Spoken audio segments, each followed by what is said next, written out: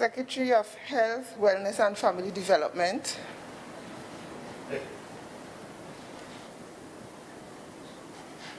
Okay. Secretary of Health seem not to be ready. Secretary of Community Development, Enterprise Development and Labor.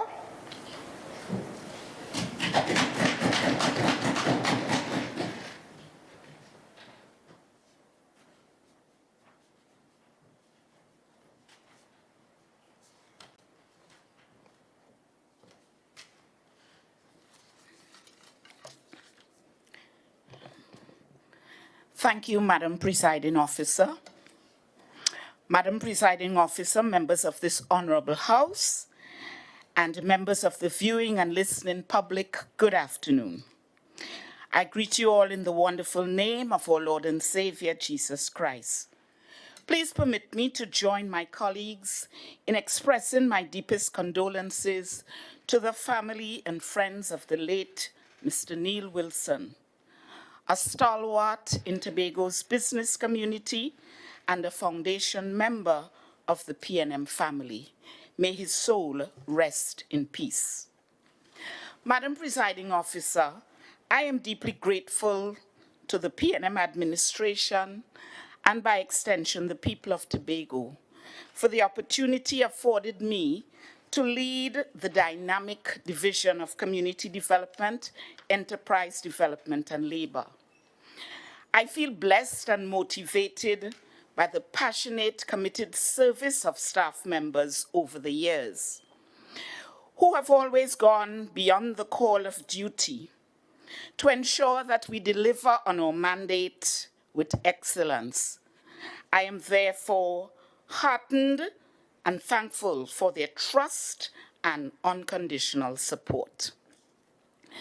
Madam Presiding Officer, community development is about people empowerment, and I am truly satisfied that this division has worked assiduously over the past few years towards achieving its mandate of building strong families, sustainable communities, and a healthy, productive workforce.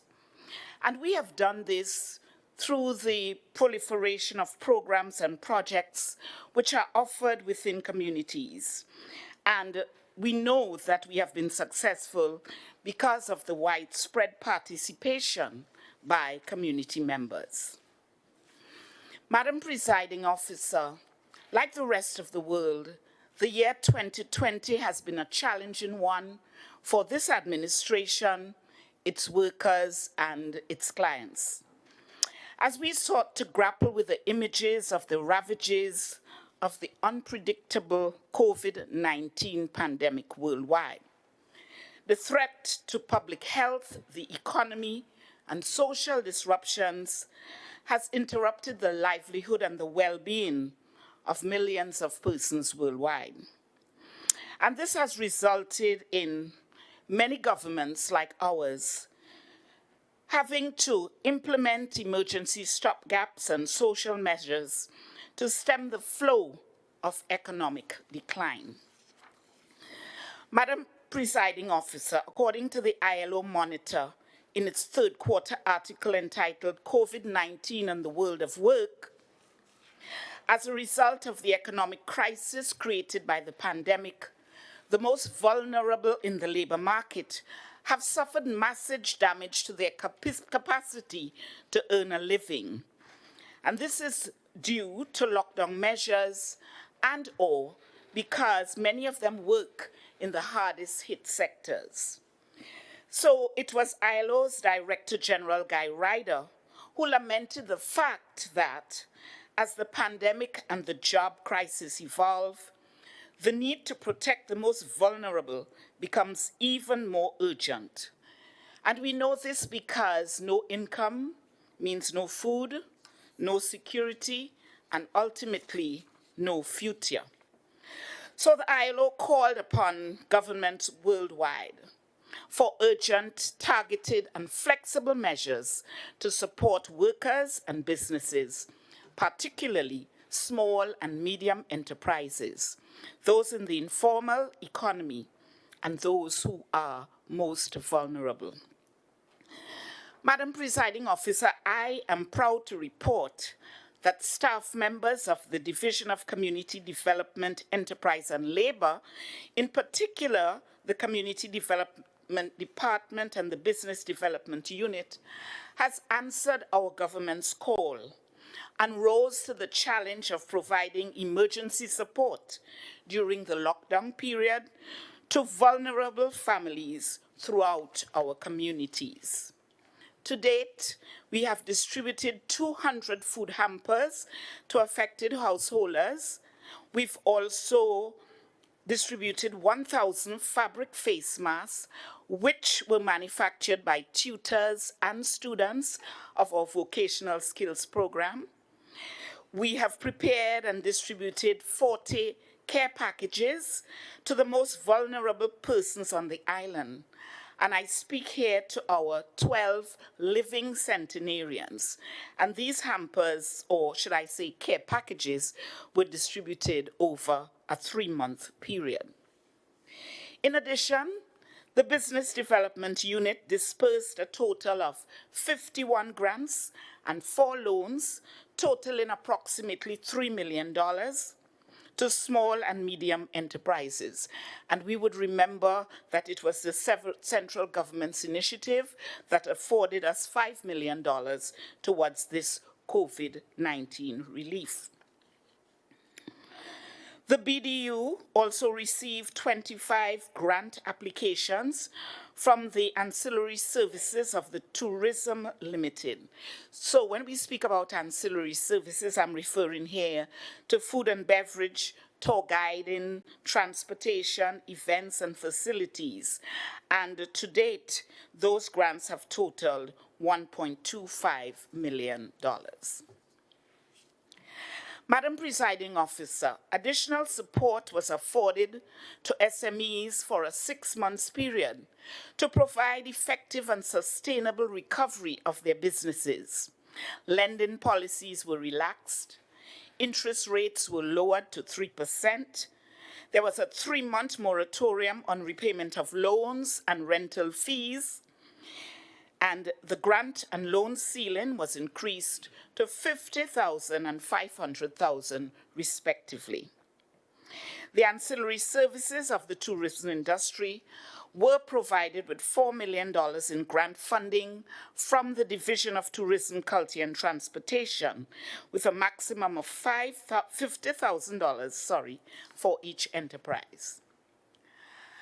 Let me pause at this time, Madam Presiding Officer, to commend the Deputy Chief Secretary and Secretary of Finance and the Economy, Assemblyman Joel Jack, for his extensive budget presentation on the theme, recalibrating our priorities towards a more resilient future. I was gratified to listen to the timely and insightful projections for fiscal 2021. Which emphasize the resolute commitment of this administration to set sail into uncharted waters, forging ahead courageously to accomplish the developmental trust of our island and its people post-COVID-19. Madam Presiding Officer, I can testify to the fact that our country is in a good place today when compared to other countries. And this is primarily because of the strong, decisive leadership of the Honorable Prime Minister, Dr. Keith Christopher Rowley, and our competent staff of health professionals who opted to close our borders early and lock down industry in the country until the virus was brought under control. We are therefore now in a healthy position to stand in this House to readjust our priorities for economic reactivation through stimulus packages and debt relief measures to effect the kind of sustainable recovery that we look forward to. Permit me to reflect for a few minutes on each department's contribution to community inclusion over the past few years and to articulate the role that they would play in the recovery process post-COVID-19. At the division, we have chosen as our recovery theme a slogan that we used to initiate Community Development Week in 2019. And that slogan is, engage and empower to effect change. Because, Madam Presiding Officer, that is exactly what we do at the Division of Community Development, Enterprise Development and Labor. I will begin with community development. Now, the vocational skills training program is really our flagship program. And this is primarily to ensure the engagement and empowerment of people in the community. And we are particularly proud of this program because it has grown exponentially over the years. In 2016, there was a registration of 565. When we entered in 2017, the number of graduates shot up to 772. And we have seen this kind of increase year after year. In 2018, 1,059. In 2019, 1,372. And Madam Presiding Officer, it's instrumental to add here that in 2019, the division took the initiative to introduce a registration fee of $100 per participant per program. And this is for persons who were employed. If you were not employed, if you were young, you were retired, or you just didn't have a job, you were able to access these programs free. But in spite of that, Madam Presiding Officer, I'm happy to say that over the 2 years, we have been able to generate an income of over $200,000 and a participation to date of just under 1,800 participants. Like the rest of Trinidad and Tobago, this program came to a premature halt when COVID-19 caused the world to go on pause. So after just about 1 month, all classes were closed. However, we wish to inform the general public at this time that these courses will resume on Tuesday, the 1st of September, along with the reopening of schools. Just to continue on that, the programs that we offered this year, there were 78 courses being offered in 41 different skilled areas within 27 communities across Tobago. And we introduced a couple new courses every year, and right now some of the more popular courses are air conditioning and refrigeration, electrical installation, digital photography, tiling, plumbing, makeup artistry, and small engine repairs.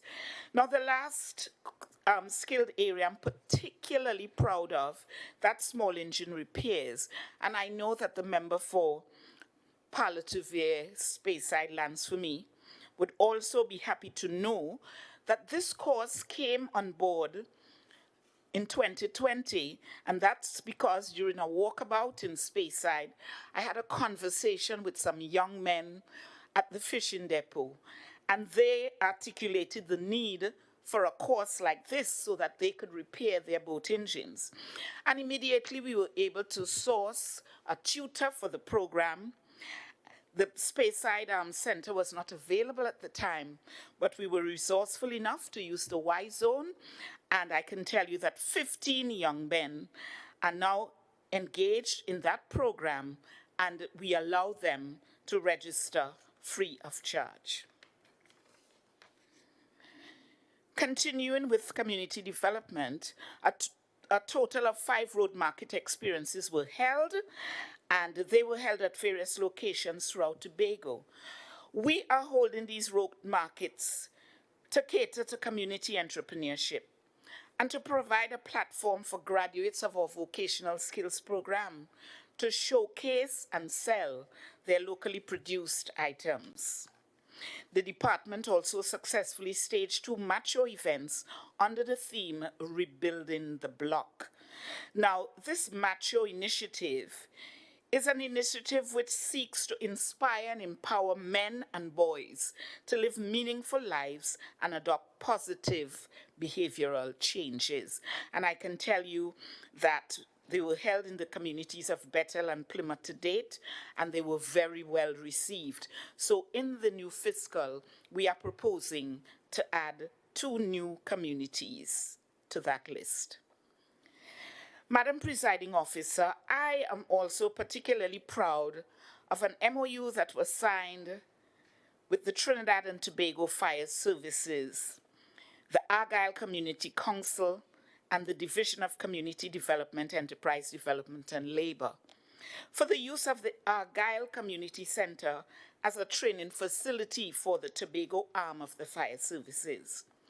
This facilitated localized training of 110 young Tobagonians who have since been employed in fire stations across the country. And I can add that with the coming on stream of the new Roxborough Fire Station, we can expect many young Tobagonians to be employed at that location. So the Community Development Department has requested for fiscal 2021, 28.7 million to continue with their programs. I move on very quickly to the Building and Maintenance Unit.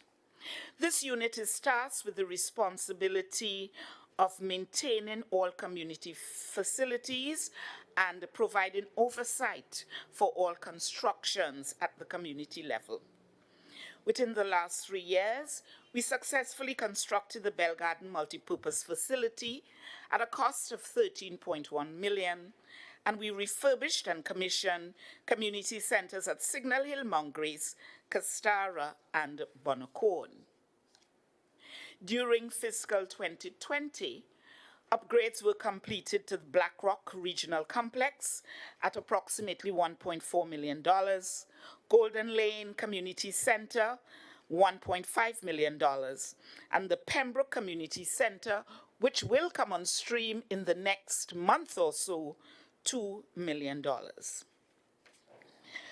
We also propose to complete the following works within this fiscal: enhancement works to 14 community facilities. We will be giving them a facelift, painting, tiling, and air conditioning in some instances.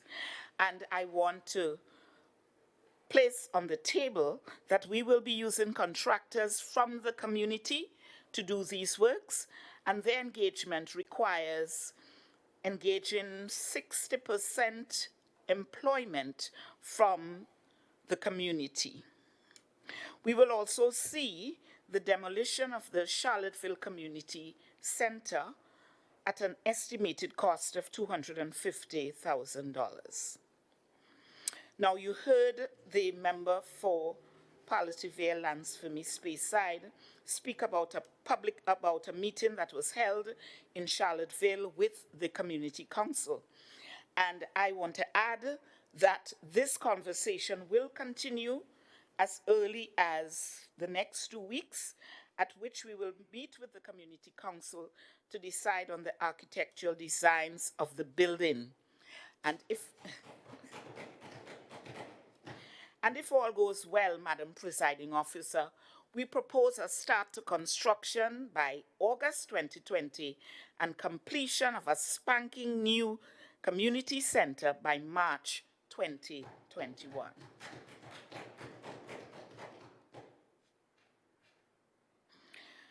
As a division, we recognize the importance of strengthening public-private sector partnerships because we know it would lead to greater buy-in and support, shared responsibility, and enhanced delivery of projects. So our collaboration with community members and the stakeholders is not by chance. It is to ensure that what we promise we deliver within time and on budget. For fiscal 2021, we will see the conclusion of that community center at an estimated cost of $11 million. We look forward to refurbishment to the Legislature, Glamorgan, Bethel, and Scarborough community centers. Now, I have looked back at my speech from 2019, and I did some homework because I wanted to make sure that the things that I said that we would do, we did in fact do. And I was pleased to see that 80% was completed. But I want to assure the residents of Scarborough that the refurbishment and upgrade of their community center, which we hoped would be completed in 2020, we have put as top priority in 2021. So they can look forward to that at an estimated cost of $2 million. Madam Presiding Officer, what this division has demonstrated over the course of 3 years is that the monies allocated to the construction and refurbishment of community facilities is a worthwhile investment in empowering the human capital and creating safe spaces within all communities in Tobago. It is no secret that some of these centers also double as emergency shelters in case of disasters. So our budgetary requirement for the Building and Maintenance Service Unit for fiscal 2021 is $27.5 million. Moving quickly on, the Business Development Unit. Madam Presiding Officer, this unit is charged with the responsibility for entrepreneurial development in the micro and meso sectors on the island. And through the initiatives of the Enterprise Assistance Fund and the Enterprise Assistance Grant Programs, millions of dollars have been invested in the development of entrepreneurs. Over the last 3 years, and this is apart from what we are doing for COVID, we have approved 219 grants and 15 loans to a total of $6.2 million. The Business Development Unit also commissioned and tenanted the Argyle Micro Center in June 2017. Something that we are very proud of are our local business trade shows that we have had in Tobago. And for the first time in 2019, we took Tobago to Trinidad. We call it the Tobago Road Show. And the theme of that road show I found to be quite apt: Unveil, Discover, Invest, Tobago. And I can tell you, Madam Presiding Officer, that this event was such a success that business places, malls in Trinidad have been clamoring for us to repeat. We had planned to be at a mall in South Trinidad during, I think it was May, June of this year. But COVID-19 put paid to that. However, in 2021, Trinidad can expect to see us in Trinidad again, hosting our trade show. The Business Development Unit also hosted 3 Christmas villages. And this was another initiative aimed at stimulating economic activity among our small and medium businesses in Tobago during the Christmas season. So we enacted a Christmas village where they brought out their wares, whether it was food or drink, drapery, you name it. They were there with their produce, and I can tell you that these Christmas villages were very successful. The Business Development Unit, in collaboration with the Division of Finance and the Economy and the Ministry of Trade in Trinidad, made it possible for 4 of our entrepreneurs to participate in Expo Caribe in Cuba. And this gave them another opportunity to showcase their products at another level. And I can tell you that coming out of all these trade shows, we have businessmen who are now venturing into the regional markets. So not only are their products being marketed and distributed locally, but Oscar Francois has made it possible for them to market their products regionally. Madam Presiding Officer, the Community Micro Enterprise Center project is one of the initiatives geared towards encouraging entrepreneurship in Tobago. And we are heartened by the fact that before the end, or should I say by the end of this fiscal, we anticipate that the Charlottesville and Adventure Microenterprise Centers will be completed, and we expect them to be tenanted before the end of the year.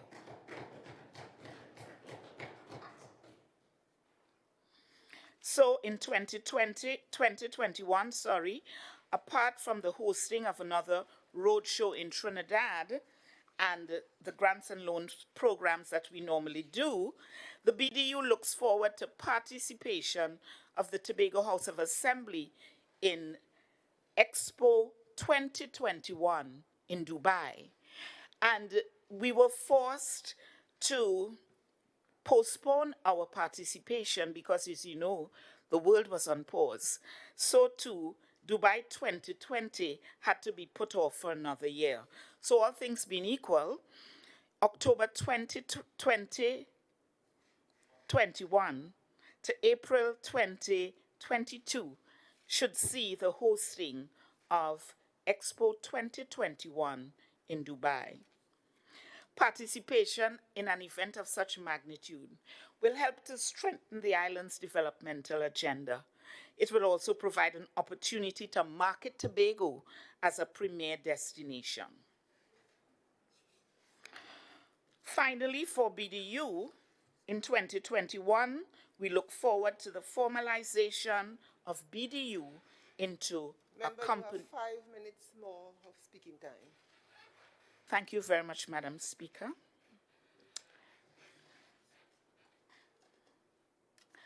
(2021) should also see continued collaboration towards the establishment of a career testing facility and an office of the Bureau of Standards in Tobago. The budgetary requirement for this unit is $13 million. Now, last year, when I gave my budget presentation, I was not able to present on two other departments in our division, so I'm going to do that very quickly, and I'm hopeful that I'll get some extra time.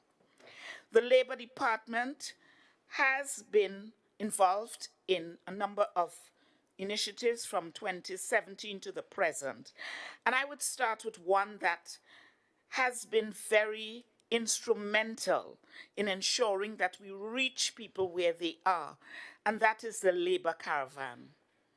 Madam Presiding Officer, this roving caravan has been traversing the length and breadth of Tobago, sensitizing and educating persons in communities on labor legislation and the roles and responsibilities of employers and employees alike.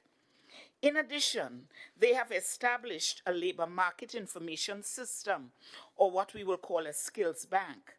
And this has assisted with manpower development by aligning vacancies in the private and public sector with job seekers on the island.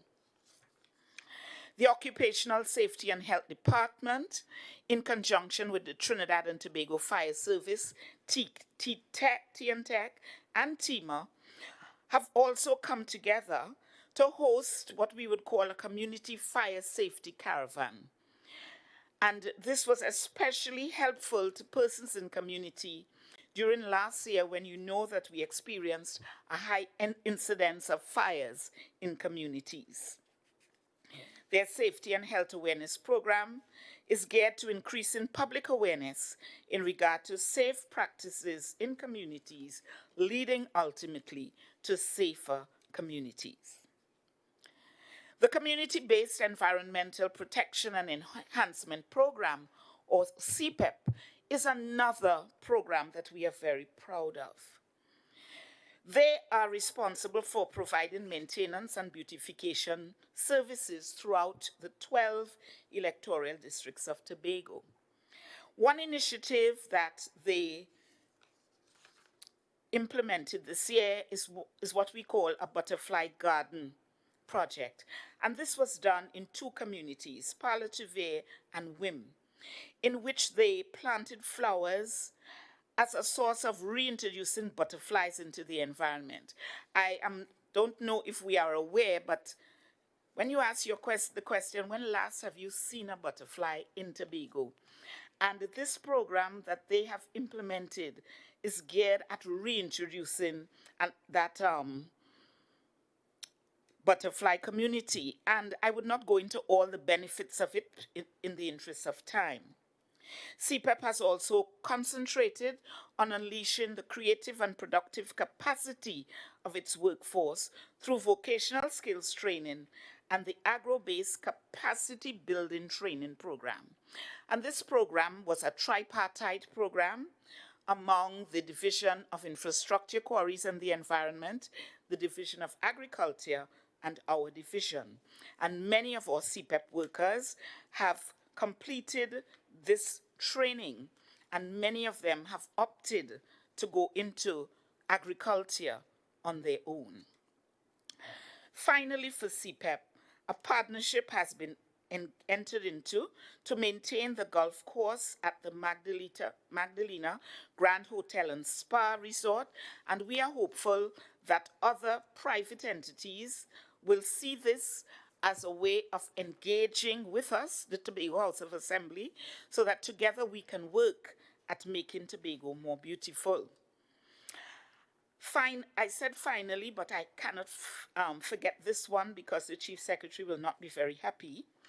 A committee has recently been formed in conjunction with CPEP and other agricultural workers from other divisions, and they will be engaged in a beautification exercise along roadways from Crown Point to John Dial in the east and Black Rock in the west. And this is initially, but we are hoping that this program will create such a stir and a tremendous impact on the people of Tobago that we will take the program further, all the way to Charlottesville in the east and Lansford in the north. Madam Presiding Officer, there is no doubt that the COVID-19 pandemic has affected us all in different ways. This period has been especially acute for families living in poverty because some of them are facing new struggles that they may not have dealt with before. We cannot underestimate the fact, though, that COVID has shone a spotlight on the economic divide within our communities and the horrific consequences of sickness and unemployment. However, there have been some positives that we can embrace to make significant impacts on the planet and humanity as a whole. With less manufacturing and human traffic, nature had a chance to rejuvenate. Some businesses were forced to reinvent themselves to become relevant.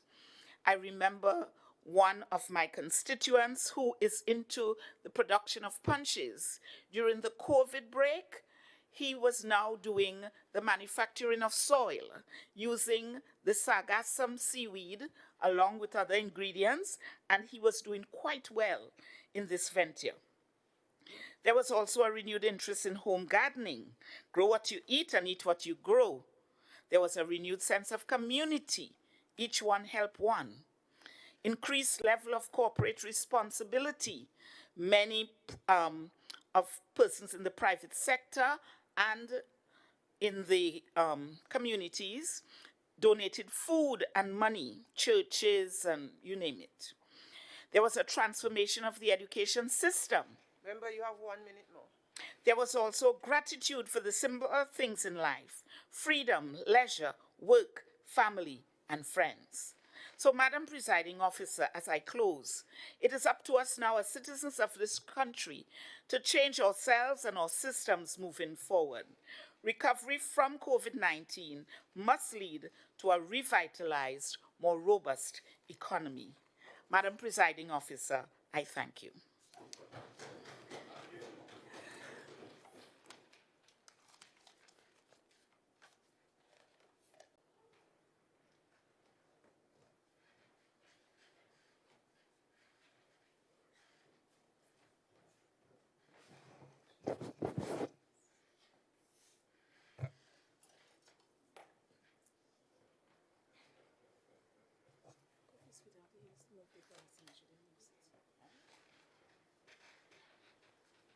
Secretary of Health, Wellness and Family Development.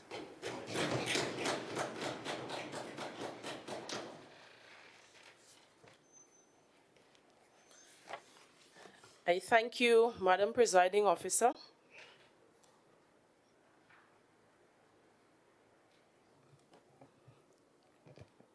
I thank you, Madam Presiding Officer, for the opportunity to speak and to contribute to today's motion as we deliberate on the fiscal package for 2021 for the people of Tobago.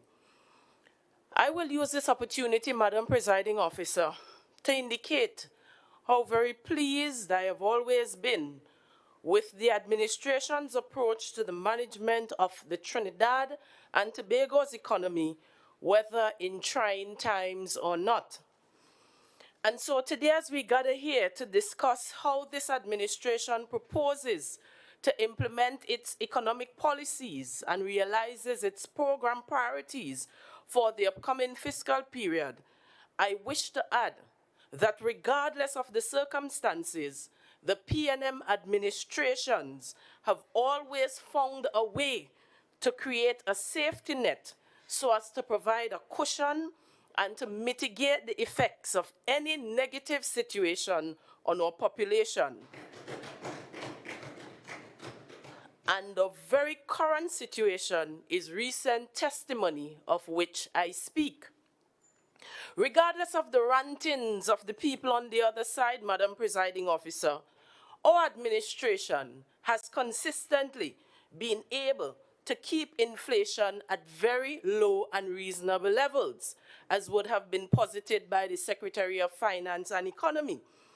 We have been able to contain employment at levels which can easily be described as full employment, and we have been able to steer the island and the country away from serious recessionary consequences.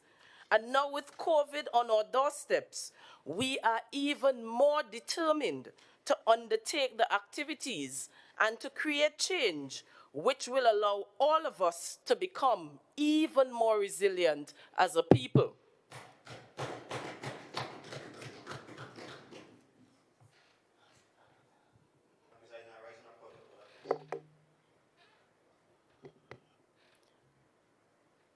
Madam President, on a point of order, according to Standing Orders 42.6, no one should be reading a speech except by the permission of the presiding officer. I'm just asking, Madam Presiding Officer, that if my colleague wishes to read a speech, she consult the presiding officers. We know she has gotten a speech from her trainers. Please, Madam Presiding Officer. This is Standing Orders. Okay, continue. Madam Presiding Officer, I wish to indicate that I am not reading a speech. I am merely following and expressing my thought as I see fit.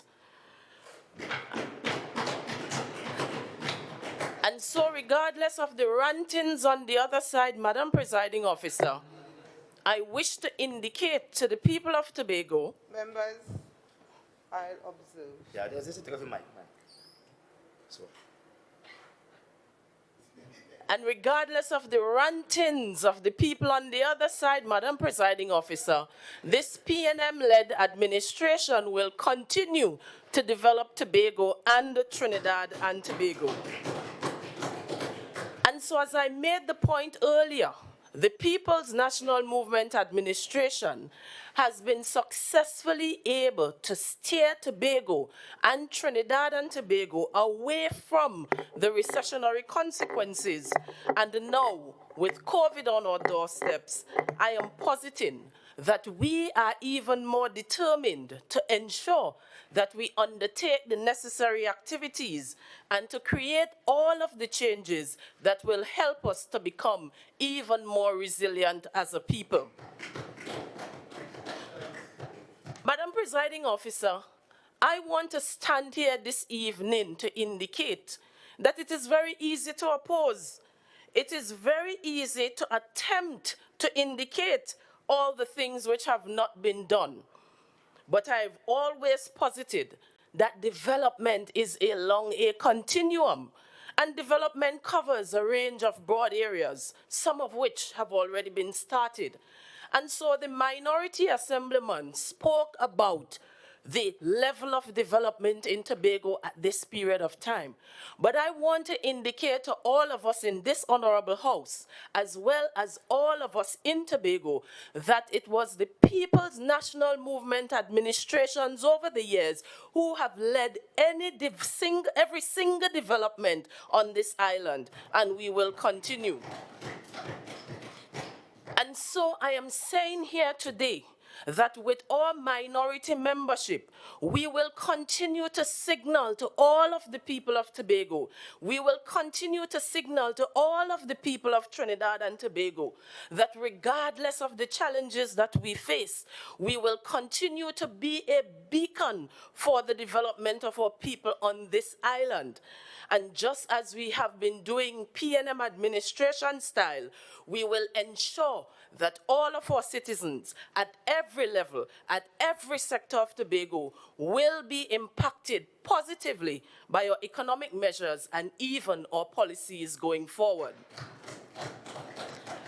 Madam Presiding Officer, I want to remind all of us, I want to remind the people out there, I want to remind the people in our communities that we are determined more now than ever to ensure that we create industries. I want to remind all of us that we are determined to create an environment in which the private sector can thrive, in which the private sector can flourish, and that we, and once and for all, will deal with the issue of food security. And you would have seen the Chief Secretary visiting farms throughout Tobago. You would have seen the Secretary of Agriculture talking to fishermen. You would have seen the Secretary of Agriculture piloting different policies and programs so as to ensure that we can once and for all put the policies in place to foster food security on our island. Madam Presiding Officer, we as a PNM administration are determined to deal with the issue of transportation between the islands of Trinidad and Tobago. We are determined to treat with the construction of our airport, and I'm sure you would have heard that the construction of the A&R Robinson Airport would have started recently. We are determined to ensure that we decentralize services in a way that even the people in Tobago East can access the same levels of service as the people on Tobago West. And with the coming on stream of the Roxborough Administration Complex, the coming on stream of the Roxborough Mini Hospital, the recently established fire police station, and now the construction of the fire station, I am saying that this administration wants to ensure that we bring the delivery of services closer to the people of Tobago and Tobago East by extension. Madam Presiding Officer, we are very determined to provide social support to our most vulnerable in our society, and that we treat with all outstanding obligations, of course, as our budget permits. And we spoke about how we will treat with gratuity. The Chief Secretary would have indicated at one of the press conferences that he will put a committee in place to ensure that we can treat with all those outstanding obligations within a matter of mere months. I am positing today that when it comes to the development of this island, we will work with those who are in Trinidad, we will work with international agencies who can all assist in advancing the development on this particular island. Madam Presiding Officer, I want to say today that I am proud, that we are proud, and I'm sure that the people of Tobago are even prouder of the level of development and of the concurrent increases in their standard of living. And so, as a result, over the 20 years that this administration has been in office, we have seen it. There evidence of it out there in our communities. People are driving fancy cars. People have high levels of income, Madam Presiding Officer. The poverty rate in Tobago has been lessened, and this PNM administration would ensure that we continue that level of development. When you look at the ratios, they compare favorably to those in Trinidad and even in the region, Madam Presiding Officer. And so persons have said to me time and time again, and it has even been shown at the polls, regardless of what the minority assemblyman has said, that people, that Tobagonians are comfortable with the level of development that has been spearheaded by the administration. Madam Presiding Officer, the argument cannot always be about whether we will receive all that we have asked for in the budget, but rather whether there will be additional opportunities to obtain goods and services from the allocation of other ministries in Trinidad. From my experience, Madam Presiding Officer, the answer to that has always been a resounding yes.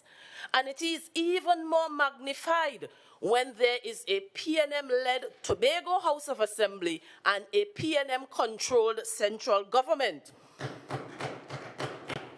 Madam Presiding Officer, again, I wish to posit that now that we have a Prime Minister who leads and who heads the cabinet in Trinidad, there is even more greater opportunities for us here on this island. And I encourage all of us in this house, I encourage all of us out there in Tobago to ensure that that arrangement is kept because it has benefited us thus far. Madam Presiding Officer, I am of the view that listening to the minority assemblyman, that he does not even have a clue as to what lateral thinking is. Because when we determined that the Tobago situation was unique, in particularly with health and the recent and dealing with the COVID pandemic, the minority team, the minority councillor, the minority assemblyman was all over social media criticizing us that we in Tobago were following different pathways to what our counterparts were doing in Trinidad. We were the first ones here to set up quarantine facilities because we determined that in order to mitigate the risk, we had to capture everyone coming in from those international flights. And so we went, we found a guest house, and we captured all those persons, and we kept them at those facilities. Hence the reason why we have low numbers in Tobago today when it comes to those who have tested positive from COVID. We have at all the step of the way, Madam Presiding Officer, ensured that we undertook an approach that took into consideration the unique circumstances of Tobago. But where there was a need for collaboration, where there was a need for congruence, Madam Presiding Officer, we discussed, we listened, we agreed, especially in the area of procurement, because the Ministry of Health could have leveraged its contacts in order to assist us in achieving PPEs, in order to assist us in achieving equipment, such as the purchase of the first PCR machine for this island. And so now we can do COVID testing right here in Tobago, and we can also test for other viral and infectious diseases right on this very small island. Madam Presiding Officer, I am responding to the point made by I think it was the minority assemblyman as well. And I want to make the point, or I am making the point rather, that a health center is different from a community center. The level of protocol, the level of standard of care, the level of standard of operating procedures are different to those that will be had by any community center on this island. It is more pronounced. And so it is a health center is not a place where you can allow any type of activities, Madam Presiding Officer, such as cooking demonstrations, as would have been put forward by one of the minority representatives. But I want to make the point that our health centers are serving the purpose for which they were intended. We are utilizing our dietitians. We are utilizing our nutritionists to provide nutrition education. There is already a hub for persons seeking different type of care, which is even more pronounced with the formation of the pink room and the blue room, Madam Presiding Officer. They were created to take care, dedicated facilities for our persons out there in the communities. So our health centers are utilized for the purpose for which they were created. And so by the way of information, the Department of Community Development has over the years been undertaking quite a lot of initiatives that are aimed to what the minority representatives spoke of. And I know that over the years, hundreds of persons have graduated from those programs, and I expect that to continue. Madam Presiding Officer, on the issue of autonomy for Tobago, because it seems to be an election issue for the PDP, and it seems as though they intend to beat that autonomy issue like they would beat a horse. But I want to say here and to the people of Tobago, Madam Presiding Officer, that this People's National Movement Administration is the administration that has been piloting the autonomy for the longest while. And I have said in times before that we will continue to see it through until the very end. Our position has been loud and clear. We stand for autonomy. We have been pushing the buttons. We have ensured that the document was sent down to Trinidad for it to be debated and eventually passed in the House. And I made the point here at some point in time. How is it that the minority and his UNC team in Trinidad have not yet articulated for the autonomy bill to be passed in the House? He boasts of having the largest trade, being responsible. Understanding Orders 45, the officer is imputing improper motives. The Secretary for Health is 45. The Secretary for Health is imputing improper motives. I want to make it absolutely clear. I have no friends in the UNC party, none. Absolutely clear on the records. I consider it to be insultive language in this House, and I'll ask you to have a desist from linking the minority to the UNC. It's insultive language to us. Member, could you desist from imputing?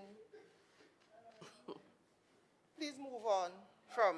Madam Presiding Officer, I was only merely stating what my investigation has revealed. Member, could you please leave? And Thank you, move on thank you, Madam Presiding Officer. And so as I continue, Madam Presiding Officer, I was making the point that the People's National Movement has stated our position loud and clear, and that is we will continue to ensure that we push for autonomy here on the island. But outside of that, we have said, because I've sat in some of the discussions. We have asked for the ability to borrow.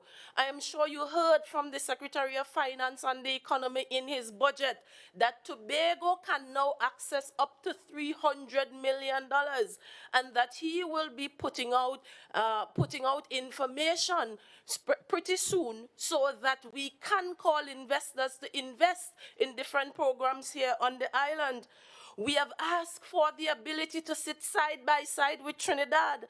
I want to put on the table today that with a PNM administration led by central government and a PNM THA administration, we have been talking, we have been sitting side by side, we have been negotiating, and you heard it from the Prime Minister to Chief Secretary, political leader to political leader, secretaries and ministers to each other.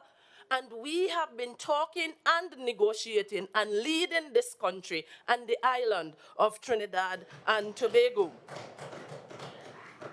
We have asked for transportation arrangements to be sorted out, and you heard of it from our Chief Secretary, and you will hear more to come in the following weeks, if not days.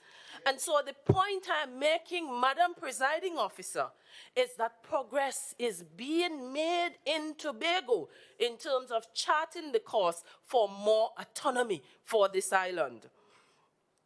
Madam Presiding Officer, I want to move into the Division of Health, Wellness and Family Development submission for the upcoming fiscal period. And I will come back to the Minority Councillor and his team and their rantings. But I just want to get in a bit of the work from the Division of Health, Wellness and Family Development, lest I be lest there are complaints from my members of staff in the division. I want to indicate... Member, you have 10 more minutes of speaking time. Oh, really? Okay. I want to indicate this evening, Madam Presiding Officer, that we have requested approximately $812 million for our recurrent period to undertake work for the fiscal period 2021. This amount represents an increase of approximately $225 million over the revised estimates for 2020, which is, of course, our current fiscal period. And so of that total amount, approximately $551 million is requested to meet the recurrent expenditure of the Tobago Regional Health Authority, because they have been pulling the division along in terms of funding. And I see the Secretary of Finance and the Economy smiling and smirking at me.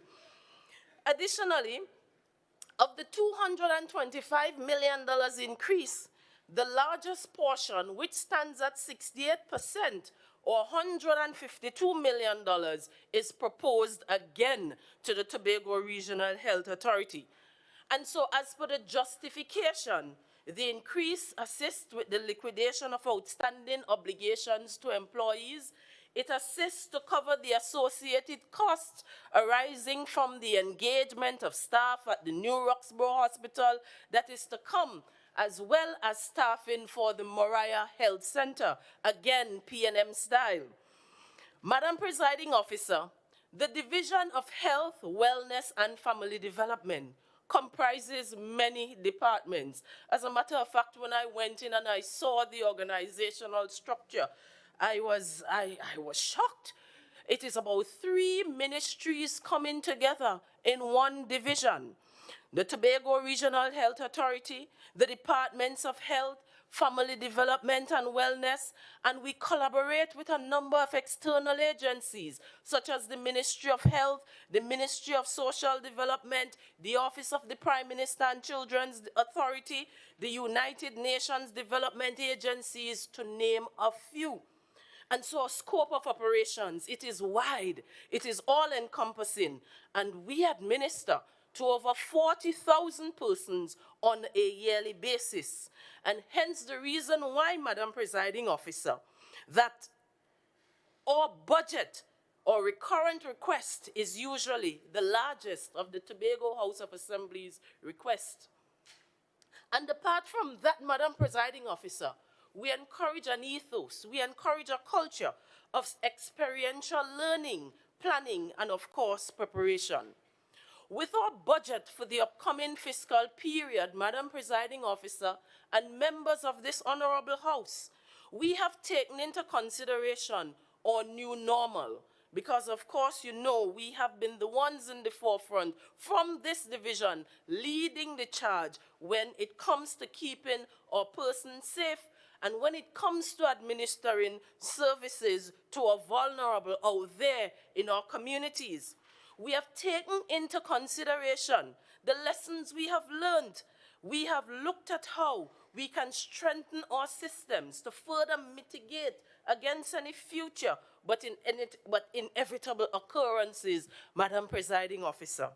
And so we continue to strengthen our systems, we continue to enhance our infrastructure, we continue to ensure that we provide a better health experience, a better service delivery, and most importantly, that we improve our patient experience going forward. And so there are 7 pillars that we have considered. 1, customer service. How do we improve customer service for clients, for charges out there? We have looked at how we can reduce the health burden of chronic diseases. We have looked at ways in which we can, of course, improve income generation because we are in some trying times and we want to be able to contribute to creating income for Tobago. We have looked at public and environmental health and safety, technology and innovation in service delivery, and that has become even more pronounced with the COVID and treating with the pandemic. We have looked at ways in which we can increase our research and development so that we have real statistics, so that we have data to drive our decision making within our divisions.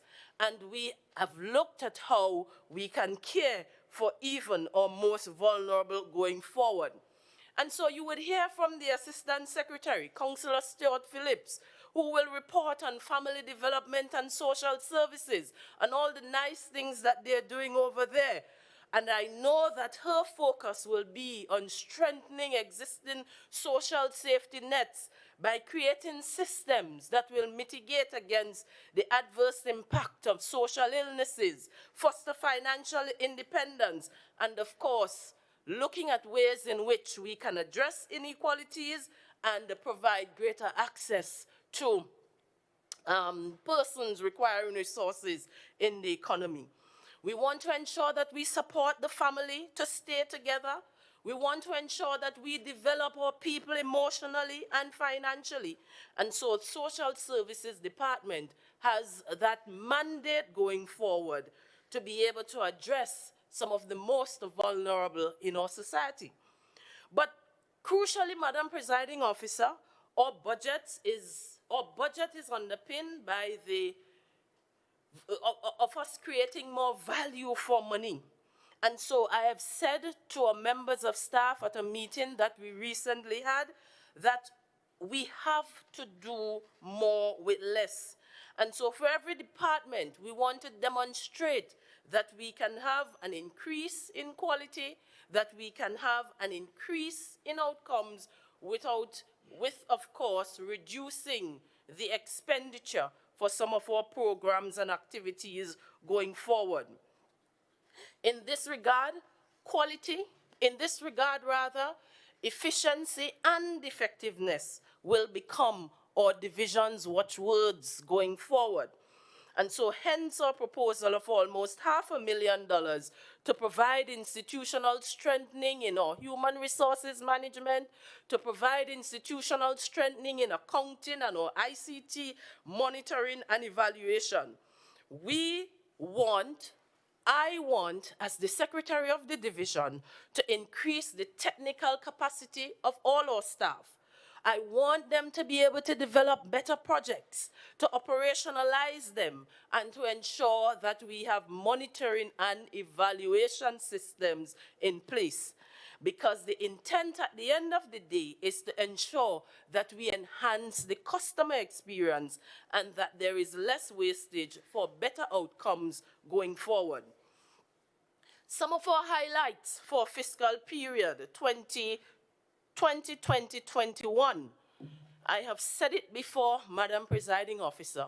The COVID-19, the pandemic, has demonstrated the need for a separate site to manage and treat with infectious diseases. And so we have been looking at ways and means, we have been looking at places, we have been looking at how we can create, build, fix up, repair a building which will help us to create separate pathways that will not normally disrupt the normal clinical service provision. And so we have two options which we have considered. One is to outfit the old Scarborough Regional Hospital at Fort King George, and the other option is to purchase a field hospital. But the issue which confronts us now, Madam Presiding Officer, after we have taken that into consideration, is whether the facility should be temporary or whether the facility should be a permanent one. Because from what we have seen outside of the COVID pandemic, the numbers of persons coming forward with infectious diseases remain small. I think from 2019, we had just about 2 persons with tuberculosis. Then in 2018, it might have been 5. And then the year before, it was another 2, etc. And so we are now at the point where wondering whether we should invest a further $50 million to deal with persons who are coming forward with infectious diseases in a small way. Yeah, infectious diseases in a small way, Madam Presiding Officer. And so we have initial estimates that in order to put in the kind of infrastructure, in order to strengthen the old Scarborough Hospital in a particular way, it will cost us $24 million. And of course, that does not take into consideration the furniture, the fittings, and the equipment, which is a further $25 million. But whether it is the field hospital or whether it is the upgrades to the Scarborough or the old Scarborough Hospital, we have ensured that we have budgeted for it in the upcoming fiscal period. The field hospital is more temporary in nature. It will cost less, Madam Presiding Officer, and it will give us a further 50 beds going forward. As part of our priority, we are looking at a laptop refurbishment. You have 1 minute more. We are looking at a laptop refurbishment and distribution program because we recognize that a part of our vulnerable persons in society are without laptops. And so we will be calling on persons who have used laptops to bring them in, or IT people will fix them up, and then we will redistribute those to our vulnerable persons out there. Economic recovery. This is a part of the REACH program, and we want to be able to tap into the sector of vulnerable persons out there and to provide them with grants that can cause them to realize businesses in our society. And this is a program that will be partnered and collaborated on with the Division of Community Development and Remember, Culture. your speaking time is up. Community Development, yes.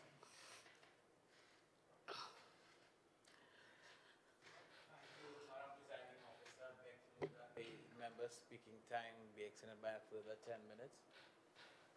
Members, the question is that the speaking time of the member is upgraded to another 10 minutes. All in favor? Aye. Any against? Member, you have 10 minutes more speaking time.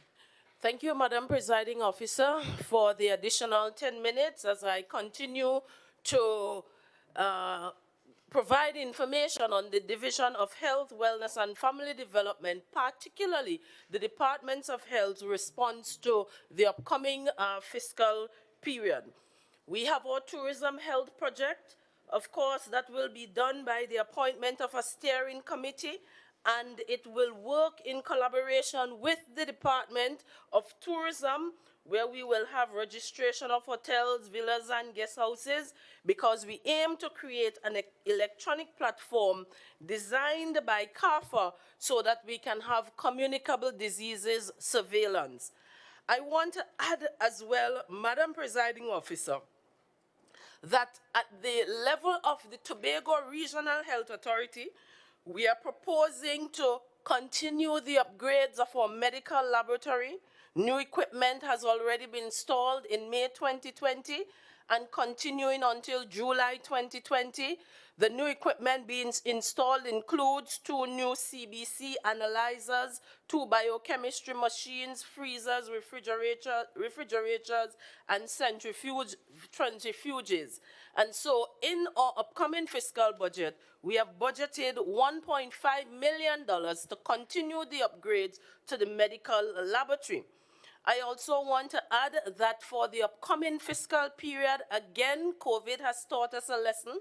As I indicated earlier, we have paid close attention to the lessons learned arising from COVID and also from other experiences, and there will be an ongoing focus on telemedicine in all of our departments of the hospitals and, of course, the health centers going forward.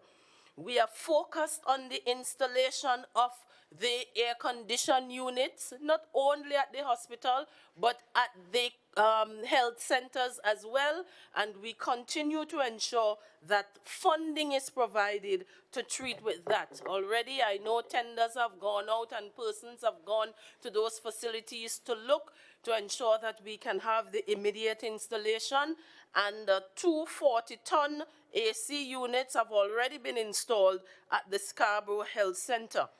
We, for the upcoming fiscal period, want to replace medical equipment that has reached their life in the hospital, end of their life cycle rather. We have budgeted $17 million for that because we want to purchase critical medical imaging equipment, which is X-rays, and so we have budgeted for that as well, Madam Presiding Officer.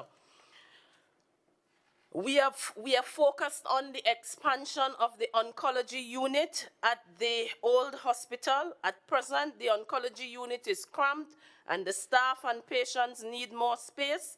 And so we want to expand the building. We have budgeted $2.5 million for that.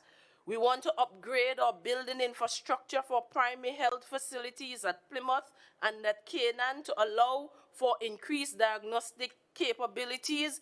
Another $3 million has been budgeted for that, Madam Presiding Officer. We are focused on expanding our neonatal intensive care services. We are focused on improving our ICT capabilities going forward. We are focused on staffing and operationalizing the Mora Health Center, which is another $5.8 million, which is budgeted in the upcoming fiscal period. And of course, in order to facilitate the commissioning, the staffing, the purchasing of equipment, etc., at the Roxborough Hospital, we anticipate $55.4 million, and that has been catered for in our upcoming fiscal period.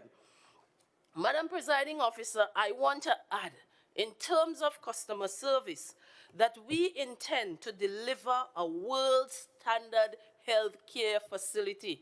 Yes, we have had our challenges along the way, but challenges make us stronger. Challenges help us to implement the systems and to cause them to be more robust and more effective going forward. We are focused on managing the expectations of our clientele, and we are focused on ensuring that we have the ability to achieve the desired patient outcomes that is heavily reliant upon reliable diagnostic equipment, service user involvement, and we want to ensure that we have an experienced staff going forward. Our buildings are basically becoming of age. The hospital building is now 5 years old. We want to ensure that in our budget we have monies to continuously maintain and upgrade our hospital facilities, and as I said, our health centers going forward, building maintenance, landscaping, drainage and repairs. A further $10 million has been budgeted in the upcoming fiscal period to treat with that. And then, as I mentioned, we have our 2 new facilities coming up, one in deep east of Tobago and the other in northeast of Tobago. At the Division of Health, Wellness and Family Development, Madam Presiding Officer, we want to measure our success by patient information. And so feedback will be very important, will be very critical, will be very necessary in terms of shaping how we make decisions. We have the digital age, we have social media, which is one of the most popular medium for patient feedback, and we want to ensure that we capture all of that information in shaping what we do at the division and also at TRHA, Madam Presiding Officer. In terms of the pillar of reducing the health burden of chronic diseases, our strategic objective would be to decentralize secondary health to primary care. And what we are attempting to do is to provide comprehensive chronic disease clinics at health centers, provide diagnostic services at all district health centers, and we want to partner with the private sector to enter into PPEs that will promulgate our cardiac and renal care provision. We want to ensure that we have aggressive retention and recruitment for specialist professionals, and that we offer 24-hour service not only at the Scarborough Health Center, but at the Roxborough facility, because there is to be a Roxborough Health Center attached at that mini hospital, and of course at the Mariah Health Center. Because as I made the point, we are focused on decentralizing our healthcare, decentralizing our diagnostic services as much as possible. So we will ensure that we put the systems in place. We will work on ensuring that we put the infrastructure in place, and that too has been budgeted for in the upcoming fiscal period, Madam Presiding Officer. I want to add that the Office of the CMOH works at a primary level care to promote healthy lifestyles and to maintain public health. Smoking increases the risk of chronic diseases, and so we want to encourage a lifestyle change that could include improved productivity and one that could improve wellness going forward. And so we will continue to educate the public. We will continue to ensure that we provide the necessary information that will cause persons in our society to maintain healthy lifestyles. And we have budgeted for that again to the amount of $300,000 for continuing providing education to our people out there. We are going to work assiduously, hand in hand, 1 more minute. collaboratively with the Division of Settlements to ensure that we remove outdoor toilets or latrines, as some will call it, and I know the Assemblyman will speak to that. Madam Presiding Officer, before I take my seat, I want to thank the Secretary of Finance and Economy for his presentation. As a team, as a PNM administration, we are focused on recalibrating our priorities going forward.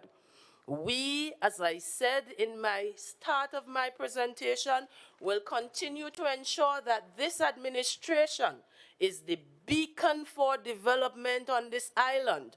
We will ensure that we continue to push for autonomy for the people of Tobago, Madam Presiding Officer, and for the 20 years that we have been managing this island, persons all of Tobago have said by the vote, using their finger, and by their tongues that this administration has improved the standard of living and will continue beyond 2021 to develop our island. I thank you, Madam Presiding Officer. You're clapping?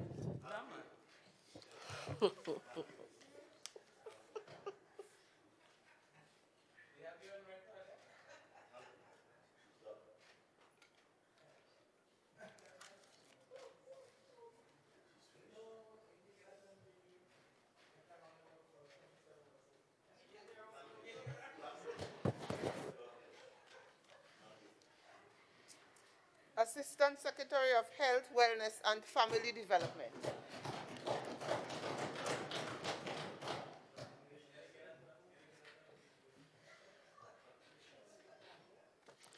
Thank you, Madam Presiding Officer, for the opportunity to join this debate, and I express my delight in being able to participate as the Assistant Secretary, coming on the heels of my Secretary, a fiery contribution this evening.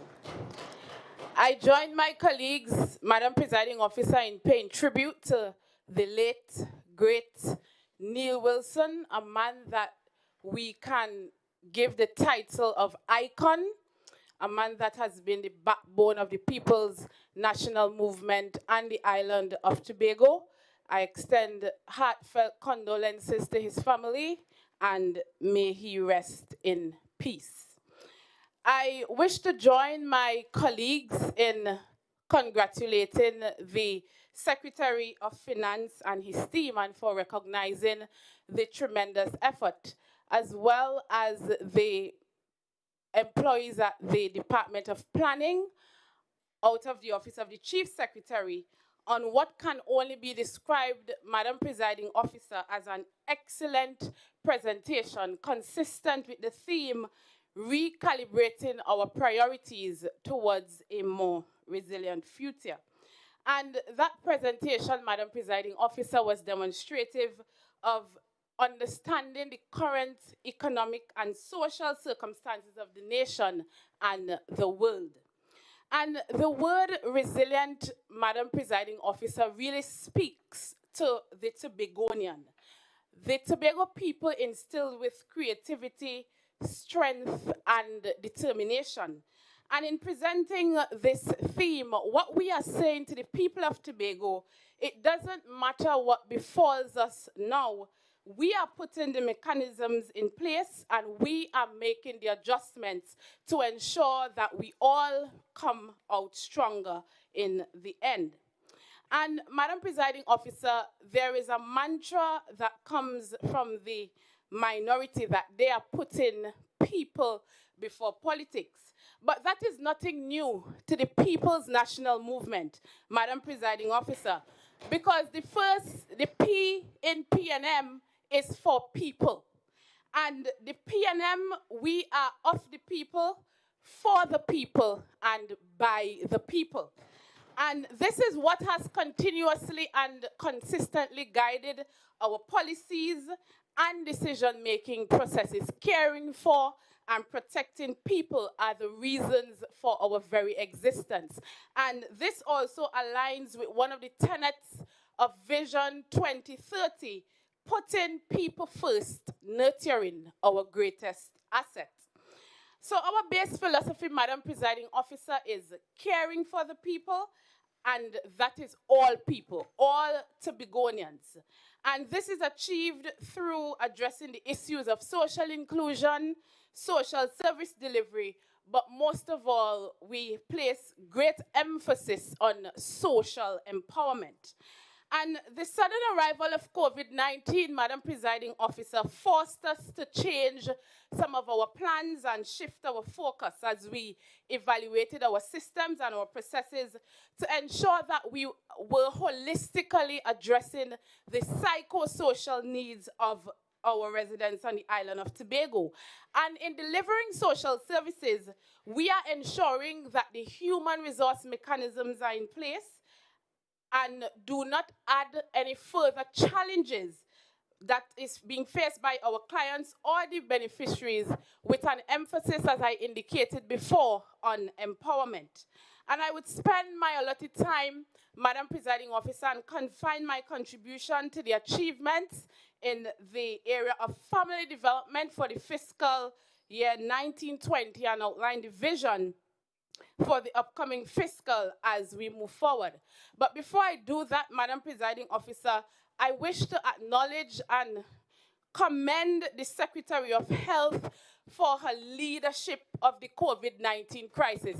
I know she just spoke and she would not sing her own praises, but I, along with all Tobagonians, would like to commend the Secretary, would like to commend all the health professionals, would like to commend the administrator because this crisis was managed with excellence. Because there were times we had persons using scaremongering tactics. We had community spread. We're not doing enough testing.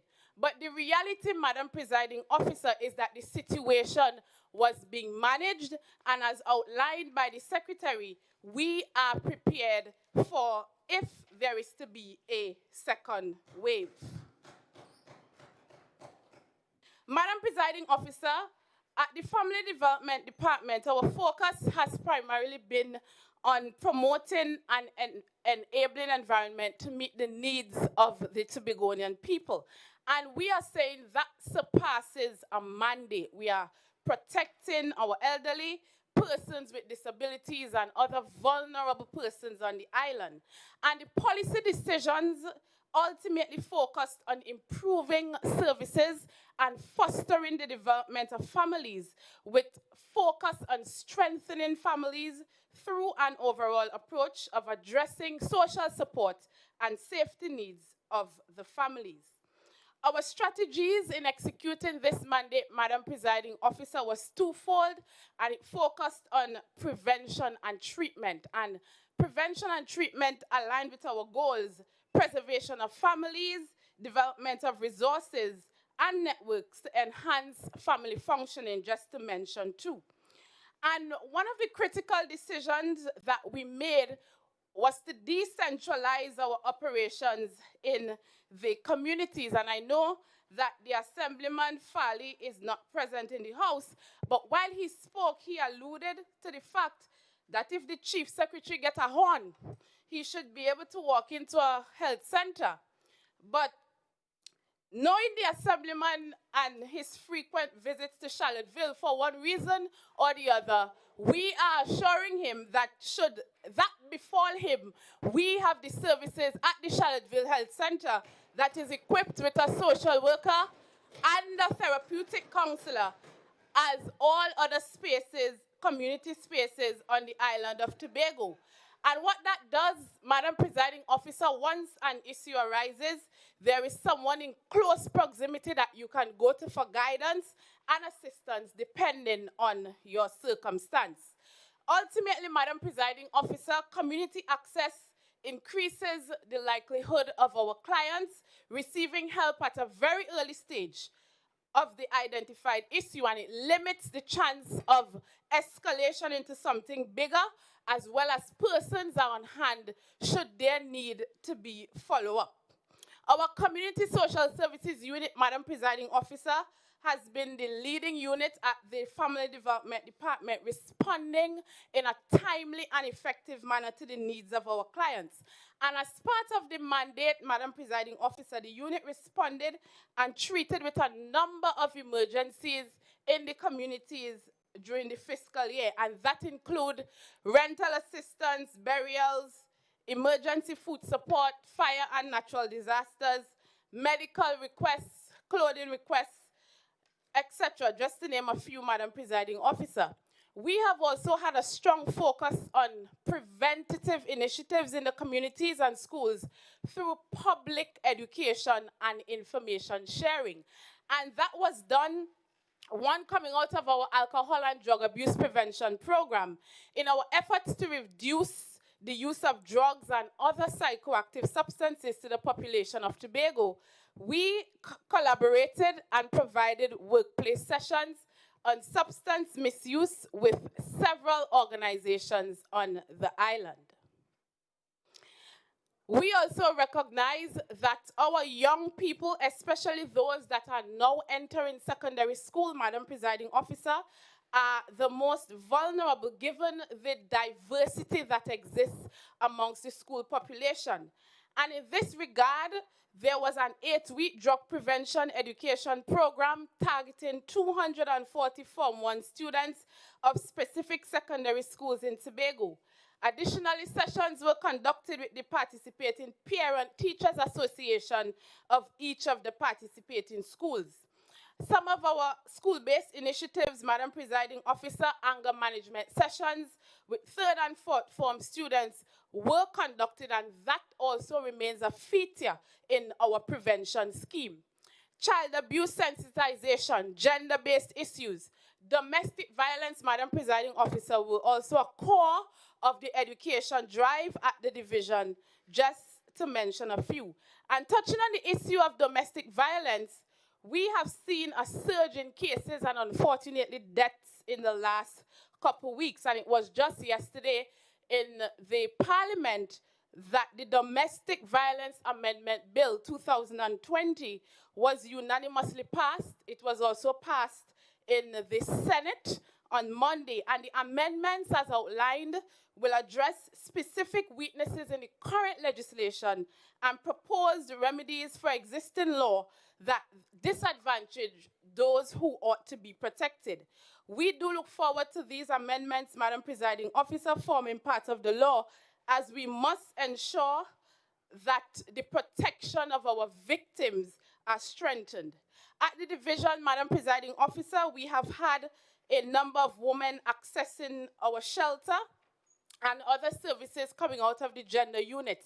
We have also had a number of success stories as a result of the empowerment projects that focused on enabling women to become more independent in their situations. And some of them are now living independent lives. They are much more empowered and no longer afraid of their circumstances. And I pause again, Madam Presiding Officer, to recognize a Tobagonian, to recognize and salute the great work of Miss Onika Maz and her Woman of Substance Tobago NGO that has been leading the way and lending support to victims of domestic violence and abuse. And their vision is creating an environment free from violence. And although we would say it is a primary responsibility of the government for the protection and provision of social services needs on the island, we are conscious of the fact that these objectives, our objectives, cannot be achieved without the tremendous support and input from non-governmental organizations, community-based organizations, and faith-based organizations. And we look forward to continued collaborations, Madam Presiding Officers, with other organizations such as the Women of Substance as we seek to better the lives of our people. I also hasten to mention the division's collaboration with the United Nations and the Office of the Prime Minister in hosting the Spotlight initiative and having it implemented on the island of Tobago.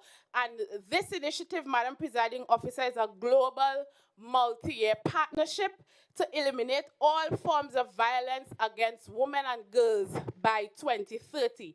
It's a 3-year project that will be implemented, and it seeks to positively address gender-based violence challenges, and we will hear more about that initiative in the coming days.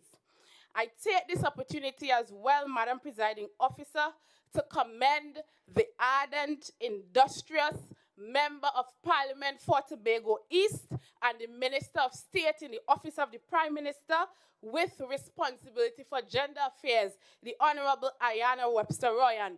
The MP continues to be that advocate for her constituents and the people of Tobago in her current capacity.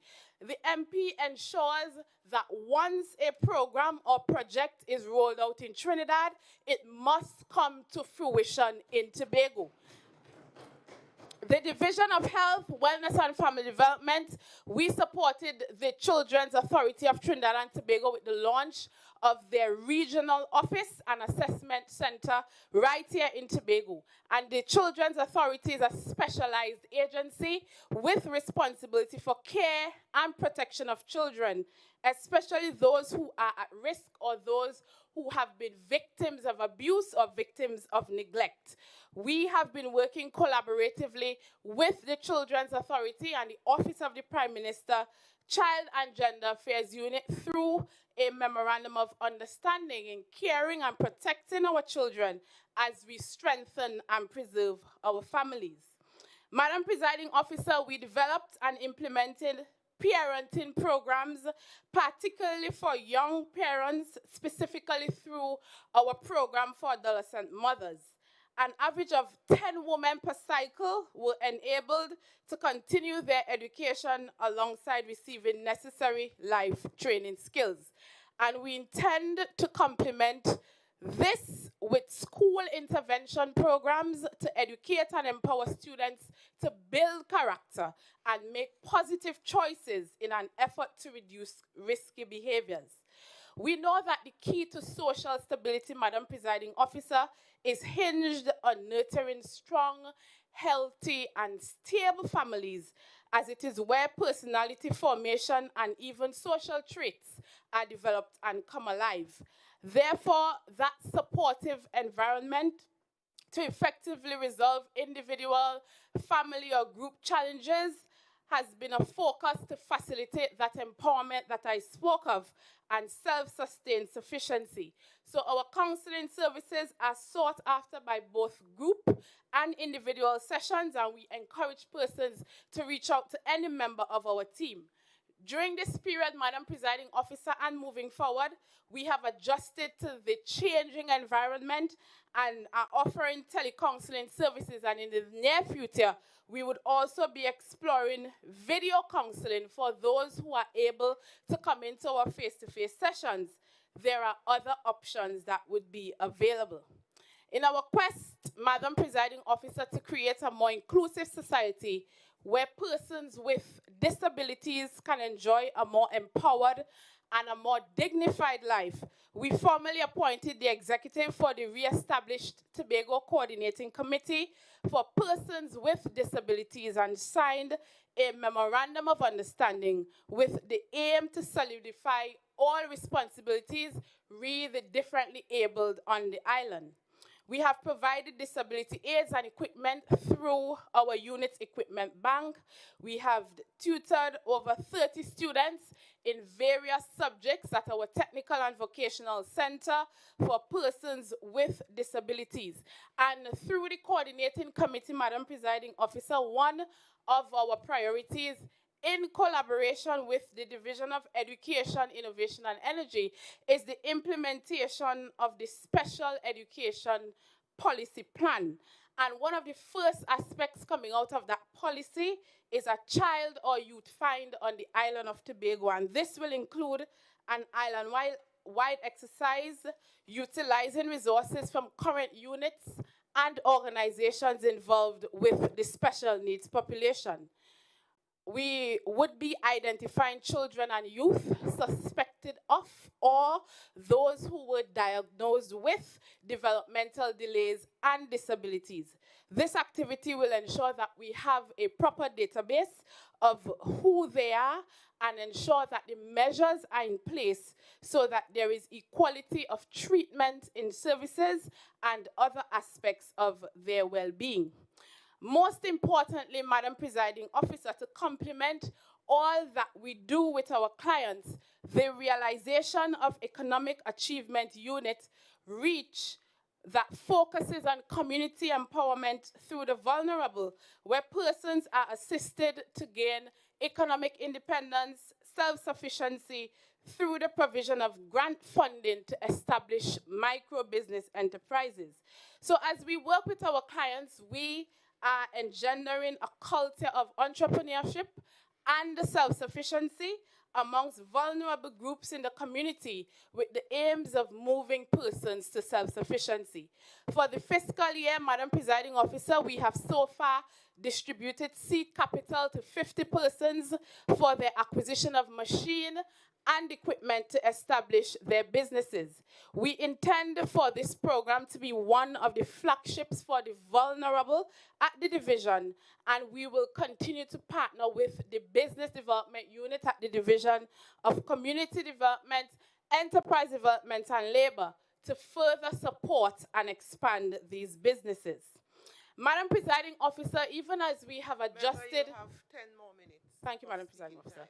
Even as we have adjusted to the COVID-19 pandemic, we ensured that our responsibility to the vulnerable and those immediately in need of support remained our #1 priority. And what this means for us is that we had to make adjustments in our service delivery, again, without compromising our responsibility. And in light of the novel coronavirus, COVID-19, the Division of Health, Wellness, and Family Development, in alignment with the government's response initiatives to reduce social and economic impact, we augmented our programs such as our rental assistance and our emergency food support.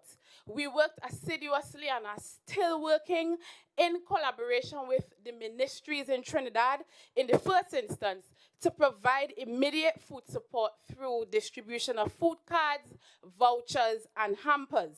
We are currently in the process, Madam Presiding Officer, of verifying and making payments to landlords for the rental support.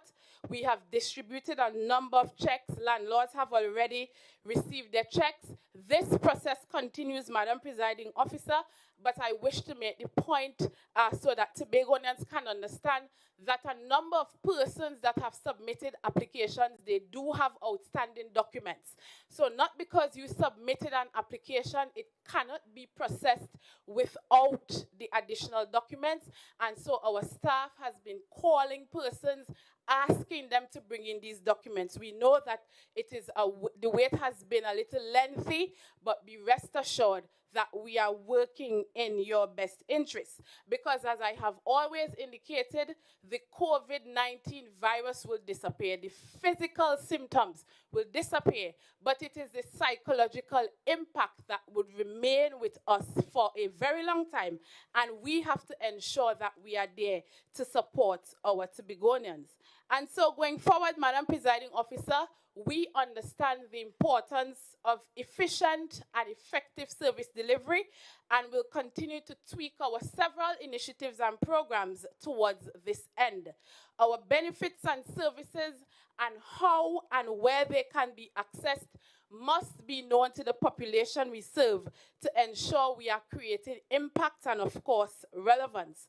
And those of us who operate in the social sector, Madam Presiding Officer, understand more than anything else the need for timely and reliable data.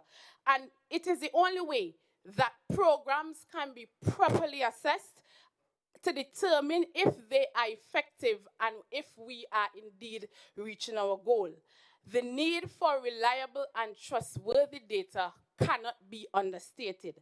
And so our projects and our programs to be implemented going forward will be guided by qualitative and quantitative data, and the mechanisms will be put in place to ensure that these are achieved.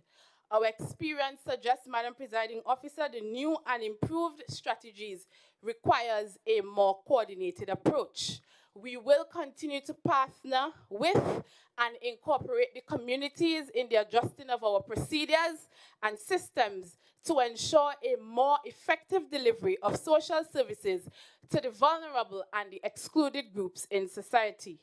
We would revive our community support groups, which will facilitate sustained behavior change in persons, and continue our networking with NGOs, FBOs, and CBOs, and all other stakeholders on behalf of our clients.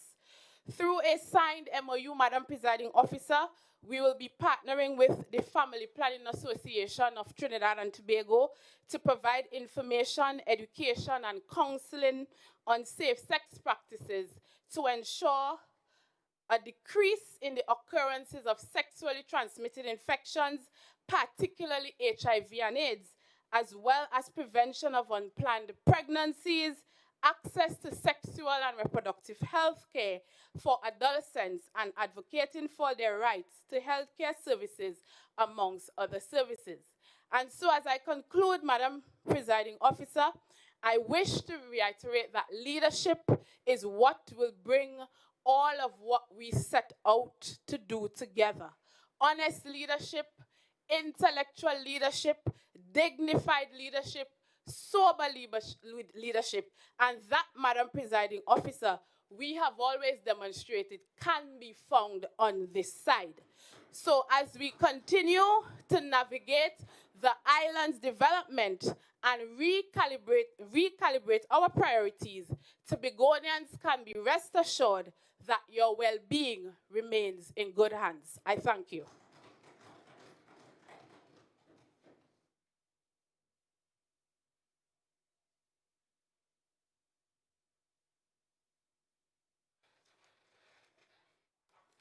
Secretary of Food Production, Forestry and Fisheries.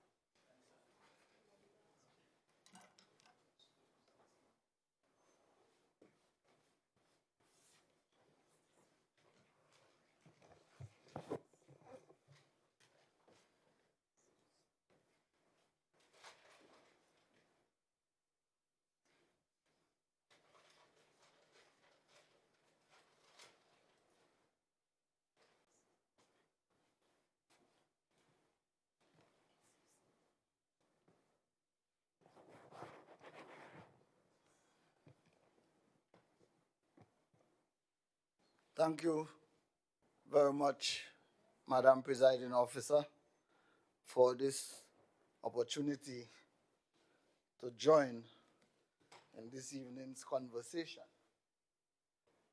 Let me take this opportunity to join my colleagues and your good self in extending condolences to the Wilson family on the passing of Mr. Neil Wilson. I never really addressed him as Mr. Wilson. I used to call him the Lion. And he welcomed it. It's not something that he was against. So may his soul rest in peace, and may Almighty God comfort family and friends, well-wishers at this time of mourning. I also want to take this opportunity to congratulate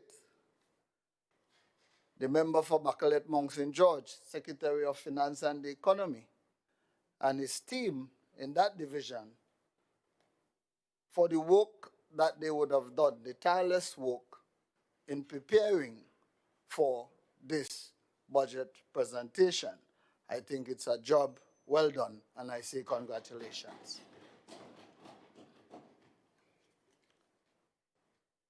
Madam Presiding Officer, I also want to thank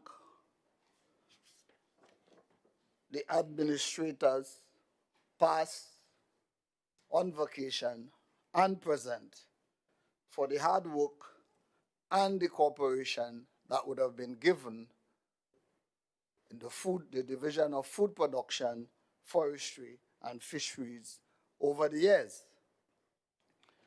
Madam Presiding Officer, what we've been doing over the years, highlighting, promoting agriculture production on this island, facilitating agriculture production on this island. The COVID-19 pandemic, Madam Presiding Officer, would have moved the agriculture sector, the agriculture business sector, from the backbench to the head of the class. And therefore, a number of people, including the minority, have now chosen to take a ride on the sector. The sector now becomes the main point of focus on the island, the star boy on the island right now. But nevertheless, we've been asking all the time, we've been begging all the time, we've been pleading all the time with all of Tobago to get involved in some aspect of the agri-business sector. Madam Presiding Officer, I want to just take this opportunity to highlight a few of our achievements, because if I'm to highlight all of our achievements, we will be here tomorrow around this time.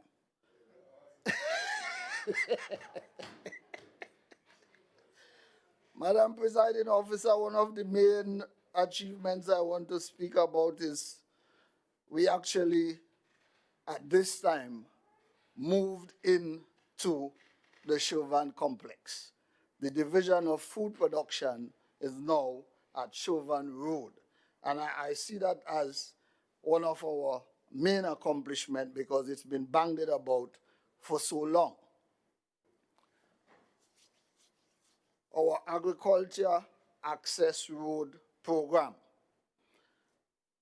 Madam Presiding Officer, we, between the 2018 and present, we would have established a robust access road program throughout Tobago. Madam Presiding Officer, this access road program is aimed at not only developing the agriculture sector, it is also aimed at developing Tobago on a whole. Reason for saying this, a number of people are of the opinion that when we say agriculture access roads, that you're now going to create these roads. These roads are road reserves on the maps.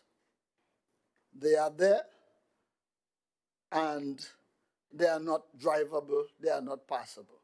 So what we are actually doing is developing these roads.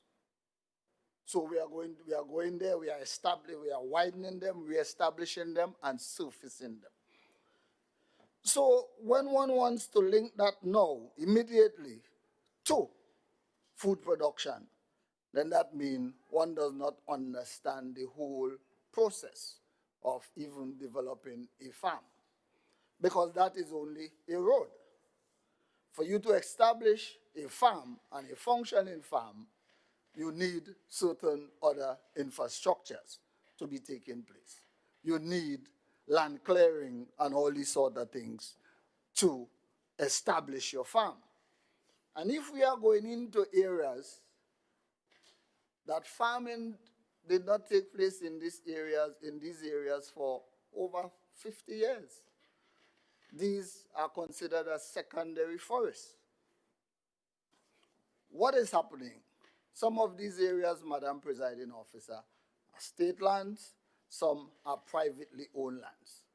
So you have a two-way system there. The state has to develop their land use policy as to what they will do with lands in the different areas.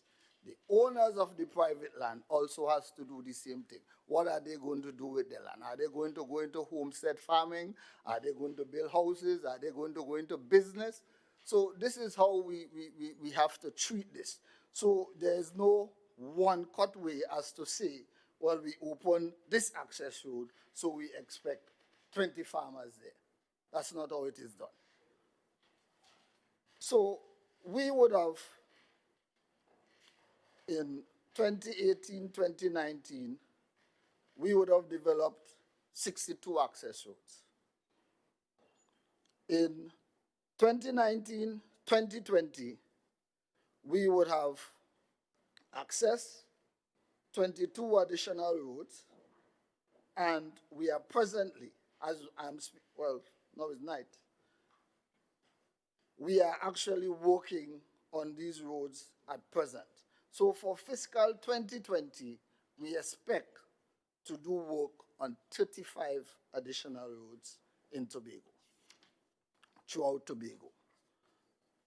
Madam Presiding Officer, I want to speak to our agriculture irrigation program. we would have started an agriculture irrigation program at Gosbro. Specifically, Gosbro was chosen as the pilot project because there is a semblance of a well system already in place in Gosbro. And what we are going to do is to beef that up. So the THA would have engaged UDICOT as the project manager. UDICOT would have engaged Well Caribbean Service Company Limited as the contractor to carry out that exercise. What would have happened in the fiscal is that this project, the company would have decided that they do not just work like that. They have to do a feasibility study. The feasibility study, it is consisted of a hydrogeological survey, a structural geological mapping of the area, a borehole well testing to check the quality of water as well as the production potential and recharge capacity of each hole. Madam Presiding Officer, I'm pleased to announce that these exercises will carry out. The feasibility study is completed, and we are now about to execute that project in Gosbro. As I'm on, I would not go into our normal recurrent expenditure programs. For example, the Lewis Law Nurseries Propagation Unit and so on. These are continuous every year. They continue to provide farmers and householders with seedlings, planting materials, and ornamentals. So I will not go into those details. All these are achievements during the fiscal.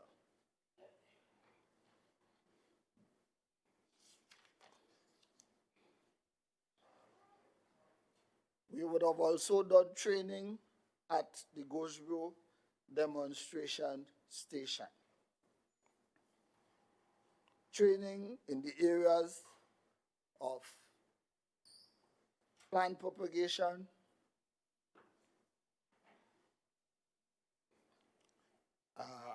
coconut nursery, greenhouse, operational, cassava germplasm project, sweet potato and passion fruit projects, yam, dashing, plantain, pineapple. All these areas, we would have trained farmers to enter into production in these areas.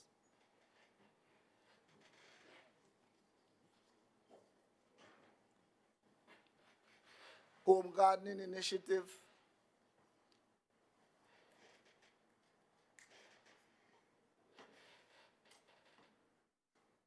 Home gardening initiative, Mr.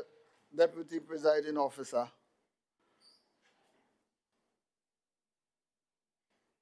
This is where we assist community groups in distributing planting materials and home. So we would have distributed 512 assorted seedlings. We would have registered 700 home gardeners. We would have done 288 home garden visits, 16 training courses, specially tailored for home gardeners, 15 schools assisted also in their school gardening program. All this is under the home gardening initiative. At the Law Estate Root and Tuber Plant Material Repository, we would have distributed crops of cassava stick, 3,200, pineapple suckers, 1,200, sweet potato slips, 1,100, bananas, 2 hectares,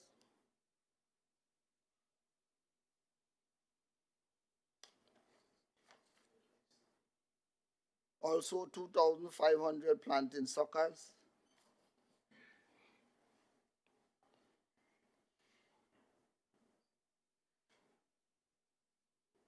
Madam Presiding Officer, at our tissue culture lab,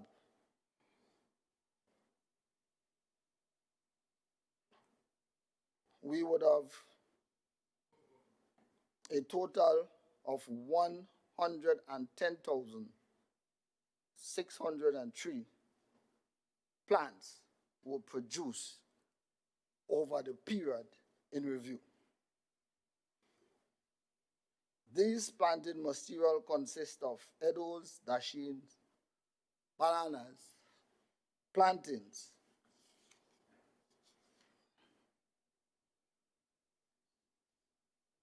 plant disease-free material.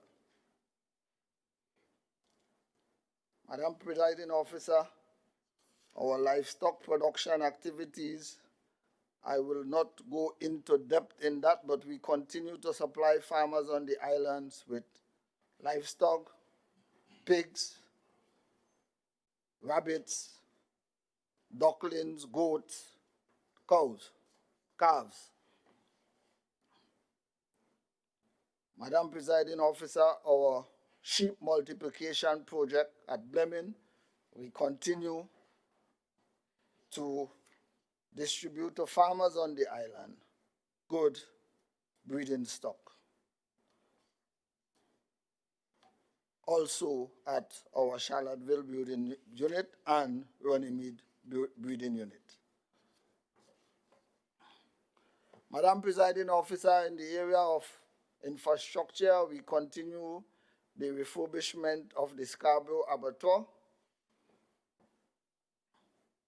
and works there are ongoing. We have completed the floor, and we are now left with the electrical works to be done. I want to talk about the repairs to the old Scarborough Market, Madam Presiding Officer. The old Scarborough Market is no longer the old Scarborough Market. Sorry, Mr. Deputy Presiding Officer. But I'm pleased to announce that the Scarborough Market is fully refurbished, and it's due to the COVID-19 pandemic that the vendors are not back into that space. But Madam Presiding, Mr. Deputy Presiding Officer, this, as I speak of the market, it brought me to a point here that the minority have been advocating that they love Tobago. They love the people of Tobago. But I remember well when it was time for us to move the vendors out of that dilapidated market in order to have it refurbished. The minority leader went down there with his team and told the vendors, do not come out. Do not come out from there. So I am trying to understand now, on one hand, you prefer the vendors to stay in a rat-infested, cockroach-infested, leaking building, dilapidated building, instead of going into a new facility where you will be temporarily housed and your facility will be refurbished where you will return. Now, to me, something is wrong with that kind of decision as to say, don't move from there. Anyway, I wouldn't go further into that. I think I should. So, Madam Presiding, Mr. Deputy Presiding Officer, on returning to, on the vendors returning to the Scarborough Market, what we are going to have in Tobago for the very first time at the Shore Park Market will be a farmers' wholesale market. This farmers' wholesale market is going to alleviate some of the problems and issues we have with vendors having to go to Trinidad for their produce. This farmers' wholesale market, or restaurant owners, hotel owners, vendors, and even those people with the little food stalls and so on by the side of the road can now go to a wholesale market in Tobago to purchase their goods. That did not exist before. We would have, in the period under review, our Law Wildlife Nature Park project, we would have completed that feasibility study. But that feasibility study was to be delivered in March 2020. That was the deadline. It was completed, but the stay-at-home order, in light of the COVID virus, would have put us in a position where we have to sort of await that final meeting with the companies that did the feasibility study. And you are wondering, well, why? Right.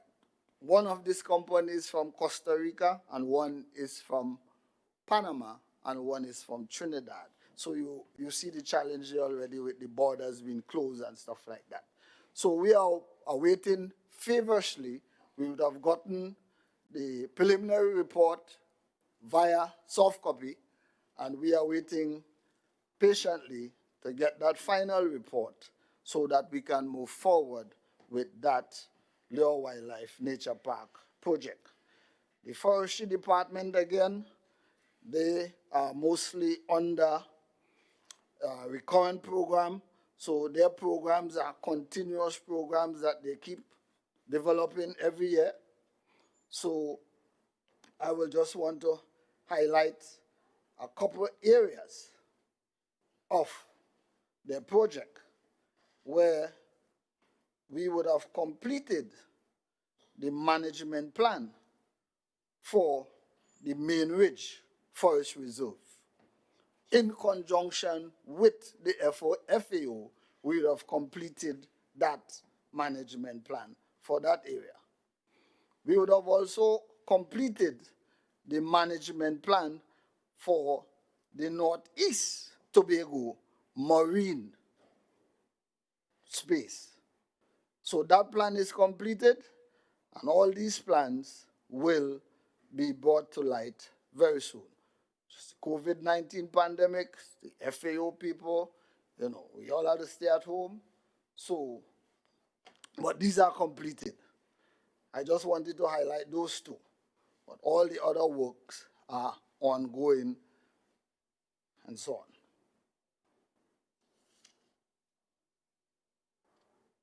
Well, the Chief Secretary would have mentioned the Boko Reef proposal, so I will not go into that under the Fisheries Department.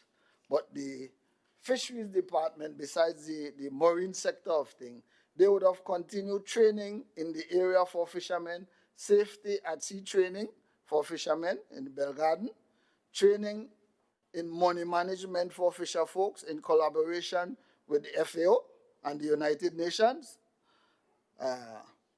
stakeholder consultations on the draft fisheries management bill, fish identification and training with the data collectors. This was also done in conjunction with FAO and the United Nations. The salting and smoking seminar with fish processors at the cottage industry, the boning and salting of fish at Pigeon Point Fish Facility as part of our Eat Local workshop campaign. Marine communications training for fisher folks in collaboration with the University of the West Indies and Caribbean ICT research. The adaptation in the Eastern Caribbean fisheries sector. Training in shark identification in collaboration with Eric Tobago of Charlottesville. Outreach program with Fisheries Extension Officer, Extension Department Services.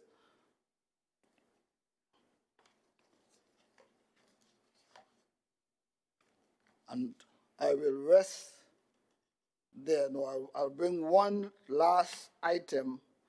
Mr. Deputy Presiding Officer, we would have successfully, in collaboration with the Caribbean Agro-Economic Society, the University of the West Indies, the FAO, the CABA, and the AICA. The 33rd West Indies Agriculture Economics Conference was done here in Tobago in August 2019, from the 4th to the 9th of August. And the team, Mr. Deputy Presiding Officer, drivers for agricultural and economic development. Mr. Deputy Presiding Officer, you might wonder, well, why am I highlighting that? What I want to indicate is that 38 topics were discussed over that period. Number of persons invited. The number of persons that were invited to participate, while we of the Tobago House of Assembly, we pass through when we can, there are certain members that were totally absent and now want to speak loudly on agriculture, when this was a grand opportunity to do your presentation on agriculture. Mr. Deputy Presiding Officer, I am now going to go into some our new initiatives, really, that we're going to pursue in fiscal 2020-2021. We'll continue our agriculture. Member, you have 5 minutes of original speaking time remaining. Well, that will do me fine, sir. Agriculture Access Road Program, we'll continue with that. Our Gosbro Agriculture Estate Program, we'll continue with that. I will just highlight the new programs. We'll continue with our law, wildlife, and so on. I just want to bring in 2 new programs, and I'm good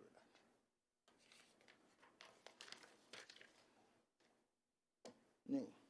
Tobago Agri-Business and Agro-Tourism Development Program.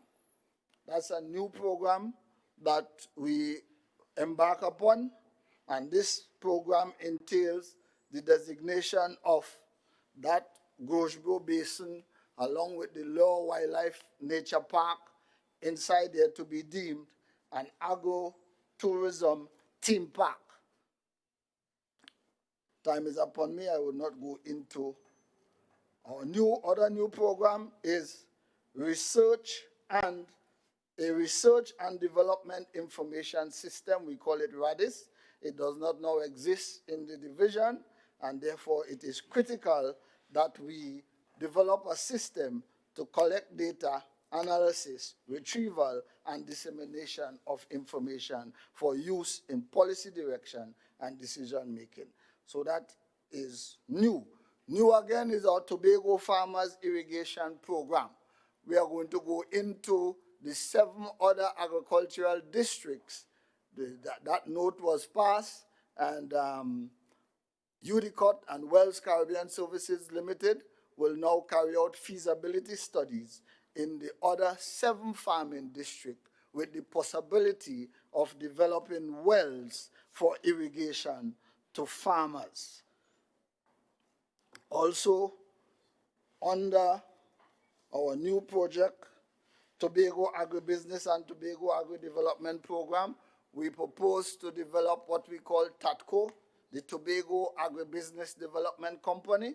That simply means the merging of the 3 present companies that we have, the Tobago Cassava Company, the Fish Processing Company, the Tico Suave, into one agribusiness sector company, driving the agriculture business sector to the extreme where we can make the linkages between the farm, the entire value chain, all the way up to the Cove Industrial Estate. We need to make those linkages in Tobago, and TATCO will be the company that will be used as the vehicle to drive the agriculture sector, to drive value chain development on the island, so that increased productivity on the island we can speak to, for example, farmers in Tobago that are doing boilers.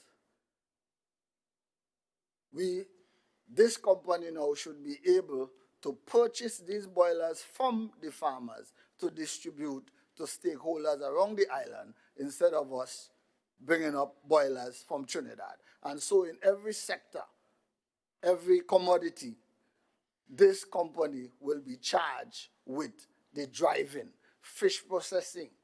For example, the capital of paradise is in a lucrative business, the catching and the selling of yellowfin tuna. So what we are saying now, this company TATCO, because the process is when the capital of paradise catches the yellowfin tuna, it sells it to a company. And that company now sells it to a foreign company. So what we can do in Tobago by the development of this company is cut out the middleman. So our company, TATCO, will now engage the business people in the US, and we can export fish directly from Tobago to TATCO. So we can get our local fishermen now involved in that type of fishery for fish exportation. If I have a minute left, I just want to thank the people of the electoral district of Goodwood, Belgarden West for their support. I know a number of initiatives. I want to thank the divisions who would have done all the works in that electoral district. And, you know, Goodwood Belgarden is a unique electoral district. No representative has gotten the opportunity to represent that area twice. Unfortunately, I don't know if it is my charm or if it is the spiritual vibration or what, but I was given that opportunity, and I want to be grateful, I want to be thankful to them, and I'm saying that we would have achieved a number of issues that we had on the table. We would have achieved them. There are a few outstanding, and you know, it is not possible to get everything done at the same time. So I'm saying that I'm thankful and I'm grateful, and I support this motion wholly and solely. Thank you.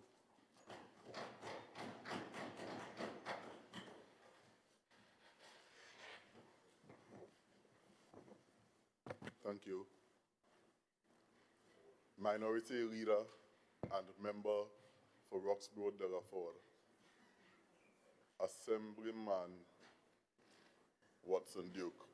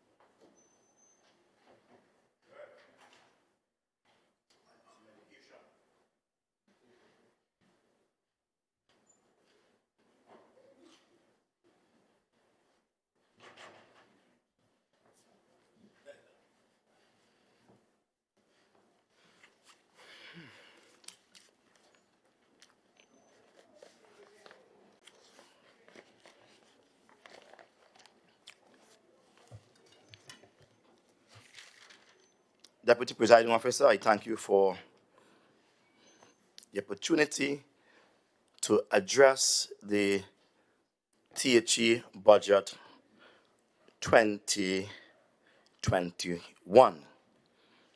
That year is indeed a significant year for the political organization I lead, because it bespeaks of a number of things that would indeed see Tobago rise like yeast in flour. I am here today to, as my daughter would say, I know she's watching, to expose the fakery in the bakery and the lies in the pies. The budget is designed to hoodwink Tobagonians and create a platform for electioneering gimmicks. As I ponder and listen to each speaker, except those from the minority side, I got a chill. It was not a good chill. It's a chill that you usually get at a funeral, as if something is being passed from you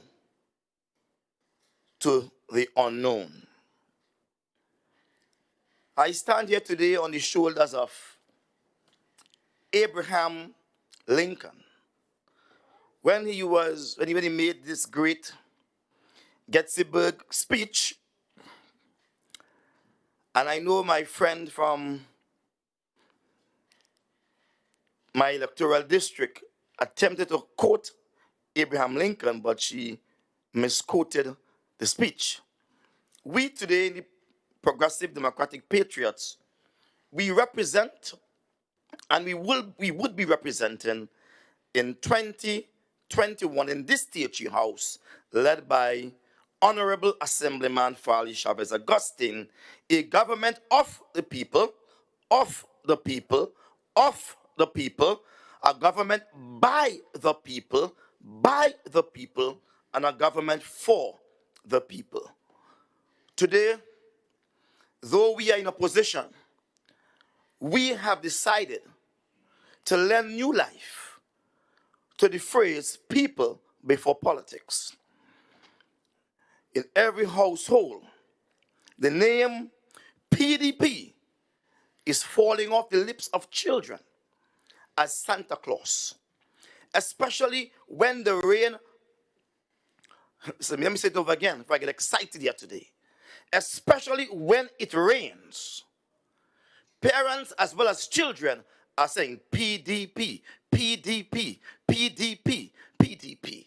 They see us not as the bringer of rain, but as the only group of people that are going about, rainfall or sunshine, to ensure that there's no leaking roof in Tobago. And when I say so, I mean there should be no leaking roof in Tobago. We have decided not to speak it, but to live it, Mr. Deputy Presiding Officer. Why? Because we want to become, in the few months, a government for the people. We want to become that. We want to become a government of the people, a government that represents Tobago. We have seen a lot of persons trying to get behind the Black Lives Matter movement because it is hype and it's attracting global attention. And they're acting as if they are black. But I must say, the only party that represents blackness truly in this country is the Progressive Democratic Patriots. It's one thing to say Black Lives Matter. It's the next thing to be black and be proud. We would not change our skin. We would not change our hair. We would not change our black identity for anything. We are a government of the people. Of the people. We will be a government by the people because we will not use skullduggery to get into election. We will not try to buy election votes, nor change the boundary lines on the eve of an election so as to get an unfair advantage. We will not do that because we will only be satisfied in taking office if we are government by the people. I wish my constituent member was here, but they have all left. Because when light comes, it drives away darkness. I understand. They couldn't stay. I wanted them to stay. but they couldn't. Allow me to say that that speech was made at the end of the Civil War in America. There was a division among the states in America where some of the states felt that they wanted greater autonomy over the control of what takes place within their state. And it had to do primarily with slavery and slaves being property and the business of slavery. Today I dare to say that we in Tobago for the last 40 years, by our very presence here, have been engaged in a civil war. A civilized war without guns, without bombs, without instruments of destruction. But certainly, all our arguments, all our efforts have been to break down that mold that disallows us from being a people that can govern what takes place in Tobago. It's an insult to any people, something that the United Nations recognize, and they have it as one of their tenets, to have a people not to govern themselves. Last time I stood in this chamber and I led a motion, I pointed out to you that while some countries are one, they have divisions among them that allow for greater participation in the process of democracy insofar as states are concerned. I pointed out to you Germany being one country and one of its states being Hamburg that carries out its function with great autonomy in that they are able to make laws in Hamburg for Hamburgans, if I'm to call it that, or the residents of Hamburg, if I'm to call it that. I pointed out to you Hong Kong, and in Hong Kong, the people of Hong Kong are now joined to this major country called China. But even in that Hong Kong, the people are allowed to make laws to govern Hong Kong, and specifically Hong Kong. And when the law is made, it doesn't go back to the president of China. It stays right there in Hong Kong, and the chief executive officer, he authorizes it. He gives assent to it.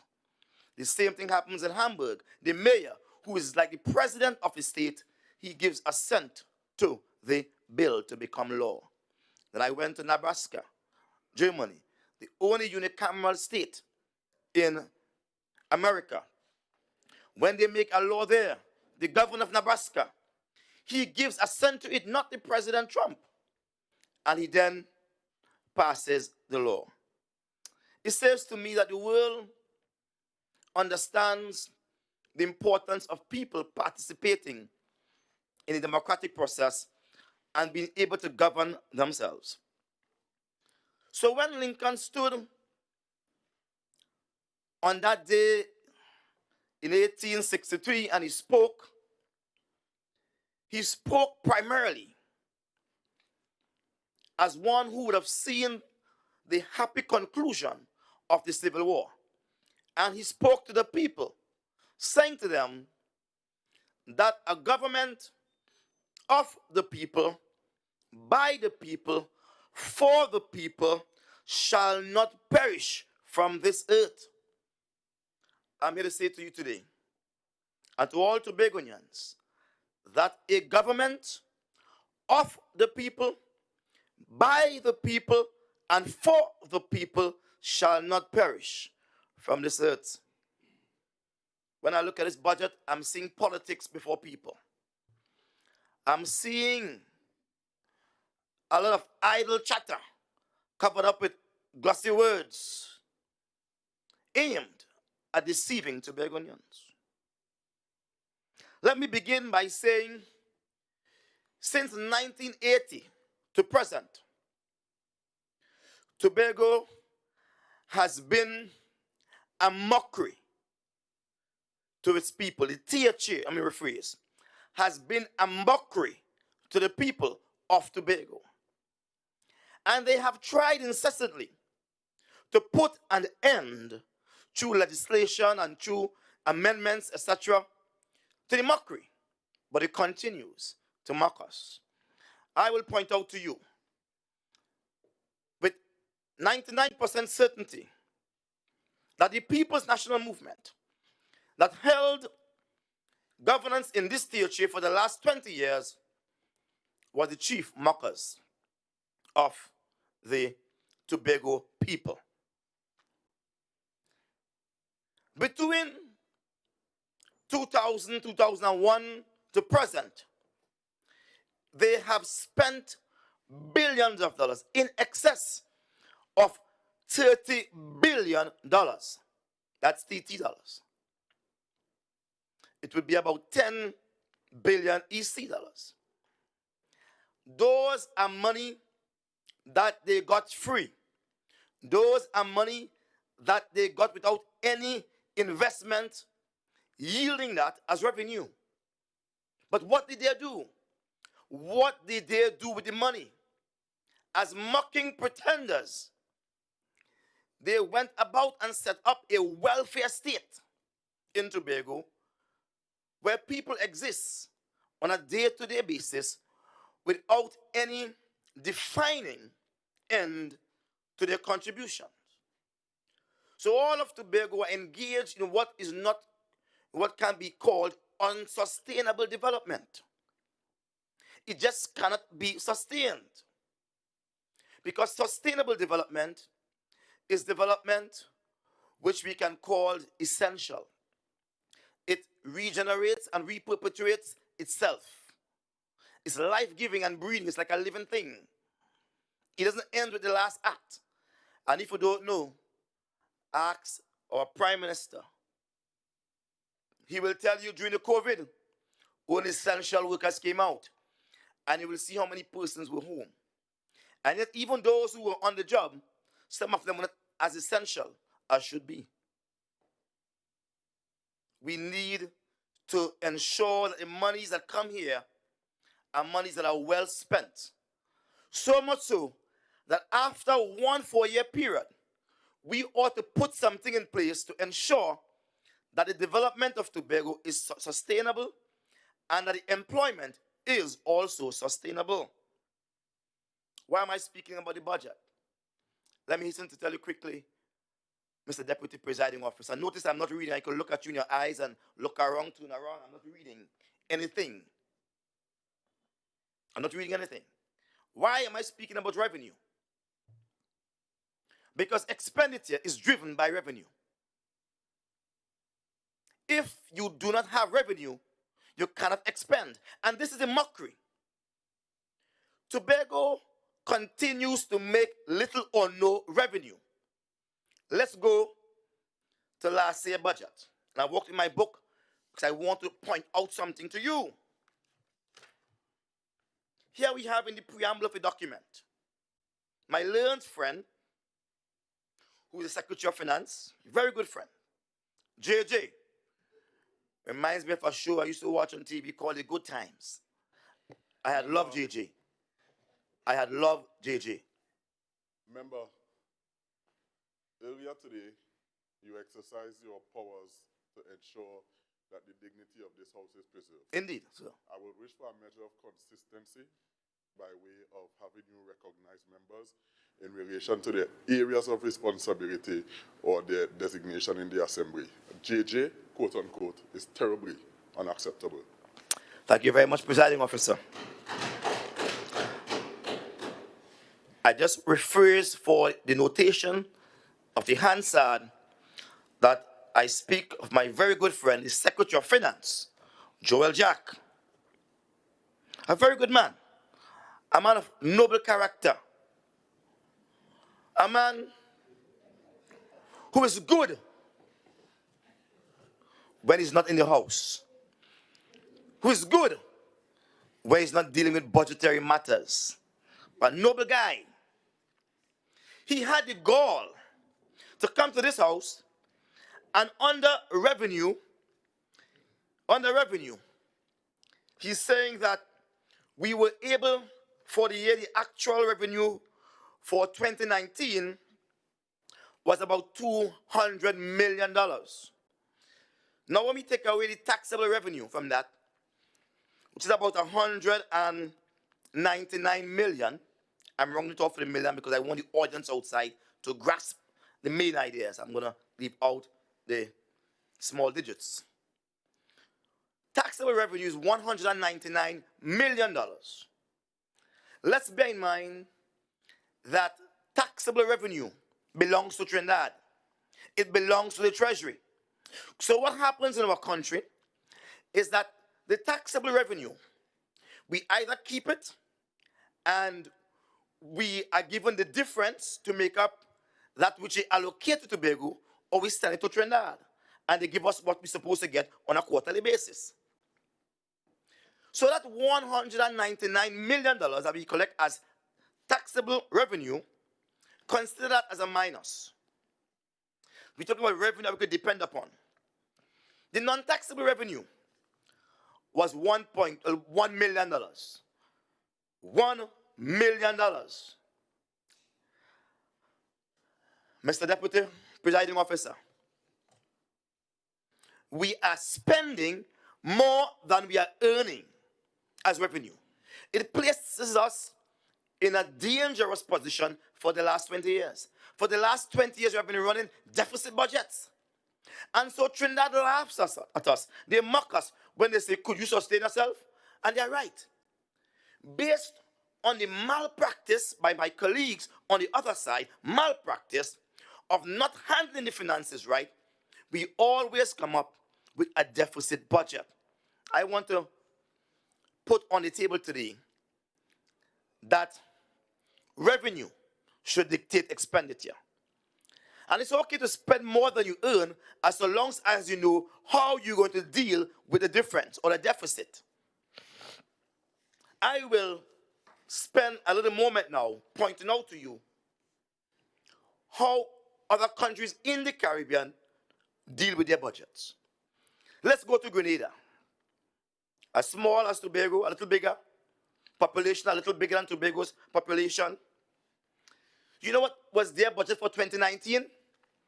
I'll give you in TT figures. Their revenue, what their revenue was for 2019. Their revenue. Not that somebody gave them, Trinidad gave them no money. Barbados gave them no money.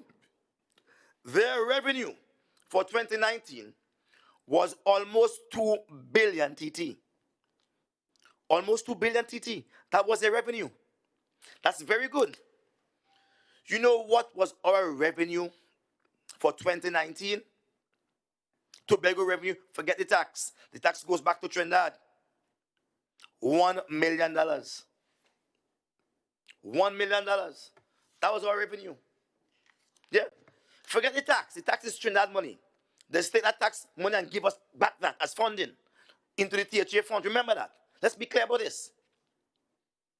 And I want to break it down simple. Because I want to bring us to understand how they place us in a position of mockery. Mr. Deputy Presiding Officer,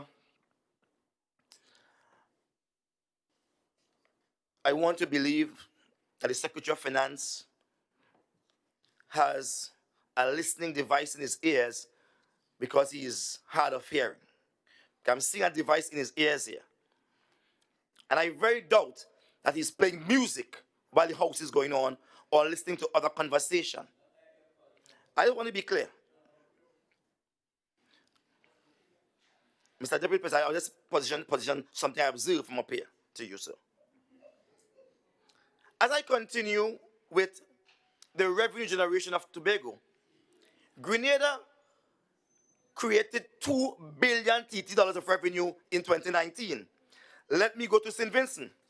St. Vincent revenue for 2019, let me get that correct here, was about $680 million.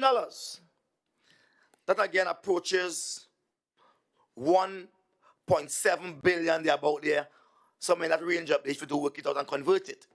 But they are actually creating revenue. What is the revenue of Tobago in 2019? $1 million. We have a cassava factory We have a boat of what? The capital of paradise. We have a Tobago tourism agency. We have all different types of things that they're trying to do here. And only $1 million? We need to wake up, Tobago. We need to wake up. Let me go a little further to say that Dominica's revenue for 2019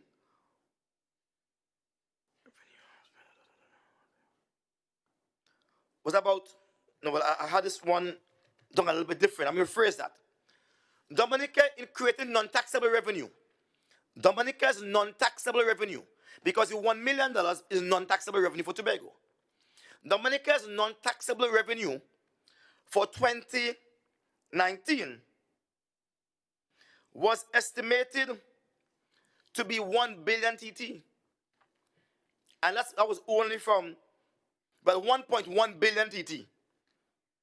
But 1 billion TT came from CBIP, Citizen by Investment Program. It's a program that they share with many parts of the world, where if you want to be a citizen, you can invest a certain amount of money and become a citizen. All right? So in Dominica, in order to be a citizen, it can be happening two ways. You can pay $100,000 US for one applicant and become a citizen. Or you can invest $200,000 US into a designated real estate and become a citizen. So they estimate for 2019, it was, for 2019-2020, about 1 billion TT in revenue from that. Here, you know how much the immigration made here? You know how much the immigration made here? I had it written down here. In Trinidad, when we look at the revenue from passports, all right, in Trinidad, it's a few $1 million, not even $100 million. It's $20,000 to be correct. And the Secretary of Finance will stand to correct me on that. In 2019, we made $20,000 from passport in Tobago. $20,000. Passport fees collected here. It's in the book. Under revenue, I will find it in the book. Madam Presiding Officer, because I want to be deliberate. I want to read it out here. How much money that was made from this thing. Let me talking about immigration. Member, So on page 20. member, please be guided that you have 6 minutes of original speaking time remaining. Thank you, sir. I have lots of things to say in that, and I'm sure my colleagues are going to give me some more time. I'm certain about that. On page 20 of the estimates of revenue, the actual revenue that came in from the Ministry of National Security Chief Immigration Office was approximately $20,000. $19,950. That's on passports. All right? Roughly. I'm saying to you that right up the road, Dominica has the population a little more than us. Maybe about 20,000 more than us in Tobago here. All right? But the island is far bigger than us.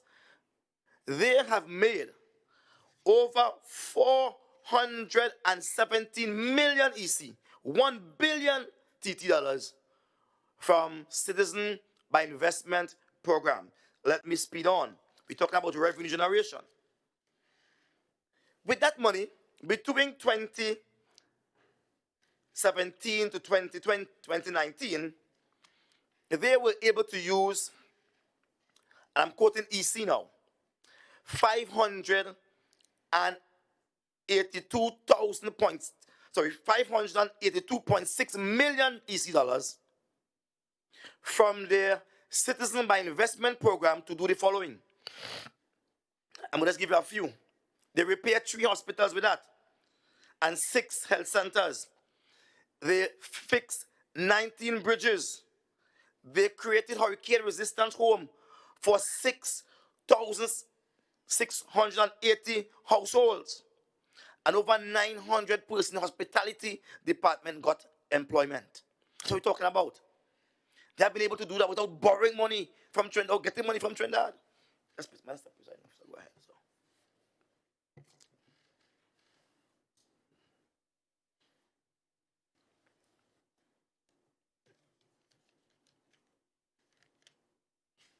Leader for Assembly Business.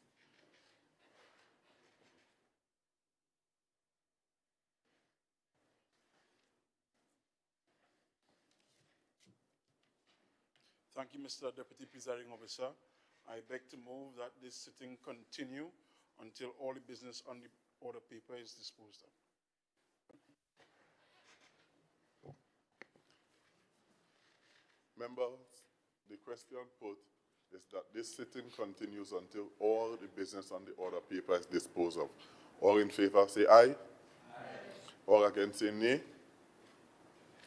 The ayes have it. This House will continue until all the business is disposed of. While I'm on my feet, may I call to the attention of you members that by nature, the sitting should have suspended at 8, and owing to the fact that the presenting member has 4 minutes of speak time remaining and a break is necessary, I would wish to propose that it be moved that we continue his address until such time and that the break follows after, if an additional 10 minutes is required of him. Thank you.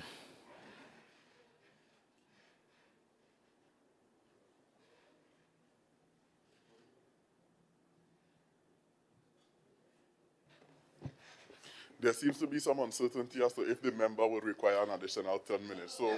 So member, please continue to your original speak time and we'll cross that bridge when finally we have arrived at it. Thank you, Deputy Presiding Officer, for being so generous and for regulating this honorable House. The question is, can Tobago come up with a program so as to create real revenue? So we do not have to go to Trinidad, cap in hand, and say, what you're going to give to me. You know, I had a discussion with someone recently, this week, a public servant. And the public servant asked me, why is it that you all are giving a budget when, really and truly, the budget amounts to nothing? Because the money you are asking for cannot and will not be given to you based on your requests. It will be based on what Trinidad sees as reasonable to give. And there's nothing we could do about it. Apart from the verdict of the Dispute Resolution Commission that gives between 4.3 to 6.7 of the national budget. There's nothing else in it that says Trinidad can give you what you ask. They give you something within the limit. And oftentimes, it is right at the lower end. So the better thing would have been, in a case like this, wait until Trinidad gives you something from the budget, because we are really beggars. And after they give us something, we then plan what we're going to do with the money. But we come, we huff and we puff, we sound all intelligent and robust and magnanimous, and we sell people dreams. Big budget, fancy talk. And when the real budget day comes in Trinidad and the real finance minister speaks, without any reference to the budget submitted, he simply states, you are getting $2 billion for recurrent expenditure, 300 for development expenditure, 16 million for URP and CPEP, etc. And we come out and we said, it is good for us. We are satisfied with that. Even though what we asked for is twice time that. So the truth be told, we in Tobago need to ask for money based on our ability to generate revenue. I want to go to a second point of revenue generation. In November 2019, BP made a huge oil fine right off Shalloville side. In that huge oil fine, it is said as a minimum, it represents 3.5. Member, while I was gracious to award you a minute injury time, your original speaking time has expired. Thank you, sir.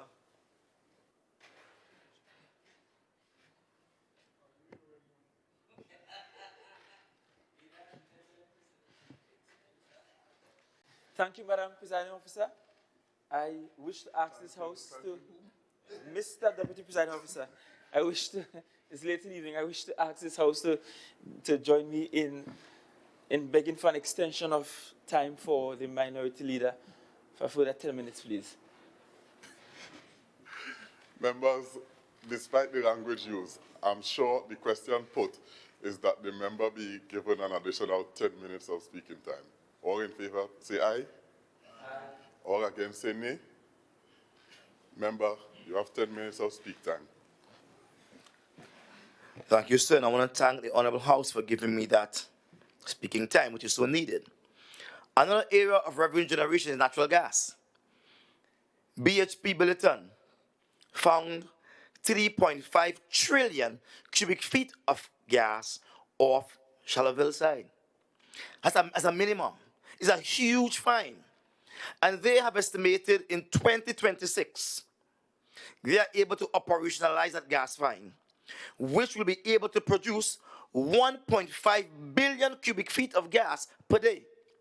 When they look at that as to what Trinidad is currently producing, which is 3.8 billion cubic feet of gas per day, which amounts to 40% of what Trinidad is now producing, they're saying, look, this is humongous for little island of Tobago.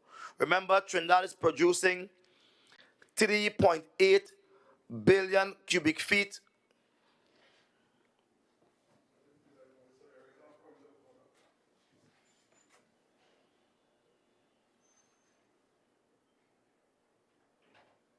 All right, on a point of order under section 44, the member is quoting figures, but we have no idea what the source of the information is.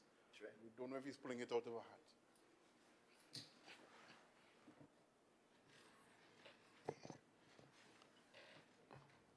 Thank you.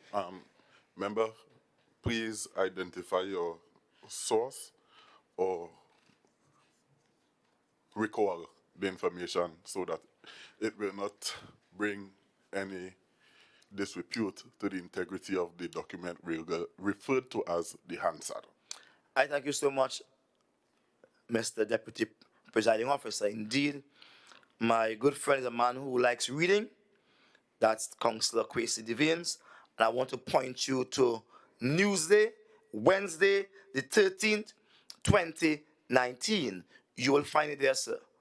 Newsday, papers, Trinidad Newsday, November 2013. Newsday newspaper, November 13, 2019. Get it correctly, please. All right? Good. That article speaks of BHP Billiton finds gas. All right? So now we have cleared that up and we have justified the value of our information. I wish to go on to say that if Trinidad is producing 3.8 billion cubic feet of gas per day, and they has a population of 1.3 million people, and Tobago has a population of just 60,000 people, and we are able to produce 40% of that, you could say to me, we can finance our budget here. We can finance our budget. Or at least we have sufficient grounds for asking for a greater part of the budget. Because we know our country is based on oil and gas, our budget is driven by that. So I'm just saying it can be found there. Then I go to the area which my good friend, Secretary for Quarries, Mr. Tobago, is responsible for, and that is the area of the Plenary. Now, Plenary is a is head over. It was said by a former secretary who was responsible for that area, infrastructure, works, etc., Mr. From Dallas, Gary Melville, Secretary Gary Melville. In one of his articles that was placed on the THA website, that the Studley Park quarry is one of 3 quarries in the world. One of 3 quarries in the world that produces that type of stone. Yeah? And he said that quarry can actually produce $120 million TT dollars per year from the sale of that stone. He said it's recorded on the THA site. I'm quoting because I'm not reading, because I'm familiar with truth. Truth is my mattress I sleep on. I don't have to read. I don't even have on my glasses today, so I could still speak from the head. It's there. And so, Mr. Deputy Presiding Officer, what we are saying, today that quarry is producing far less than half of that. Far less. And I know he will correct that. How much money they produced for the last year? I want him to say that. Was it 120 million? They have placed the quarry from under direct government control to now an enterprise. And I heard through some grapevine that they're selling the material per unit for some $80 thereabout. And it has been resold for some 300% the value for which it is bought. I want the Secretary for Infrastructure and Quarries to clarify that. What is it sold at? What it is bought at from Studley Park Quarry? And what it is sold at on the open market? You may have some knowledge about that. But I'm saying we can take care of ourselves here. It is wrong. It is evil for us to come inside here and talk about a budget which we have no control over. But let me speak about some of the evils of my colleagues quickly. I can't just all this 10 minutes pass. They are busy talking about the love for agriculture and oh, the love agriculture. They love agriculture. But for the last 4 years, last 2 years, they have placed no money for the establishment of agro-processing facilities. They have placed no money for market research and development. They have placed no money for the establishment of a sheep semen export facility, and it's on the books. They have placed no money for that. But they come up here talking about they love agriculture, food for all, food for all, food for all. Mr. Deputy Presiding Officer, they have placed no money for the last 2 years for the assessment of fish stock. Fishermen are fishing every day. People are trying to assess the amount of fish stock they have. They have placed no money for that. Then we have one of the best cocoa in the world, as has been shown by a man up in the east, my village, Roxborough. Best cocoa in the world. It's a hybrid kind of cocoa. They have placed no money for the cocoa rehabilitation program. No money for the last 2 years. But they love agriculture. They're talking about they love the reef. Member, you have 2 minutes of speak time. Thank you, and I'll wrap up with that. They say they love the reef, but have placed no money for the ecological monitoring reef check. Instead, they want to give people uniform and create booths and say, line up to get a boat tour. This is what they want to do. This is their vision of managing Tobago Reef. The reef is dying. In fact, it is dead.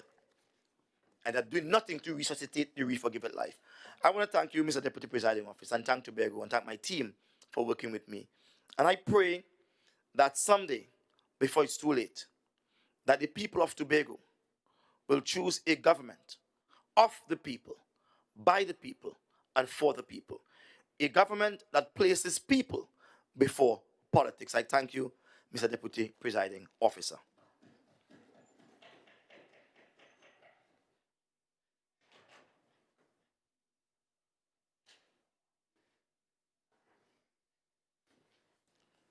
Members, in accordance with Standing Orders 16.3, I will now suspend this sitting for 30 minutes.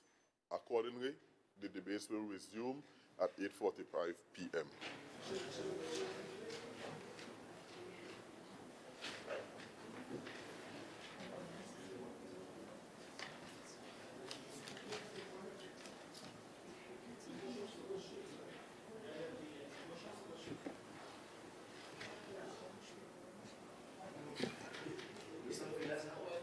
I stand corrected. We will continue the debates until all the businesses of the House is expended. At this time, I would wish to call Councillor Kwesi Devines, Secretary for Infrastructure, Quarries and the Environment.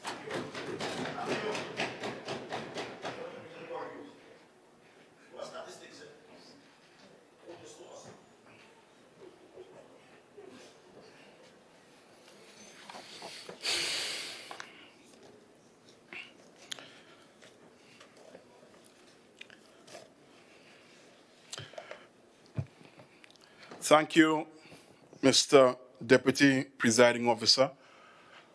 And I know it's late.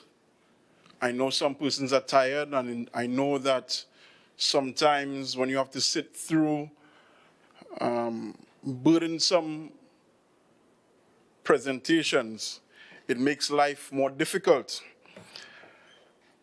But, Mr. Deputy Presiding Officer, I want to join my colleagues very quickly in extending condolences to the family and loved ones of the late Mr. Neil Wilson. Mr. Wilson personally would have contributed to my development as a young professional in the tourism sector.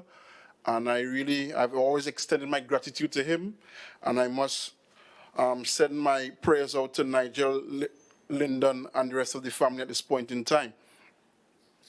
I also want to congratulate the Secretary of Finance, the Deputy Chief Secretary, on presenting a very aptly titled budget, recalibrating our priorities towards a more resilient future.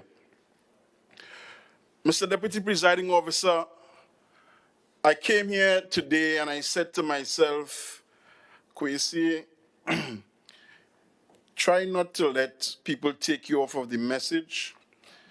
Deal with all of the achievements of the Division of Infrastructure, Quarries and the Environment.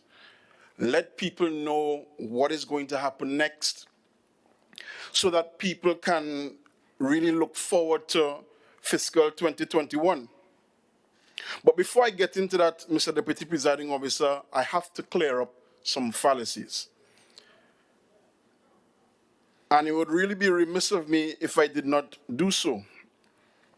First and foremost, Mr. Deputy Presiding Officer, I sat here as a tourism, I would have gone through a lot of studies in tourism, and I would have heard a couple of things coming from the minority side. And there are a couple of things I think we need to address very clearly. First and foremost, and it's something that irks me every time I hear it, and this is beyond just tourism. I absolutely abhor hearing anyone say that Tobago is living off of Trinidad. That is a fallacy as far as I'm concerned. The last time I checked, this is the Republic of Trinidad and Tobago. Since the late 19th century, there's been a common exchequer. We have a common exclusive economic zone from which we extract resources, and the country being one that is the economy one buoyed predominantly by oil and gas. We have that revenue primarily, more than 50% of our revenue from oil and gas, from within the exclusive economic zone of the Republic of Trinidad and Tobago. It is a fallacy to go out there and perpetuate the nonsense that Tobago is feeding off of Trinidad. That is our money too. The other fallacy that I had to deal with is people going about talking about the Castara model and the Castara model and the Castara model. Let me break down tourism to some of you. And this is Tourism 101 for those of you who may have missed my classes at THTI. Castara has unique selling points, and I remember during my undergraduate study, doing a tourism marketing project on the Castara lifestyle, and we found so many unique selling points about Castara. Those things are unique to Castara. It means that they cannot be replicated anywhere else. It means, therefore, the Castara model which we are speaking about is a community-based or community tourism model. If we want to go to community tourism, fine, we can speak about that. However, I heard the minority assemblyman speaking about Airbnbs. Airbnbs currently pay no taxes. They do not pay a room tax. So they're actually robbing our treasury of revenue. And it is a huge problem. So to come here now and say, we're glad Sandals didn't come, bring Airbnbs instead, and then at the same time you're telling us you want more revenue. You're asking me, you're tying my hands behind my back and asking me to bring more revenue. That is absolute nonsense. And we need to think things through before we come out here and expose them, because although we don't have many people in the house with us now, there are still people who follow us on social media. There's still the Hansard records that students or researchers are going to look into, and they're going to see some of the nonsense that came from the minority side. It's absolutely ridiculous. And you're begging for a chance to govern Tobago, talking about gimmicks, when they're climbing up on people's roof and telling them, okay, I'm going to fix half the roof now, and after a win, I'm going to fix the next half of the roof. What more gimmicks than that? What more gimmicks than that? The minority leader came here and spoke about Grenada and Dominica, and God forbid, I listened to him speak about the Citizen by Investment program in Dominica. Sir, it is not the actual fee that they collect for renewing a passport. That is not what they're talking about. That is not what they're speaking about. The Citizen by Investment program is where a prospective business person pays a certain amount of funds towards the economy and says, I'm going to make this investment, and for that I'm going to get citizenship through a passport. I am yet to see a passport that says it is a Tobago passport. There are no Tobago passports. Tobago cannot sell passports, sir.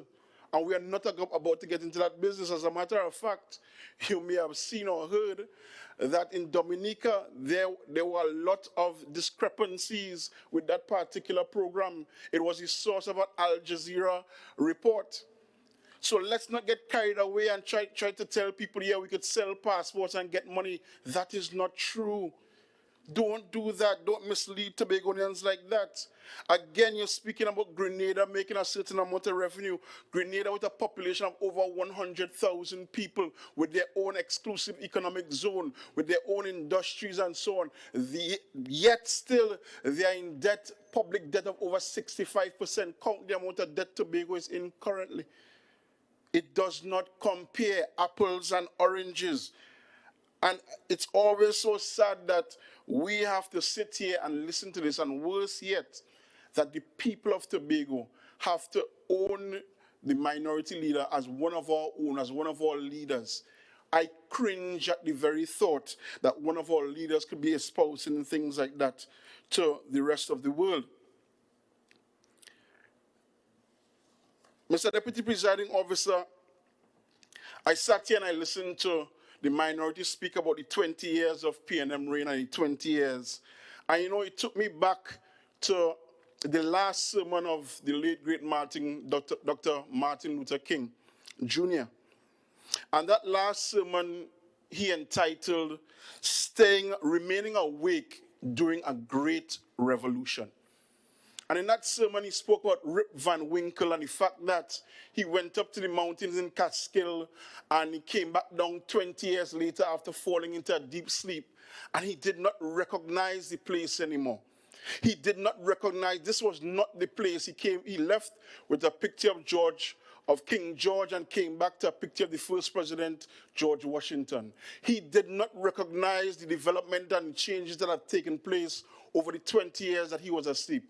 Mr. Deputy Presiding Officer, I would want to posit now that the minority clearly has been asleep for the last 20 years, because Tobago has gone through a development revolution in the last 20 years. I guarantee anyone who has not seen Tobago in the last 20 years and comes back now cannot recognize Tobago for the type of development that we have taken Tobago through as a PNM administration. Mr. Deputy Presiding Officer, I'm happy that we spoke. I'm here now to speak about development because, of course, the division for which I'm responsible is responsible for a lot of the physical development in Tobago. And one of the fallacies that the minority leader tried to throw at us, and I would deal with the quarry later on, is that the quarry somehow under the new arrangement is robbing Tobagonians, and I just want to clarify that. And I'm quoting here from the pricing list that has been effective from the 26th of April 2018, as published in the daily newspapers, on the websites, and so on. Crush one, for example, is sold at $70 per metric ton. It means that a truckload of crush one will be an average of $630. That's for the truckload. Of course, if you then add on transportation fees, then that would go up, because sometimes, depending on where you go, for example, if you have to take the crush run to Delaford, where the minority leader is supposed to be representing but is never there, you have to pay an extra $800 on top of that. So I can share this document with you so I don't have to go through each and every figure, but it's there, and I would like you to stop trying to derail the works that we have put into establishing Studley Park Enterprise Limited. You would have done it from the start. You tried to tell the workers one thing when it was the next, and now you're trying to spread a fallacy that we are overpricing and price gouging in Tobago. That is simply not true. So, Mr. Deputy Presiding Officer, quickly to get back to the presentation, I want to go through 4 quick areas. 1, investing in our people. 2, environmental sustainability. 3, quality construction. And 4, expansion of our trade network. And Mr. Deputy Presiding Officer, from the point of view of the Division of Infrastructure, Quarries and the Environment, where physical development is our core responsibility, we have recognized that we have to invest first in our people.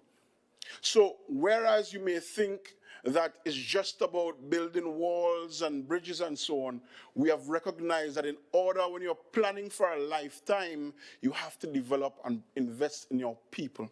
And we have done just that. And I want to pay special tribute to the administrator and the 6,000 members of staff of the Division of Infrastructure, Quarries and the Environment at this point in time. You know, when some persons called me a while back to say, well, you know, I-95 recognized you as the Secretary of the Year, I said, no, I was not the Secretary of the Year. The division was the Division of the Year. So I say hats off now to the administrator and the staff at the Division of Infrastructure, Quarries and the Environment. And one of the greatest achievements, and no matter what the minority tries to say about how much money we have spent, one of the greatest achievements is keeping people employed in Tobago. Because as the Secretary for Finance put it, we are close to full employment in Tobago. And of course, the Secretary for Health would have also alluded to it. We are ensuring that we keep people employed, one, and that we empower people. And when the Assistant Secretary in the Division of Infrastructure, Quarries and the Environment speaks, he will speak to a lot of the work that we've been doing to empower the persons in the unemployment relief program in particular. And we are keeping people employed, and we're providing them with training opportunities. And we would have seen, and of course, COVID would have slowed down a lot of things. We would have seen where we were able to take persons or send persons as far as China for training. Because we recognize, Mr. Deputy Presiding Officer, that it is very important for us to invest heavily in ensuring that our employees, are on the cutting edge of all technology and are keeping up to date with what we have to do and how we can get it done even better. Another thing that we have worked on, and I remember the minority assemblyman, the member for Palativier Lanthony, Speyside, complaining about his daddy, and when his daddy at work, and we would have signed the permanent list some time ago after extensive negotiations with the union. And this was the first time in about 8 years that would have been done. And I'm pleased to announce that going forward in 2020, we're going to sign a new permanent list. And it means that persons in the unemployment relief program will have opportunities to get into the mainstream of the maintenance sections of the Division of Infrastructure, Quarries, and the Environment. We would have partnered with the Division of Education, as was mentioned by the Secretary of Education previously, with the Construction Skills Program. And I was so heartened, and you know, sometimes, Mr. Deputy Presiding Officer, when we keep the many meetings with the staff, they always come afterwards to say, so SEC, all he's saying is that I just have to go down to MIC and they would take me as I am, and it's yes, just go down. And to see young people, older people, women, men, it doesn't matter, getting down to MIC and getting training in construction skills such as electrical and masonry, carpentry is something that warms the heart. It means that unlike what the Minority Assemblyman is trying to propose and say, Tobagonians are actually great artisans, and we've been also training them in the vocational skills and the construction skills in particular. And Mr. Deputy Presiding Officer, it's almost sad when we hear the minority speaking about not empowering Tobagonians when we know that those things, again, are the furthest thing from the truth. And I would look forward to the presentation from the Assistant Secretary who has responsibility for URP as he goes through extensively what we have done to empower women and those in the unemployment relief program. I move very quickly to environmental sustainability. And, you know, it seems to be a word that the minority leader learned recently. And the division would have hosted its the first ever Tobago Environmental Partnership Conference. And out of that, there were some clear outcomes. And we look forward to the fruits of this labor. The first is that Tobago, and this would have been delayed by COVID, would be declared as the latest UNESCO Man-made Biosphere site. As a matter of fact, more specifically, Northeast Tobago and the proposed Northeast Tobago Marine Park will be declared as a UNESCO Man-made Biosphere site. What does that mean? It means that internationally we are recognized for making efforts for persons, for man and the environment to coexist in a much better way.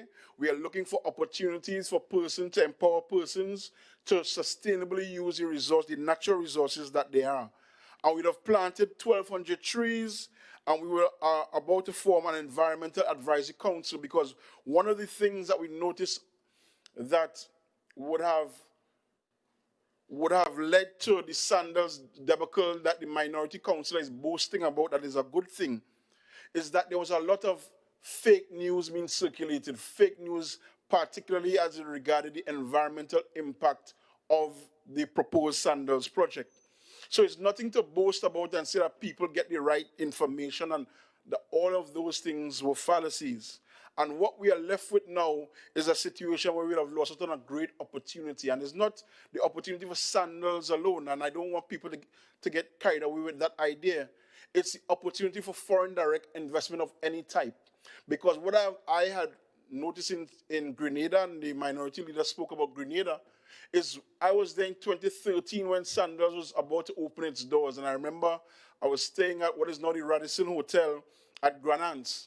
And the lines and lines for days of Grenadians who were going for interviews to work at the Sandals Resort.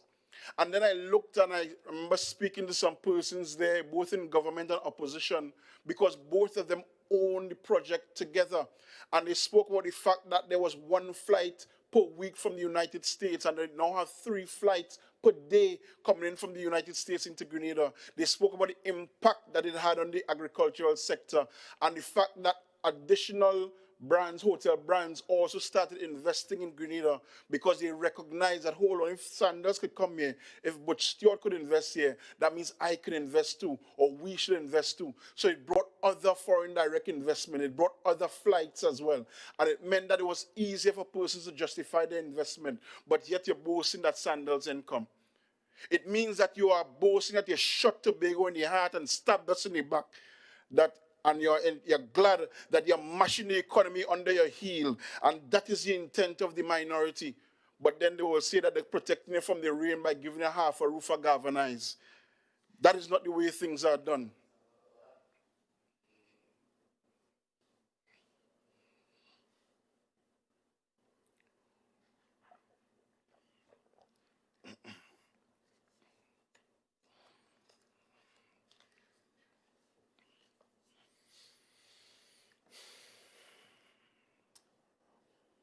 Thank you, Mr.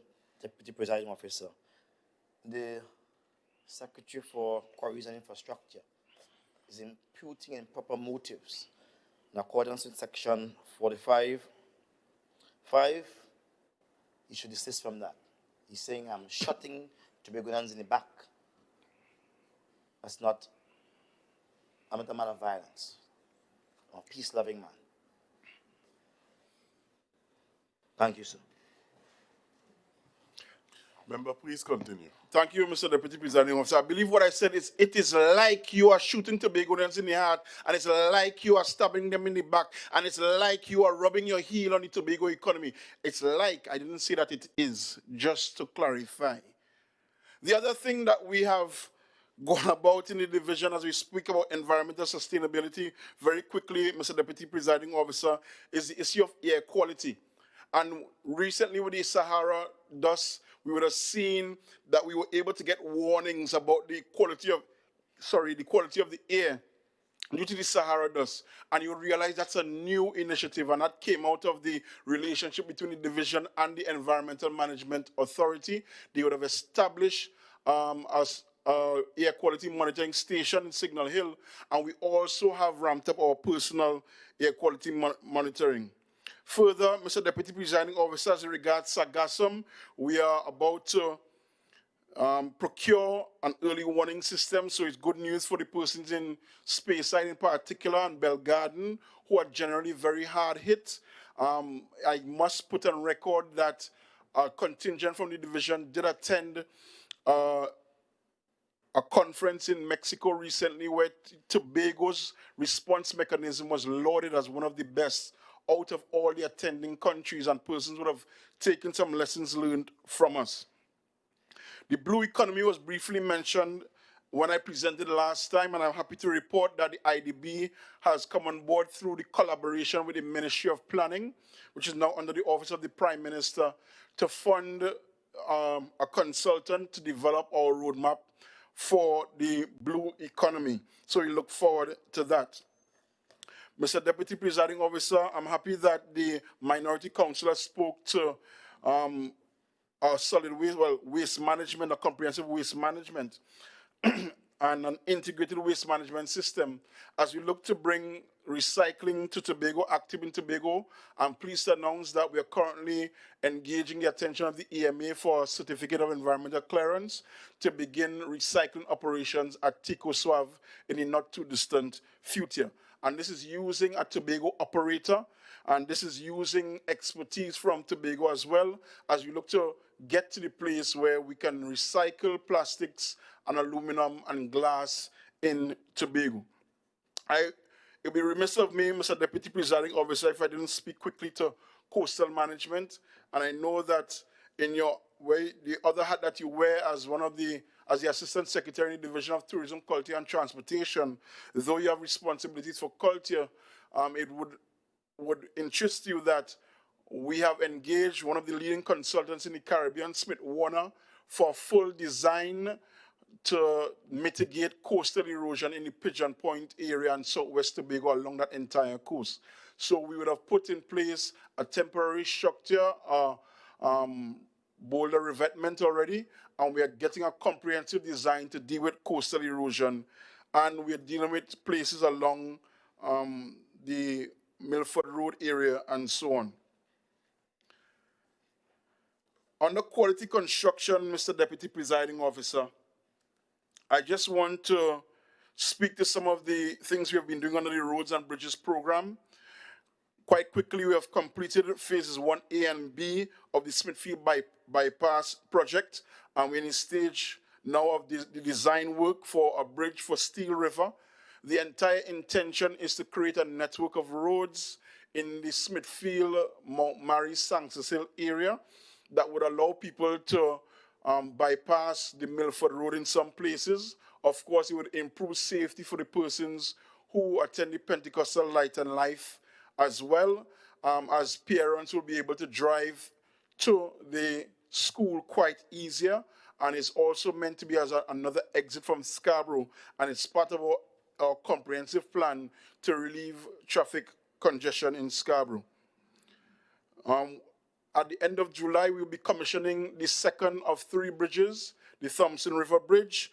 We'll be spending some $30 million on this, and we look forward to getting to the Signal Hill River Bridge as we complete the suite of 3 bridges along the Milford Road to ensure that we have maximum efficiency on the Milford Road as an alternative to the Claude Noel Highway. Speaking of the Claude Noel Highway, we have successfully completed the rehabilitation, or at least phase 1A and B of the Claude Noel Highway at a sum of $35 million plus VAT, and we look forward to phases 2A, B, and C when we head east towards the Dwight York Stadium. Mr. Deputy Presiding Officer, very quickly, I want to announce that very soon the public will see an RFP out for surveying services as we work on the realignment of the Windward Road and the North Side Road, because we cannot develop the Claude Noel Highway and leave our other arteries or main arterials underdeveloped. I'm also pleased to announce that the final design for Turpin Bend, UDCOT was already engaged, and they are at the stage of completing the final design for the Turpin Bend. Again, the assemblyman for the area might be very happy. Member, you have 5 minutes of your original Thank you very much, Mr. Deputy Presiding Officer. So we look forward to that vexed issue of Turpin Bend being solved once and for all, and it will be done at a cost of approximately $25 million. The Drainage Task Force on the Drainage and Irrigation, very quickly, has been working all over Tobago, and again, I encourage persons to follow the Facebook page or social media pages of the Division of Infrastructure, Quarries and the Environment. I must commend the communication team. Though small, they are very efficient, and they keep the public updated all the time on the work happening. So currently, there's work ongoing in Palo-Tevere, Louis D'Or, and we would have completed work in Charlottesville and many other areas of Tobago, including Scarborough, and this is in preparation for our rainy season. The Traffic Management Unit, very quickly, we would have completed school safety zones, and I know that many people still want more speed bumps, and we're getting to those. We'd have provided guardrails in very treacherous areas throughout Tobago. I know the people of Castara in particular are very pleased because we have protected the roadway there. We are moving towards very soon having new village signs installed, and we are hoping to finally get the traffic wardens program off the ground in Tobago. There's another opportunity for public-private partnership in terms of signage as we look to engage the private sector in signage as well. Mr. Deputy Presiding Officer, very quickly, I want to deal with the airport relocation project. The Division of Infrastructure, Quarries and the Environment is acting as the project manager on behalf of the Assembly, and we are tasked with developing 12.5 acres of land at Shervan, 36 acres at Cove. For Shervan, this is for residential, Cove for business enterprise. I'm pleased to announce that by mid-July, persons will be able to view the plots at Shervan and we should be turning over the project to the Airport Relocation Committee by the end of August so that persons can take possession of the lands. This land, as was indicated before, is developed for persons who are being inconvenienced by the development of the new airport terminal. And this is prime land that will be sold at a sub-prime price. In terms of the Study Park Enterprise Limited, I must say, and again to the Minority Leader, Study Park Enterprise Limited has realized a 400% increase in production over the period. We have commissioned the Barbados Bay Jetty, which has allowed us to export aggregate to Guyana. We are now in conversation to export aggregate to St. Vincent as well. And we are looking to improve and increase the amount of aggregate that we market to or we sell to Trinidad. As you may be aware, Mr. Deputy Presiding Officer, for the information of the listening public, the aggregate, the boulders from Study Park Enterprise have been very instrumental in coastal protection, the coastal protection program nationally. Mosquito Creek is a fine example of that, where they were able to raise that road so that persons are not impacted by the rising tides anymore down in in southern Trinidad. So we look forward to continued business with our partners in Trinidad. Mr. Deputy Presiding Officer, please permit me one moment to pay tribute to the Prime Minister and his team, as well as the Secretary of Health and her team, as they dealt with the COVID pandemic in Trinidad and Tobago. And Mr. Deputy Presiding Officer, it is a case of right leaders at the right time. And I really want to emphasize that. Right leaders at the right time. If you were listening to the minority and the opposition, we would have called a state of emergency, and we would have still probably been in a worse situation. But what did our leaders do? They protected our borders, they protected our people, and they saved lives, most importantly. And Mr. Deputy Presiding Officer, is a saying that I want to challenge, and I guess after I ask for a 10-minute extension, there's a saying that I would love to challenge, and that saying is that the grass is always greener on the other side. And Mr. Deputy Presiding Officer, I looked at a social media post from an American tourist, and if you'll permit me, her name, Lucy Cooper, and she said, "Thank you for organizing. We are now safely back in the US. The airport staff was so helpful and kind, even checking that we were okay throughout the process. Also, a huge thank you to PM Rowley and government for excellent response to COVID, creating a parallel health system and the clarity of information throughout the pandemic. Despite being stuck in Tobago for 3 months, we are eternally grateful to have been stuck in one of the safest places in the world." Let me read that one more time, if I may. Member, while that offers a good platform, your original speaking time has expired.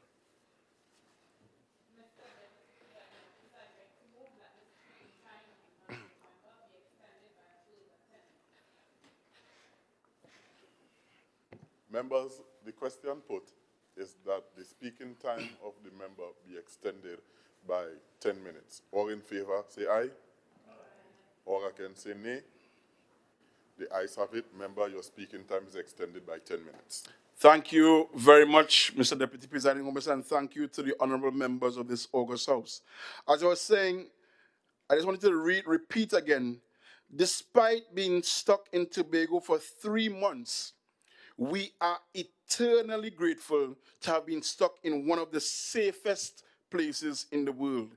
We will never forget the kindness of the people of Trinidad and Tobago. And this is an American citizen after they returned home. Mr. Deputy Presiding Officer, I dare say that no other grass is greener than the grass in Trinidad and Tobago right now. And I dare say even further that Tobago's grass is the greenest of them all. The grass is not green on any other side, but the grass is greenest and best right here in Tobago. And that is because the People's National Movement has been like a bridge over troubled waters, ensuring that we have protected our people, protected our country, and ensured that we have gone through this pandemic in a manner that many other countries, developed or more developed as you want to call them, are now looking to us to wonder, how did we do it? And the answer is simple: good, sound leadership.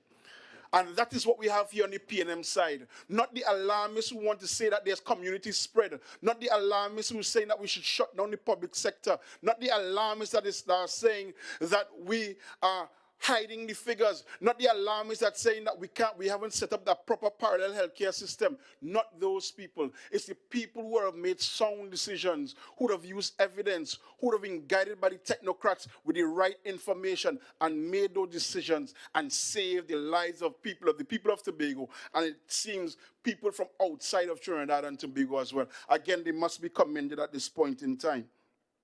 And Mr. Deputy Presiding Officer, before I wrap up, as I spoke to the fact that the grass is greenest here, I remember sitting in a forum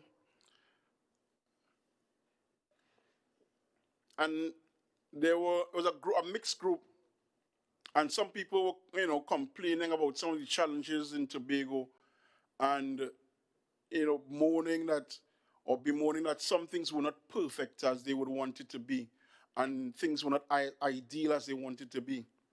And there's a gentleman who I noticed sat very quietly and listened intently. But when that gentleman got to his feet and spoke, he silenced the entire crowd. And it was a group of about 20 to 25 persons.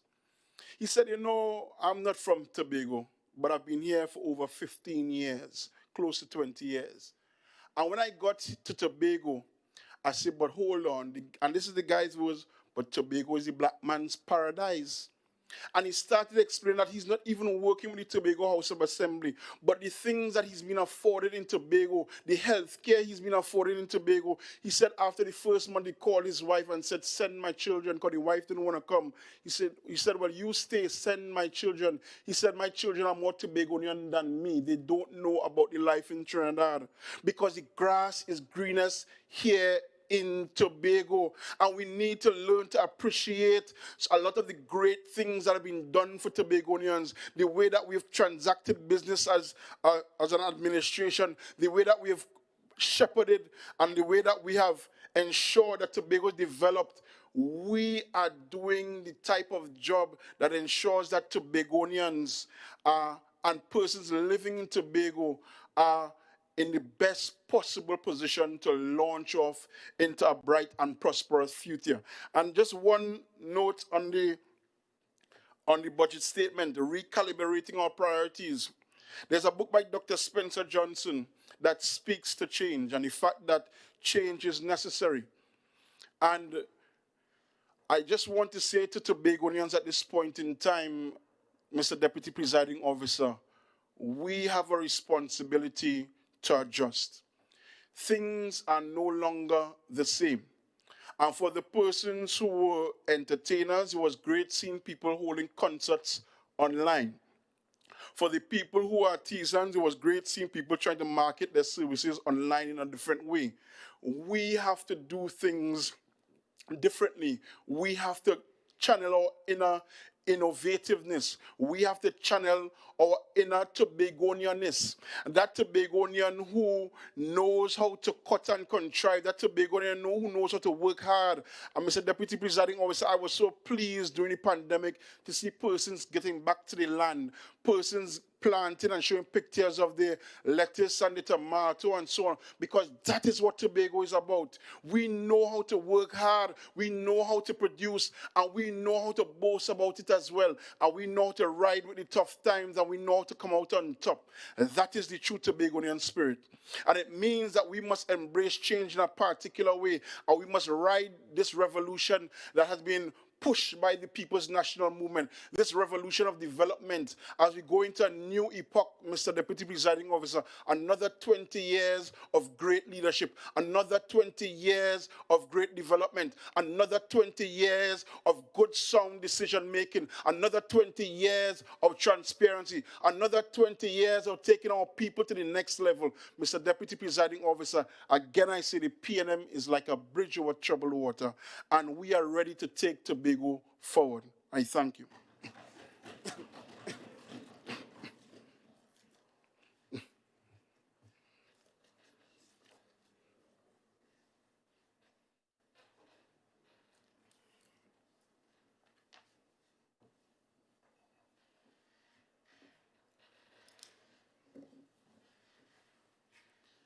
Member for Providence, Mason Hall Moriah, and Assistant Secretary of Infrastructure, Quarries, and the Environment.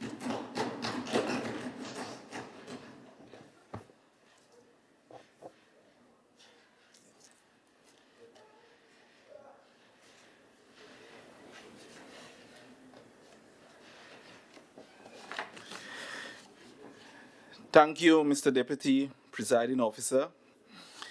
And for one moment, I almost said my secretary gonna do both of us part, but I think when he gets waxing warm, we seem to slow him down, because I know when he starts, you have to give him room because he's gonna go the full mile. Secretary, let me just really and truly say it's a pleasure working with you. It's a pleasure as we continue to work the division and ensure that we bring some level of predictability as we go forward. And so, let me join with all the members in the House to also extend condolences to the Wilson's family. For some, we may recognize that Mr. Wilson have not just been like a friend, but a father figure, a person who will guide us on many times we go down our path. He will call and even just give us a word of encouragement. But we have to carry on, and we remember his memories as we do. Members, it is with this great pleasure that I stand here to give the stewardship of the Unemployment Relief Program over the fiscal 2019-2020 as we coming close to the close of the fiscal year.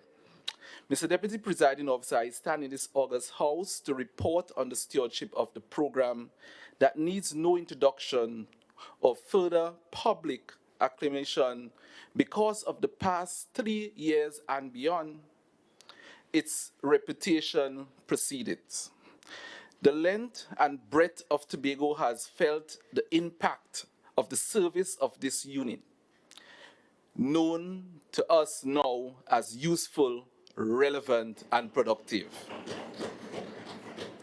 Mr. Deputy Presiding Officer and colleagues, I speak of the Unemployment Relief Program.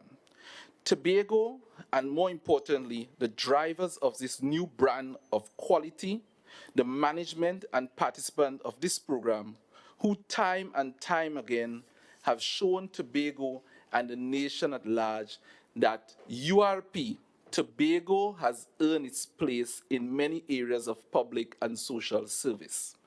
It has done this through empowerment of its women, and I must say, the women program have stand a test. During the COVID period, as you know, most of them was within the school setting, and they were able to move into the agriculture section. And I can tell you, the produce that came out of those cell sites, it's remarkable. It means that we can provide a safe food network for Tobago. We can do it. And I think the pandemic of the COVID-19 have showed us that we have what it takes to feed ourselves, and we have to continue. So the program, we have invested in them. They have come up with so many different things. We have treated the elderly. We have gone in ways that we have gone in so many ways, and we have invested in so much. And I must say, Mr. Deputy Presiding Officer, in 2018, having restructured and under new management, URE set out to implement four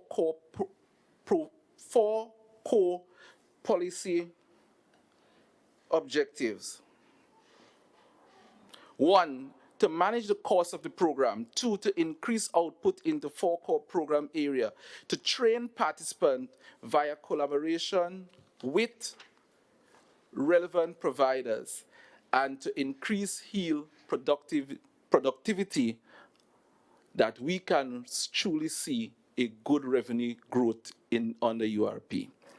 I am pleased to inform that URP has recorded positive results on all 4 objectives since 2018. URP has done more with less, engineered efficiency in its process, sufficiently reduced contracted service, expand production and reach of URP produce, provide opportunities for training in key area, and increase revenue by approximately 70%. Mr. Deputy Presiding Officer, as we continue to adjust to global pandemic COVID-19, it is important to applaud the efforts of URP Agriculture Unit for readily to encouraging Tobagonians to return to the soil through its home gardening and seedling distribution drive. Colleagues, at this time, I pay homage to the management and participants of the relief program and ask that you join with me to really and truly commend the team at URP.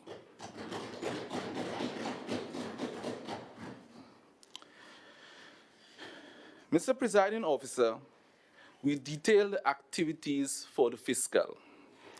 The program, URP continued to engage approximately 1,350 daily paid and monthly paid employees in Tobago.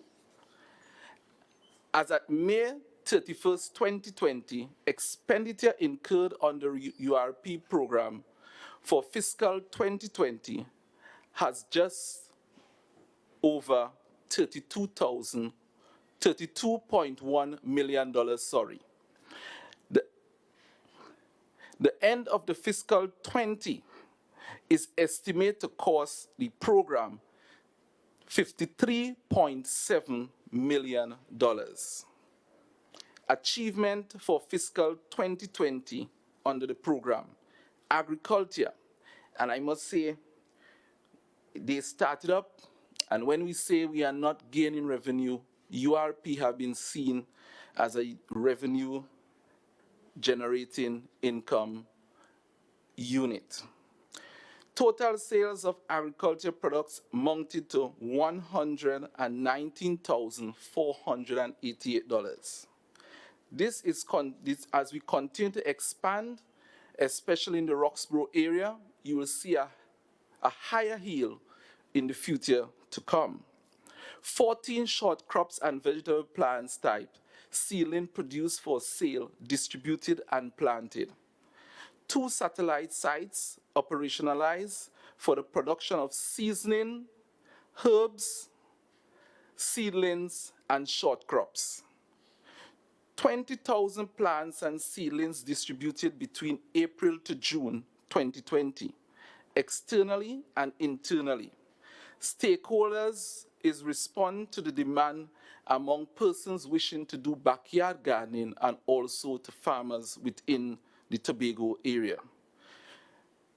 We were able to distribute 12,000 of those seedlings throughout Tobago as part of the COVID-19 home gardening drive.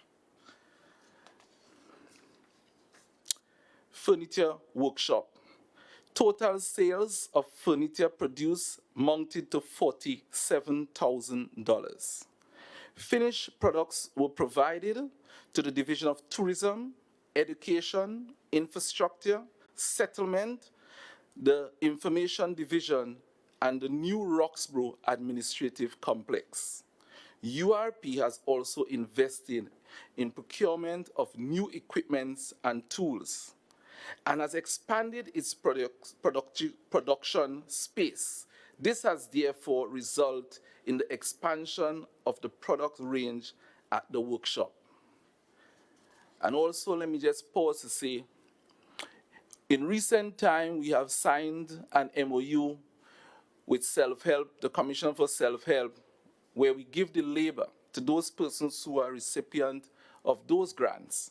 And so in helping with the furniture workshop, we are able to now outfit and assist as best as we can. So while some feel it's necessary to fix leaky roof, we are doing the infrastructure of those homes. And so you can really see in everything we do and we sit around this table, every hand on deck is indeed a result to assist the people in our communities.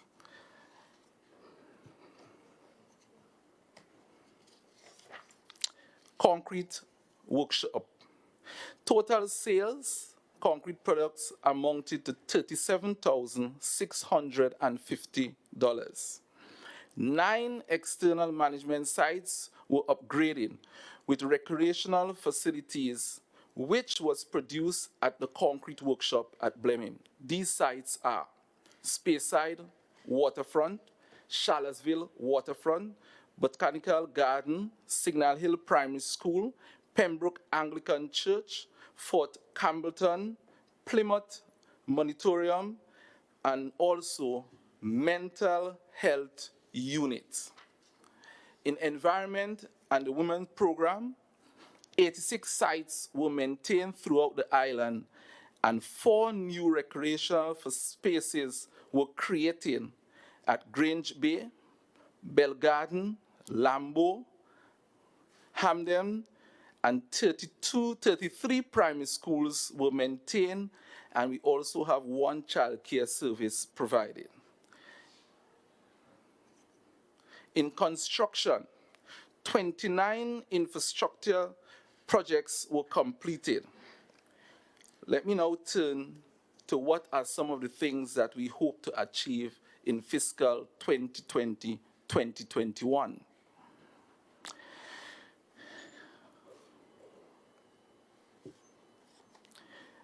What is in store for 2021?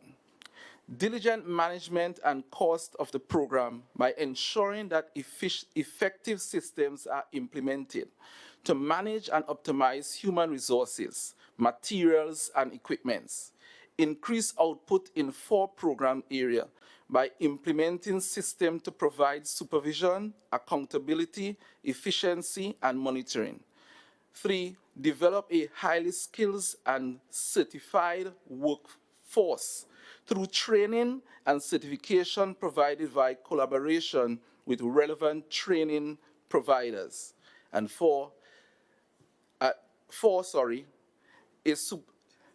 a supportive environment to facilitate graduation of cadre of moving those persons out of the program.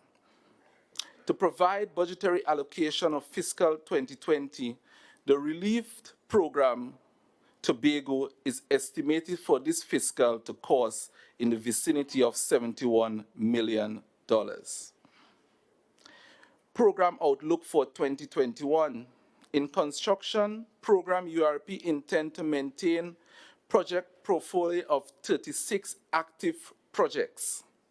2, with the environment program, the scope is to expand to include the Sargassum Respond, mangrove rehabilitation, recreational site, maintain and upgrade, household recycling.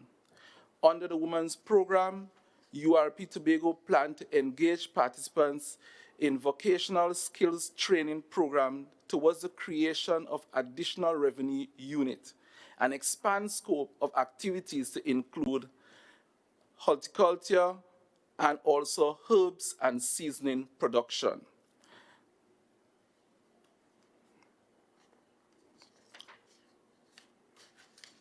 Under training and developed of comprehensive program safety committee, pilot training and apprenticeship program, encourage great participation in the construction skill development program. The following organizations are to be targeted to assist in building capacity, training, and revenue generation. 1, the Tobago Agriculture Society, FAO, Division of Health, Wellness, and Family Development, the Festival Committee, Division of Education, Innovation, and Energy, and the Division of Community Development, Enterprise, and Labor.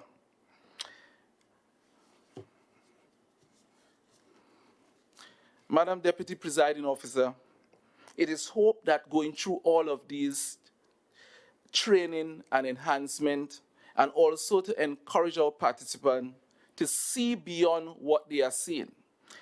And let me also say, on visits to some of these areas, the cell sites that produce some of these herbs and seasoning, and having conversation with some of the participants, all it requires now for us to ensure that we have these skilled workers trained and move into what you call cooperatives. And so most of them have shown interest in a lot of different skills and areas. I recall Mr. Devines and I visiting Mason Hall, and some of the ladies were saying what are some of the things that they can do and produce. And we are now taking it one step further to apply the training to them.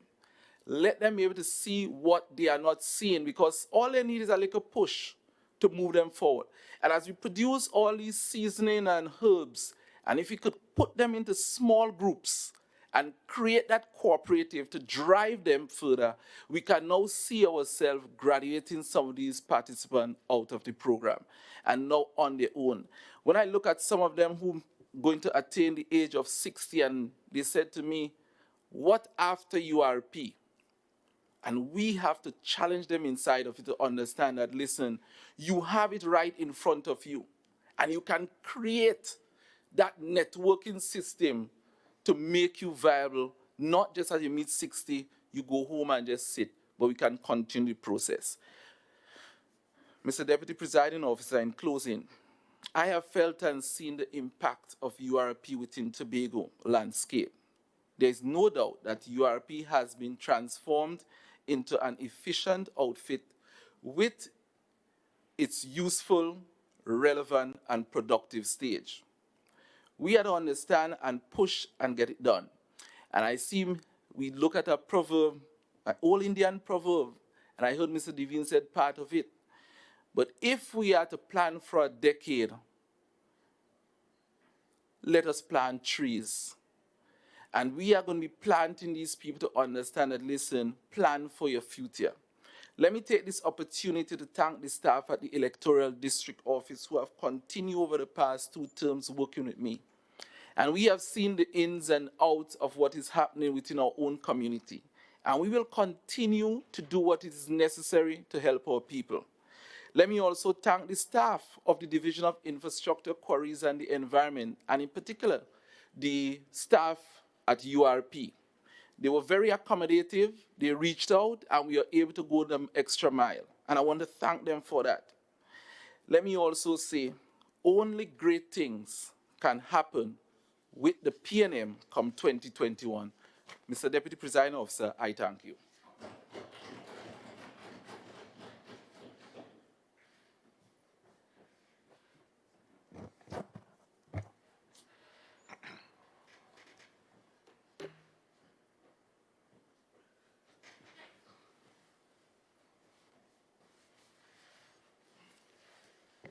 Member for Canaan, Bonaccord, and Secretary of Settlements, Public Utilities and Urban Renewal.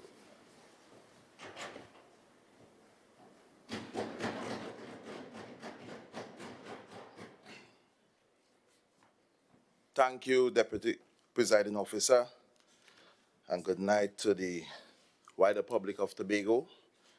It's really indeed a pleasure being here to deliberate on the budget that was prepared by the Secretary for Finance and the Economy and his team. I want to give you all kudos to a job well done. And at this point, I would like to extend condolences to the Wilson's family. May Mr. Wilson's soul rest in perfect peace. I want to get straight into the government's business, and I want to say to those listening and those on the other side, government business is serious business. And I want to tell you about my tenure in the Division of Settlements, Urban Renewal, and Public Utilities. I want to say today or tonight that the job is not an easy one. We have to toil nights after nights to make sure that we see about the affairs of the Tobagonians. We have to see about the issues that will face us. And I want to say tonight that the team that I am working with, it is the dream team. It is a team with integrity, a team with class. And I also want to say tonight that I want to give respect and kudos to the Prime Minister, the Honorable Dr. Keith Rowley, for saving our lives.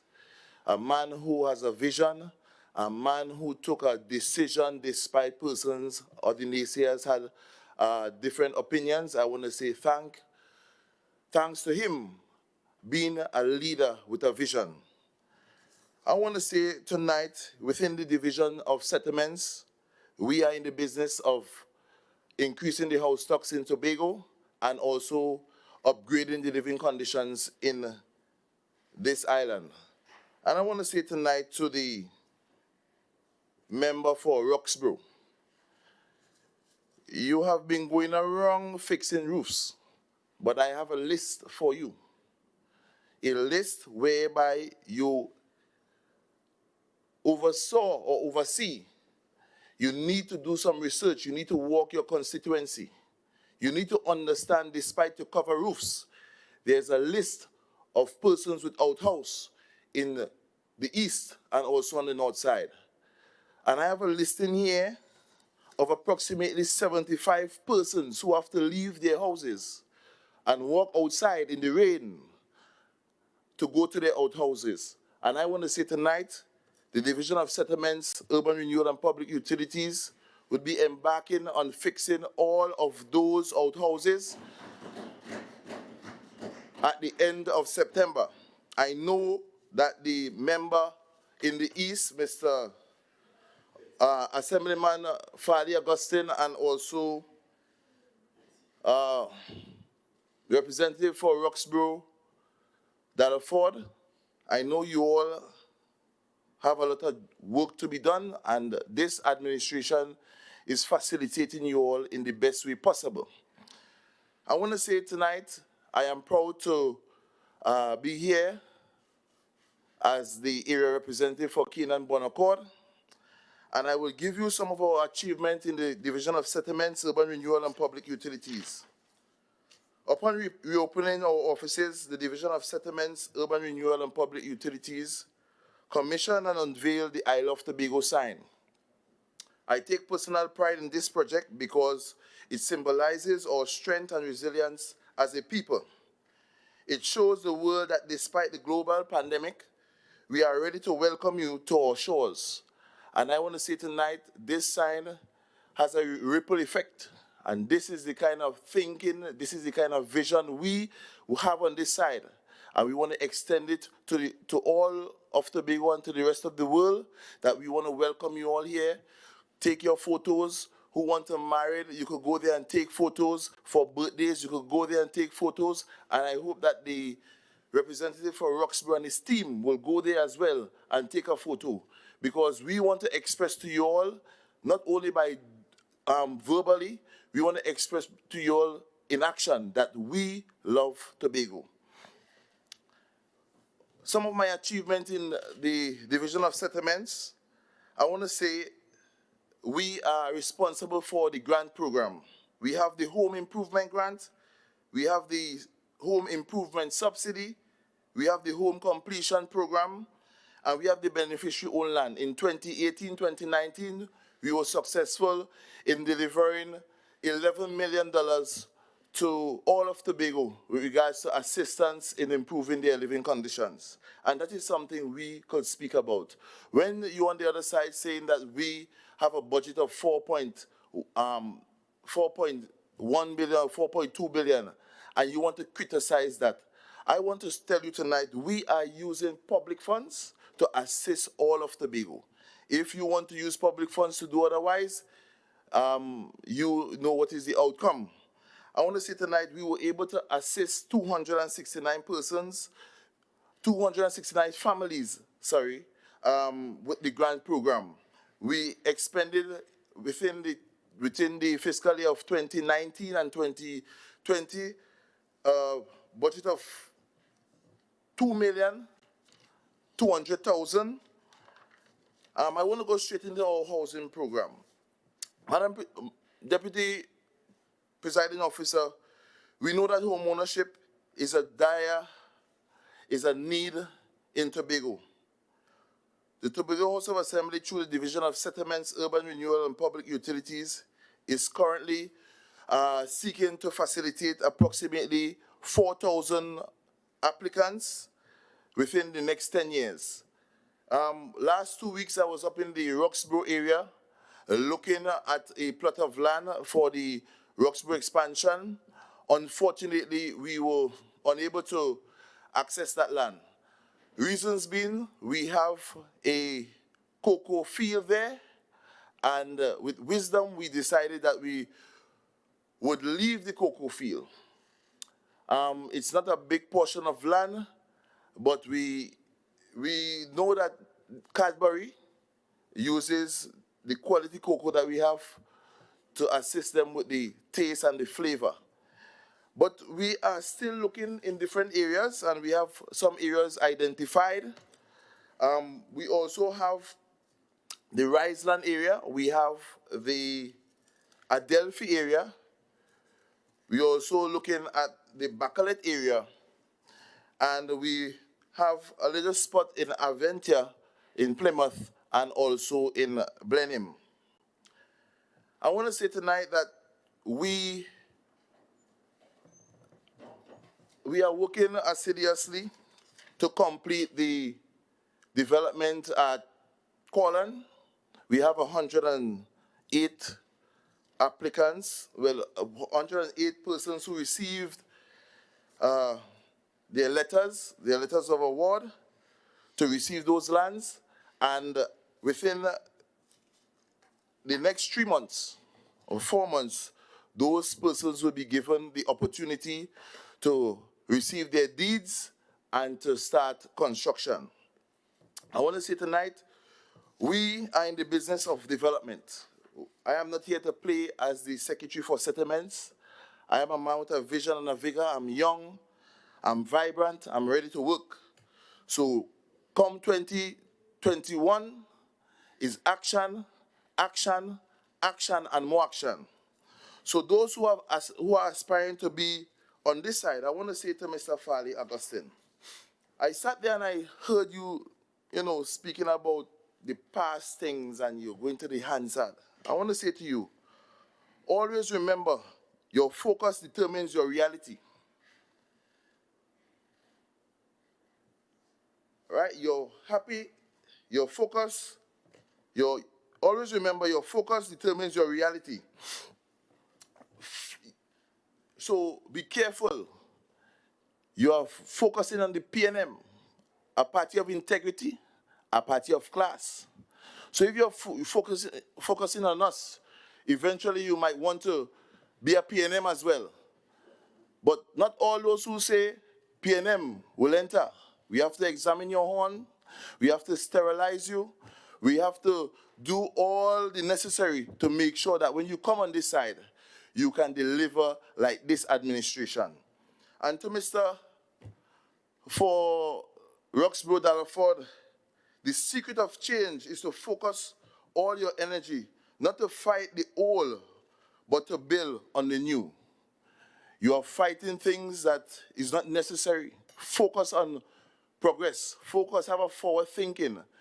You and your team, you all are still speaking about the Sanders. But every time I hear you all speak about the Sanders, it hurt me deeply. From a business perspective, I think that the Sanders would have generated a kind of income in Tobago. It would have generated employment.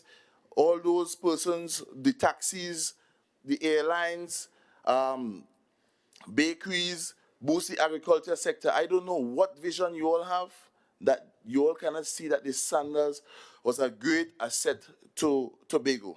Nevertheless, we are here still as an administration in control for a very long time. We will be here for the next 4, 5 years, 8 years, 10 years. Once we produce, once we execute, once we deliver, there's no other party to come between us to challenge. I want to say tonight, we also, with our achievement, we have the Signal Hill Sewer Connect. At present, the works are ongoing.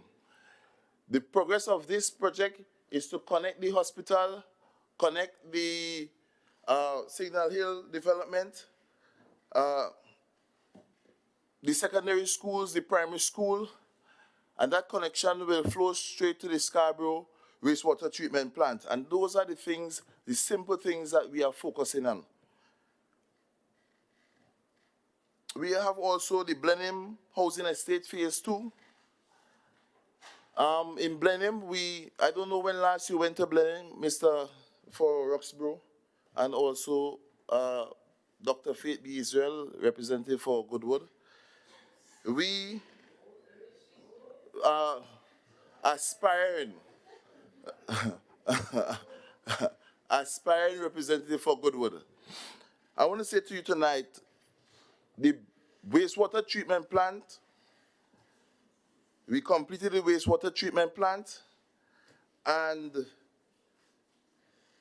soon we have some retaining walls to construct, after which those lands would be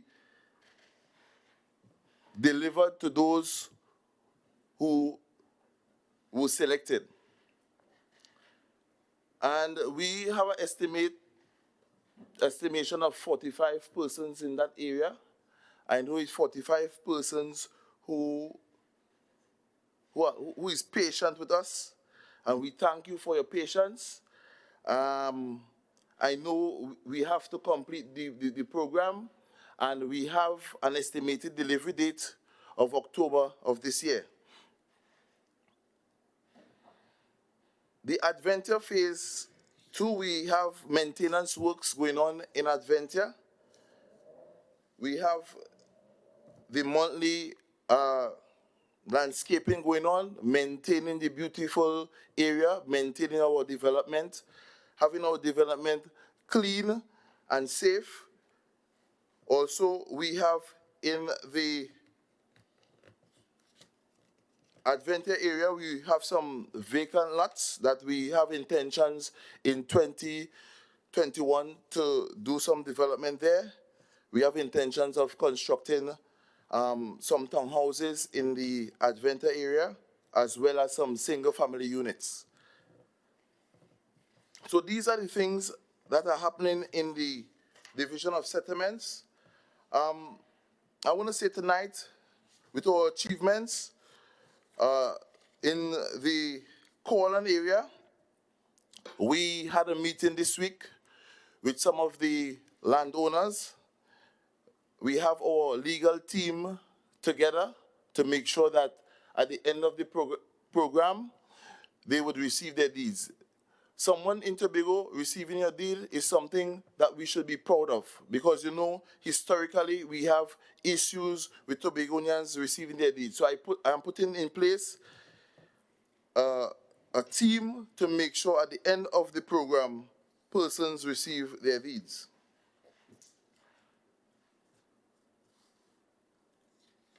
We have, for fiscal 2021, the development of Adelphi and also Riceland. The feasibility study is ongoing for the both projects, and we have a management team by NITDEC who is charting the way forward for us. We will commence with the Riceland development first, which will consist of 50 three-bedroom houses.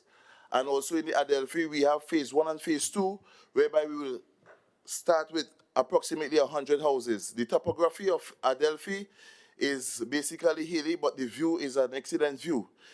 The Riceland area is a flat area, which is a easier area to develop, so we will be starting with the Adelphi area. The Shervan area, we had that area as one of the main areas for us to develop. The Division of Settlements, in collaboration with the Division of Finance, we are preparing a business case, which is ongoing. We are to do that project as a public-private partnership project. We are looking to at least start with 200 homes. At this time, we have the development of the relocation ongoing, whereby the Division of Infrastructure has that development to facilitate those who would be affected by the airport issue. And I want to say tonight, I am really proud to know that persons were paid, persons were satisfied. My constituents, they are not making any more noises. They receive some of their monies. They know that the lands that we are giving them is prime land at a reduced price. You are getting market price for your lands at Crown Point, but you are paying a reduced price. This administration, we have a heart of, you are paying for your lands at $20 a square foot. That is a giveaway in that area. I want to say tonight also in the Friendship area, developments are ongoing for persons who are participating in the commercial activities. And I am saying the noise that you all were igniting and pushing, there are no more noise at this point in time, because this administration is not an administration of vexation, an administration of fuss and fight. We are administration here to make sure the persons who put us in the position that we are in to represent, we are here to deliver.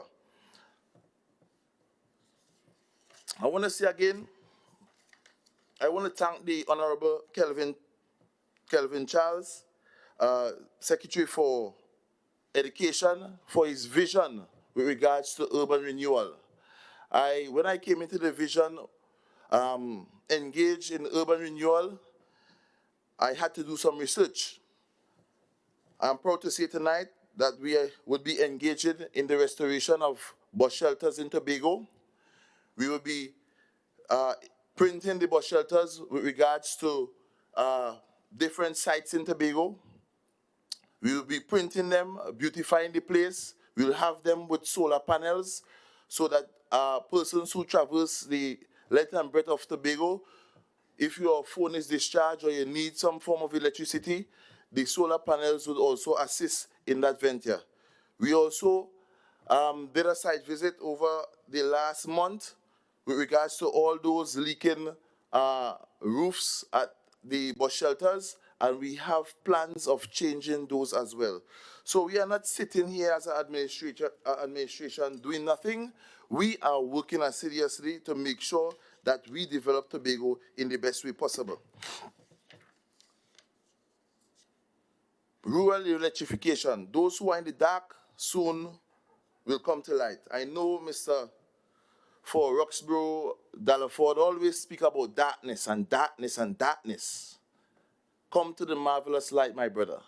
In your area, we will facilitate you all by lighting some of your areas. We will facilitate on the north side, we will facilitate on the west, and try to have all of Tobago coming out from that blackness, from that darkness that you are speaking about, unto the marvelous light. The Lord is my light and my salvation. Who shall I fear?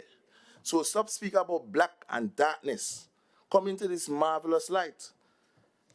You're always talking about black and black and black. Black is beautiful. But black also has some signals that I don't want to deliberate here tonight, because I'm here to speak about the business and the achievement by the Division of Settlements.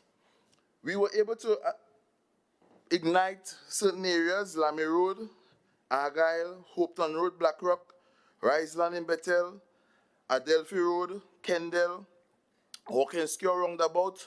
The Division of Settlements undertake that development as well. I observed that that area was dark, vehicles getting into accidents. So I took the initiative with my portfolio to make sure that area is lit. So now we have reduced accidents, and also Bethesda, we have Goodwood, we have Speyside, we have Crumb Point. So within my tenure, I will try to do my best and leave the rest to God. The construction of public convenience. Under urban renewal again, we constructed a public convenience. And if you don't understand what is a public convenience, an area, a rest stop. We constructed one at Milford Court. We will be constructing one in Scarborough. We will be constructing one in Palateve. And we are looking for 2 more areas, suitable areas to construct. Because when you have visitors coming to your island and you are promoting tourism, you don't want it to be a situation where persons have to pull on the side of the road. In the event you are going to north side with your kids, you don't want to pull on the side of the road to maybe to urinate or to use the washroom. We will be providing those facilities as a form of beautifying and as a form of vision for the development of Tobago. So come 2021, that is a year of action. I know you would have to look on the bench and wish you were in that position, but we will do it for you. There's no need for you to come in the administration. You climb on table, you wear wig, you platin ras, you act all ways that is not conducive to proper leadership. We will show you how to lead. We have a young, vibrant chief secretary. I will beat you on the left, we'll beat you on the right, and we will show you how leadership should be. When you climbing on table, I go to school all my life. If you go on a table or sit on a table, your teacher will beat you. But you, on the national television, standing up on table and talking to people, what kind of aggressive, arrogant, disrespectful manner? And you want to lead Tobago, my brother? Come to Canaan. Come to Buku. Don't go by your family there. The Honorable Tracy Davidson, Councillor Tracy Davidson, she would have to teach you some etiquette. Some etiquette how to behave in public. And I don't want to stay too long. I am thankful to Mr. Jack and his team for his vision and for his help and his team working hard, giving us a budget of $41.2 million. We will use that money for the betterment of all of Tobago. We have, under home subsidy, we have $3 million. Under home completion, we have $3 million. Under home improvement grants, we have $5 million. Under beneficiary owned land, we have $5 million. And I want to say to you, when you're fixing people's roof, you don't have to go and boast. And you came down in Canaan, I don't know what instruction you got. You fix a roof, 5.5 galvanized. When I checked the prices, $150 per galvanized. I sent some people to investigate. You said you changed the whole roof. When I go, it's 5.5 galvanized, $150 per galvanized. We in the division, we are giving $7,500 one tranche. $7,500 next tranche. That is $15,000 to assist persons. So don't boast with your little $200. Don't boast with your $500. And let me tell you something. We need to know where you're getting that funds from. We need to know, because you're not pushing your hand in your pocket. I know you as a cheap man. Cheap. Member, in addition to announcing that you have 5 minutes of original speaking time remaining, let me caution you in terms of your command of language. Thank you, Deputy Presiding Officer. We need to know where you're getting that money from. That is not public funds. But anyhow, back to our program. The Rise Land project is estimated at $68.3 million. The Adelphi project is estimated at $133,650,000. And we have the geotechnical surveys going on. We have statutory approvals going on, after which we will have mobilization, site clearing, engineering, surveys, notification. So in the upcoming year, you will have a lot of action going on in Tobago. And we are in the construction field, which will engage Tobagonians to be a part of. Building homes would increase employment. And I am happy to say tonight that the Division of Community Development, Enterprise Development and Labor has embarked on improving skill sets for Tobagonians. So upcoming we'll need masons, upcoming we'll need carpenters, etc. So I want to say to you tonight, my brother, you might need to be skilled and be a part of this program.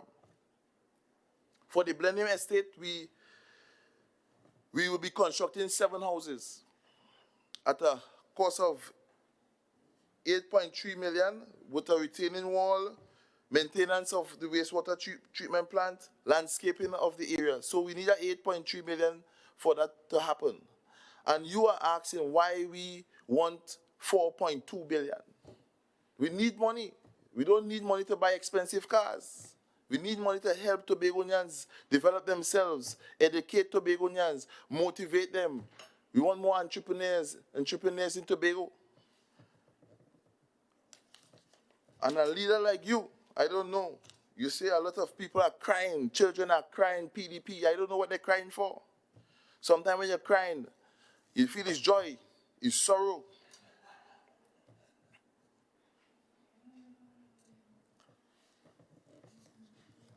Again, Deputy Presiding Officer, we have the Milford Court Plaza, which I'm really proud of. That is my electoral district.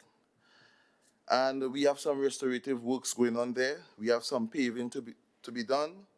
We have some cladding to be done. We have some adjustment with regards to the parking arrangement there.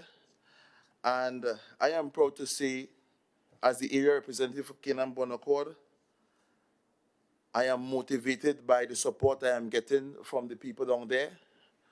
In my tenure, I will do my best for them. I love my area very much, despite I have to work in other areas. I will be transparent as possible. I am honest. I am willing to go the extra mile to make sure that Tobago is a better place. I came from the business sector, so I have a lot of knowledge, I have a lot of experience with regards to development. And when I hear people crying for less money and they want to lead, it aches my heart. And I want to caution you all, let us not speak about the Sanders project. You came up here and you spoke about Grenada, you spoke about St. Vincent. Stick to Tobago. We don't need to hear about St. Vincent and Grenada. Grenada has the Sandals, and you wonder why Grenada is doing so well. It's the same Sandals you and your team and your colleagues spoke badly about and caused Tobagonians to gravitate to old talk and small talk. But I would educate Tobagonians as an area rep and as a secretary in settlements and as a businessman. Don't follow persons who are not engaged in proper business. Don't follow persons who only travel to Trinidad. You have to travel the world. Travel, you'll see, your eyes will be open. I have intentions in my second term. In my second term, I want to carry some of the persons in my area to travel, to see, for the eyes to open, so they will be able to understand that the island of Tobago is a beautiful place. We live in a fortunate area. There are persons all over the world suffering. And we are fortunate to have a budget of $4.2 billion, which will enhance our living area, enhance our living standard, motivate businessmen, motivate persons in the field of education, motivate us to develop Tobago to be a better place. But in closing, you all have to show love. You all have to come together.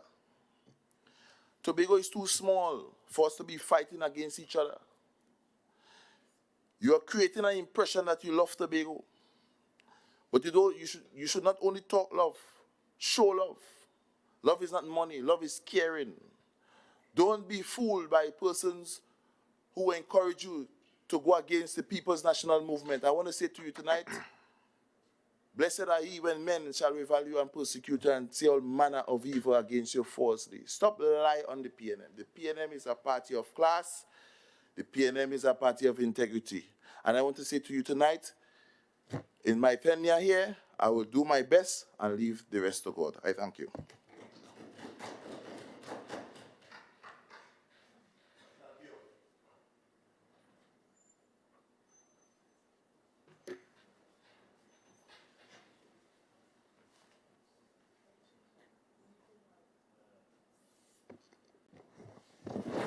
Member for Rambo Signan Hill and Secretary of Sport and Youth Affairs, Assemblyman Joe Mopit.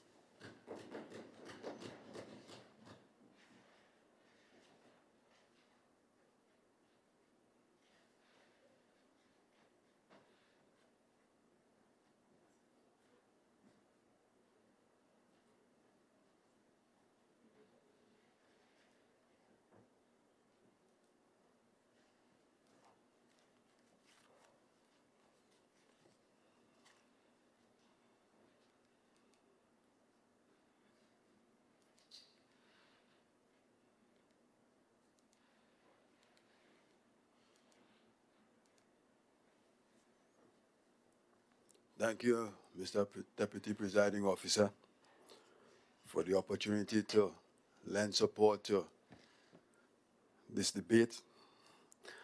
First, I want to offer my condolences to Mr. Wilson and family. As everyone has said, that he is or was a great man from Tobago, and he has done us proud and well.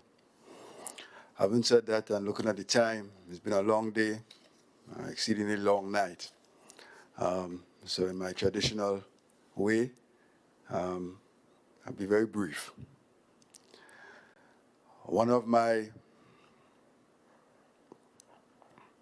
focus has always been not to increase the amount of fish that we could provide for Tobagonians, but it's to increase the number of fishermen we have in Tobago. All of the secretaries before me have all mentioned programs to increase the capacity of our Tobagonians. With that capacity building initiative, Tobago has a bright and prosperous future ahead, despite what the naysayers may say. In the Division of Sport and Youth Affairs, we have a similar focus. From the youth perspective, we have some capacity building programs that we want to work on in the next fiscal year, in which we want our youths to take control not only of their lives, but of their community, their island, and also the country by extension. We would like to initiate an active involved citizen program, which involves 3 pillars or 3 facets, one of which would be developing our youth centers and friendly spaces for youths in where they could life skills, interviews, resumes, and things of that nature, where it prepares them for life ahead of them, especially in the world of work. Partnering with education, the Division of Education, to establish literacy development programs. Regrettably, literacy is still a challenge on the island, and as we are making steps incrementally, but we would like to add our centers as an avenue or a venue for these programs. As I mentioned, the capacity building for our groups, associations, and even our staff. I mentioned in the last sitting, or my last contribution, was the hope that we'd have the Tobago Youth Assembly. We are on track for that, and I'm hoping by in the next fiscal year, it will already be off and running, and we'll just be monitoring it for the rest of the year. Again, in the essence of time, in sports, the programs will continue. I've always maintained that how far our athletes can go is really based on the capacity of our coaches and our sport administrators. We will continue helping in this area with the association to get our coaches and sport administration to a level that our athletes no longer face a glass ceiling in achieving excellence and fulfilling their fullest potential.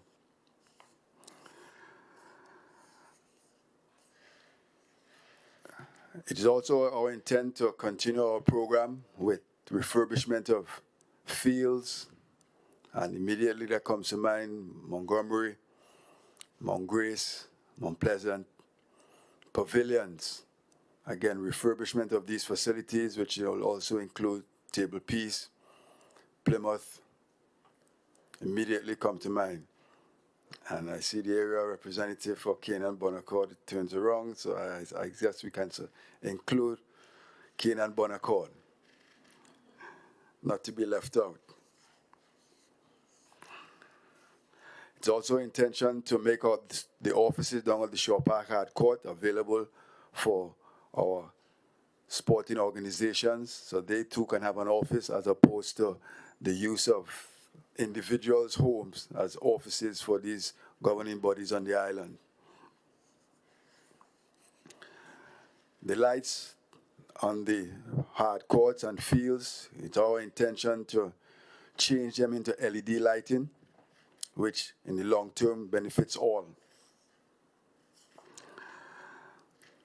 The two major projects that is always on the lips of everyone on the island would be the Dwight York Stadium, which, as members before me have mentioned, because of the collaborative efforts between PNM, central government, and PNM, Tobago House of Assembly, have been reliably informed that the lights, which has been the biggest bugbear for night activities, should be completed by the end of July.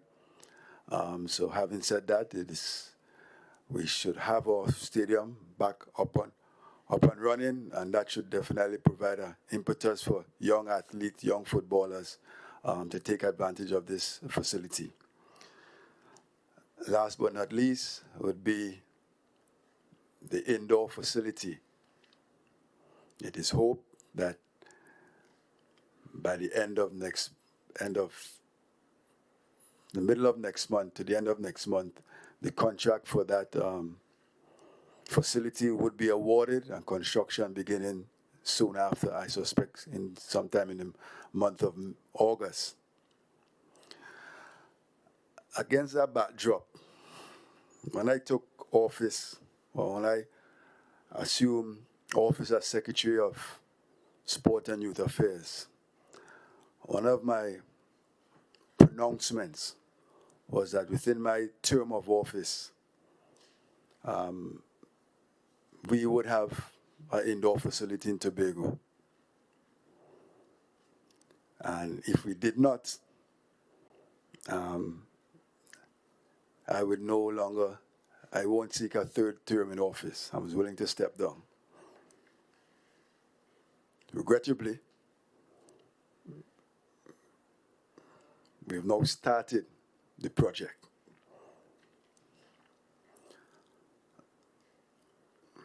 And against that backdrop, I'd like to make an announcement per se that I will not be seeking a third term.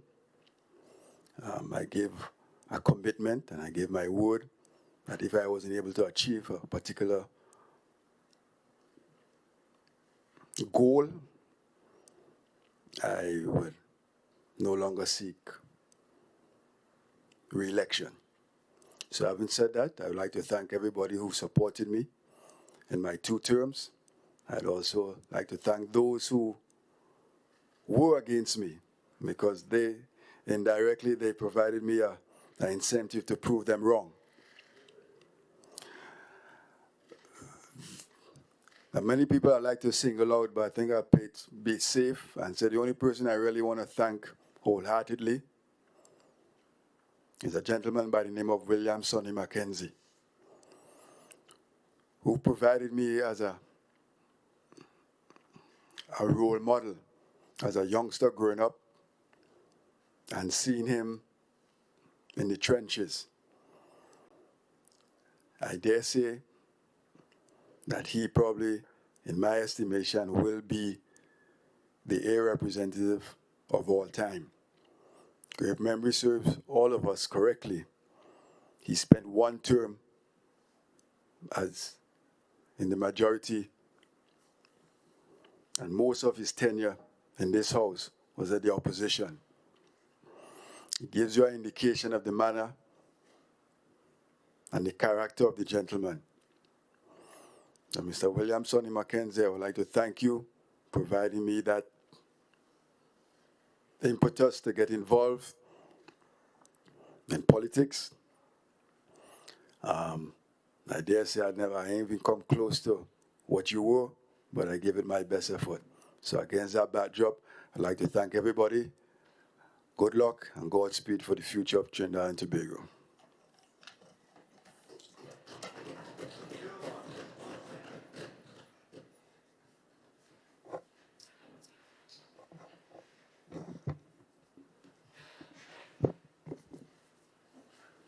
Deputy Deputy Chief Secretary and Secretary for Finance and the Economy, Assemblyman Joel Jack.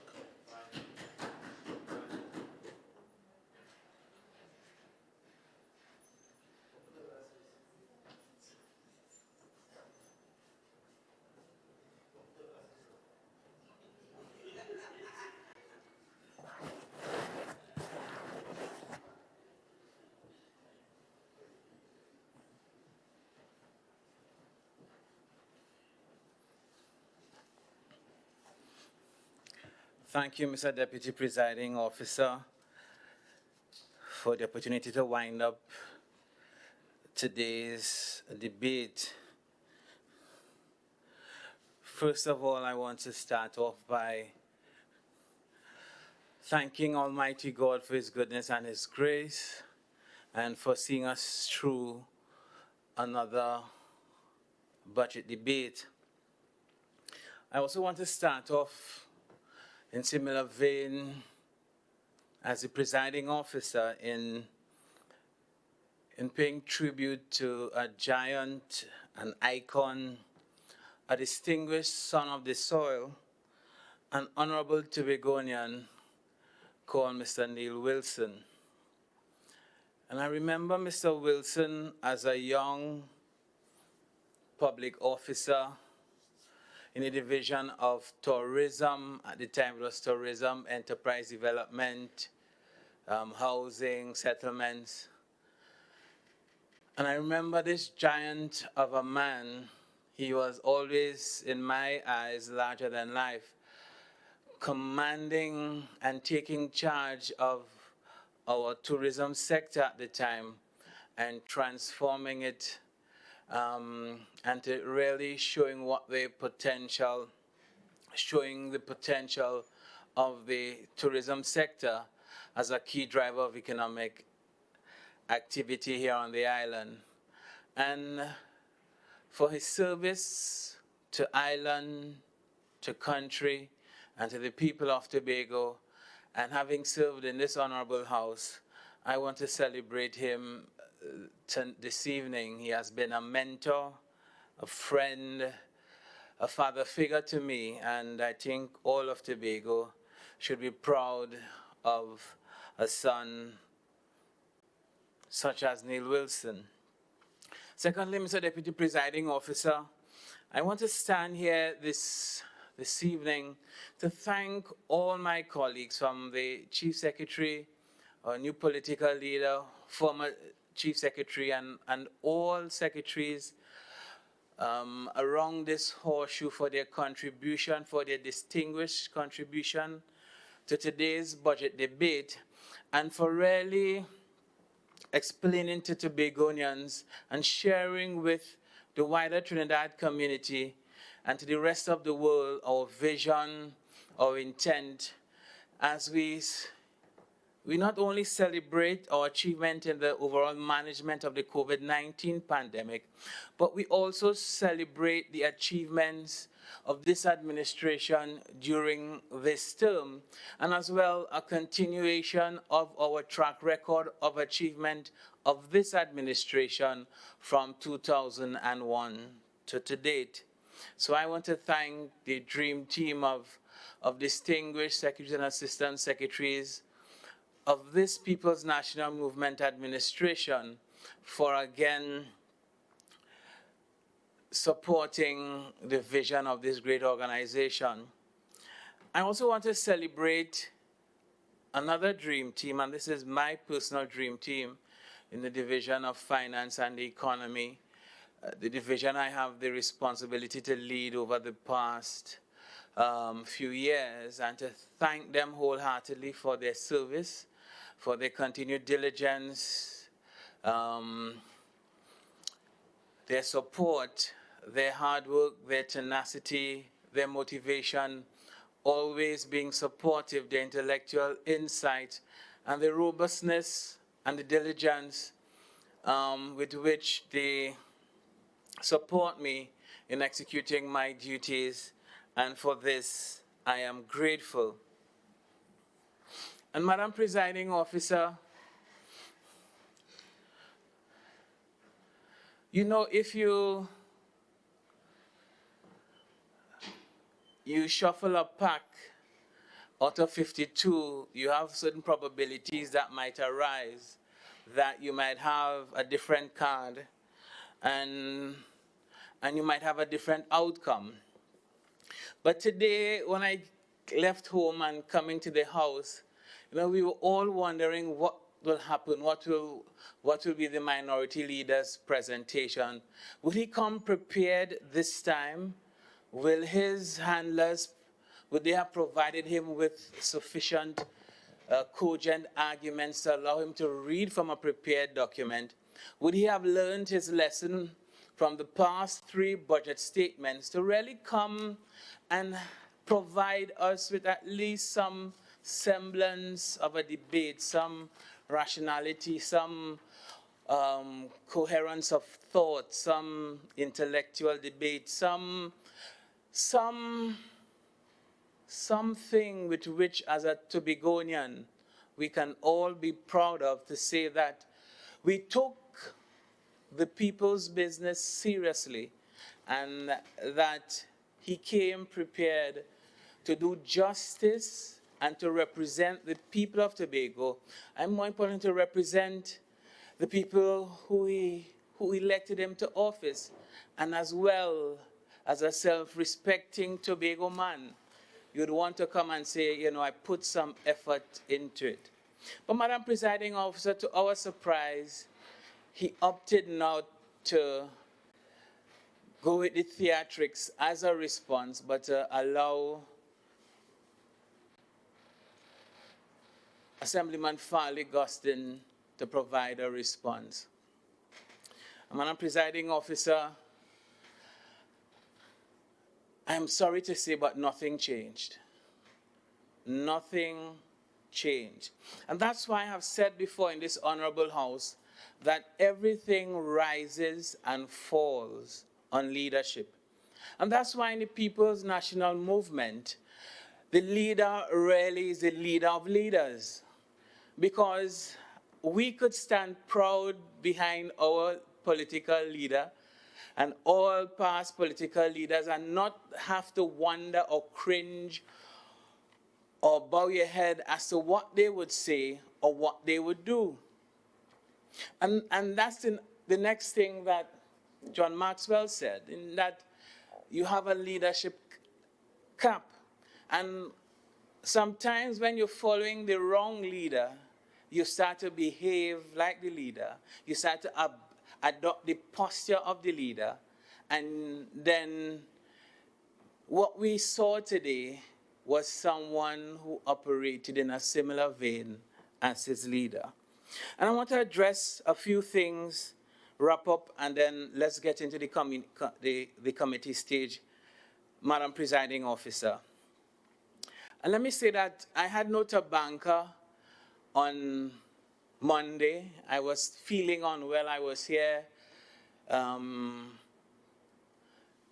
feeling a bit unwell, trying to gather myself. And I want to thank the presiding officer for her timely intervention in recognizing that and allowed a short break.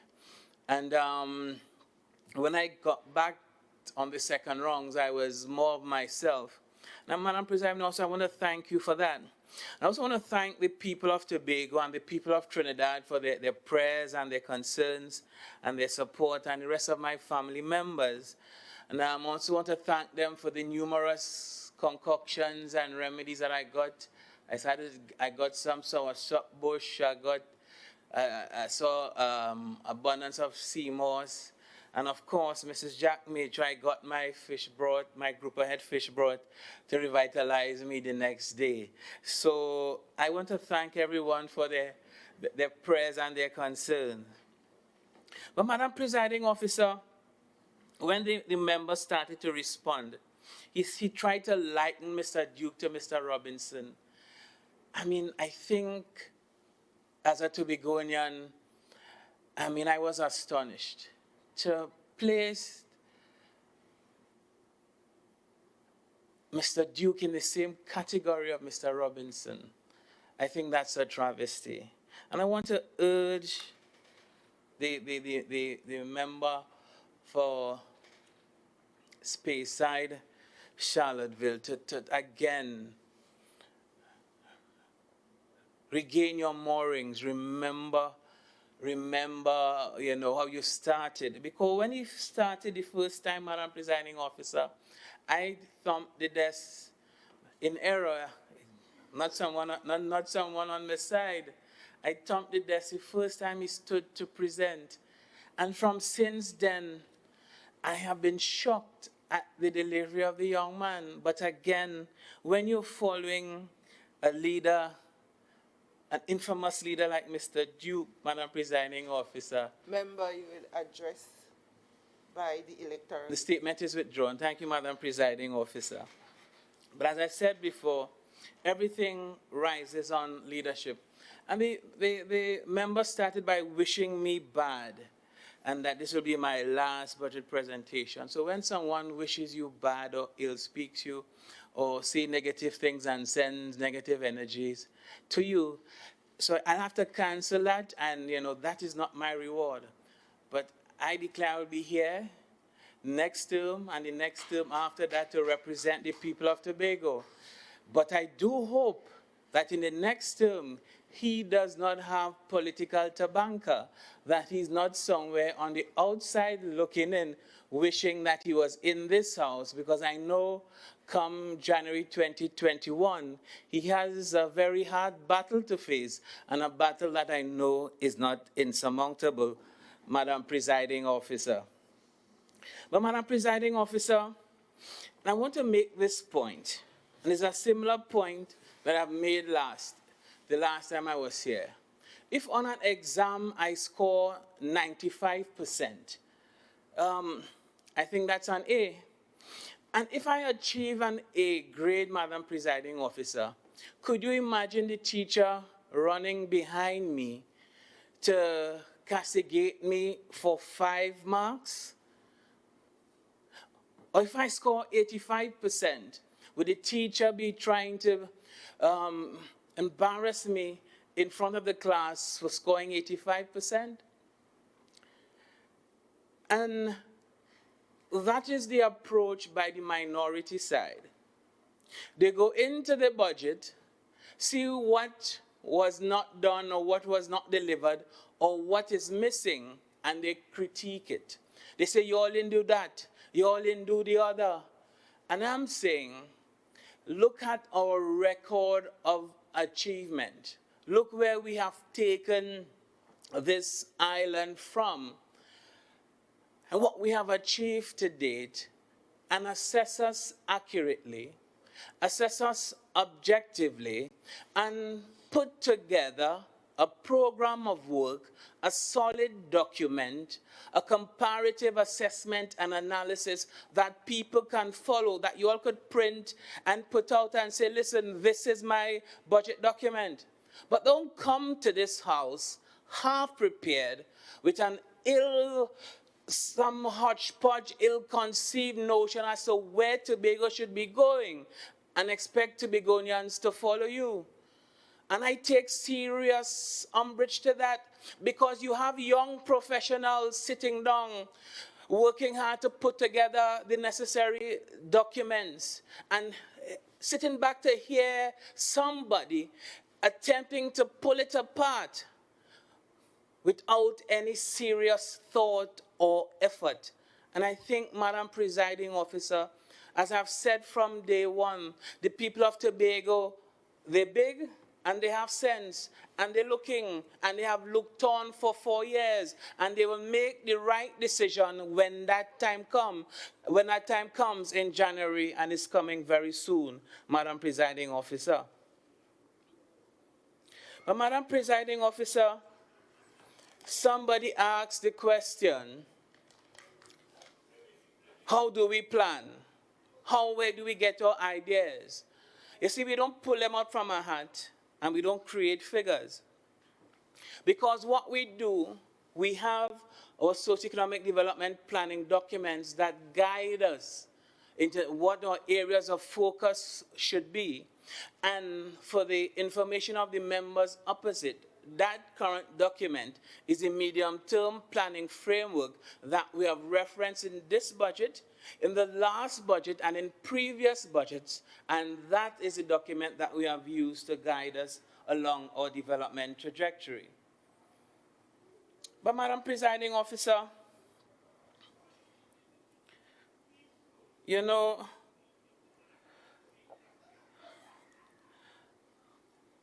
I want to talk about a point I raised again about intellectual dishonesty and about quoting data from sources that are incorrect. It happened in the last budget debate. It happened again. I did not rise on a point of order. I double-checked again. The member came to this House and quoted figures claiming that they are from CSO for 2012. The CSO has not published any data on Tobago for 2012. And again, if you are referencing a personal publication from an author, please, again, that intellectual dishonesty to come to this House and claim that the Tobago economy was at $2 billion, and today you use my $1.74 billion and said that the Tobago economy has declined. Again, sir, that is intellectually dishonest. Please cease and desist from it. Because, Madam Presiding Officer, when I came into office in 2013, we outlined the challenges that we were confronted with in terms of getting accurate GDP data for Tobago. And we started the work, and we started producing annually GDP data for Tobago. In 2012, the Tobago economy was $1.71 billion. And if you're quoting CSO, again, I make the point. And today, the figures that I quoted, it was $1.77 billion. So again, please, sir, I would urge, if you're quoting from the study, and I am fully well aware of it, reference it. But don't reference the study. Take your GDP data figure from there and then come now and reference the budget document and claim that the economy has declined substantially. That is intellectually dishonest. So, Madam Presiding Officer, when we look at some of the points that were raised by the members of opposite, you get a sense of schizophrenia. Because on one hand, they're saying you ask for too much money, but on the other hand, they're saying that if you really wanted to develop Tobago, you should ask for about $5 billion or so.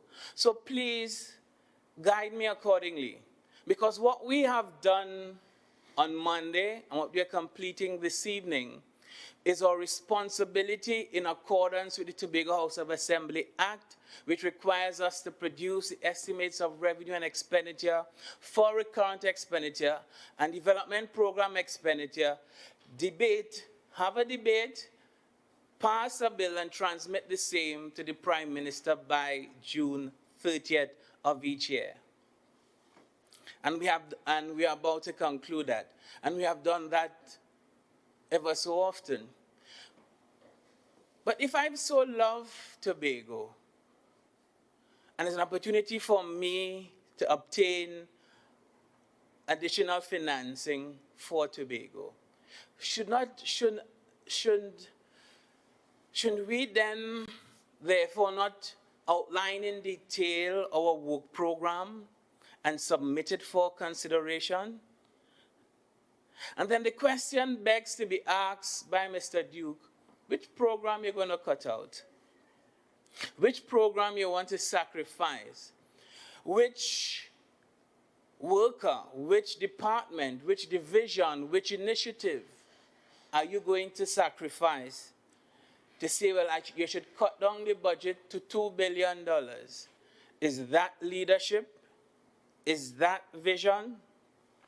But then I want to remind Mr. Duke, and probably his memory, this might serve him well, when during an election, past 2 elections, his friends in Trinidad used the 8% in 2012, 2013 to try to trick Tobagonians to agree to a patchwork internal self-government bill and say, we will give you 8%, but the terms and conditions were not favorable to Tobagonians, and all Tobagonians would agree that that bill was a watered-down version, and probably worse than the 1980 Tobago House of Assembly Act.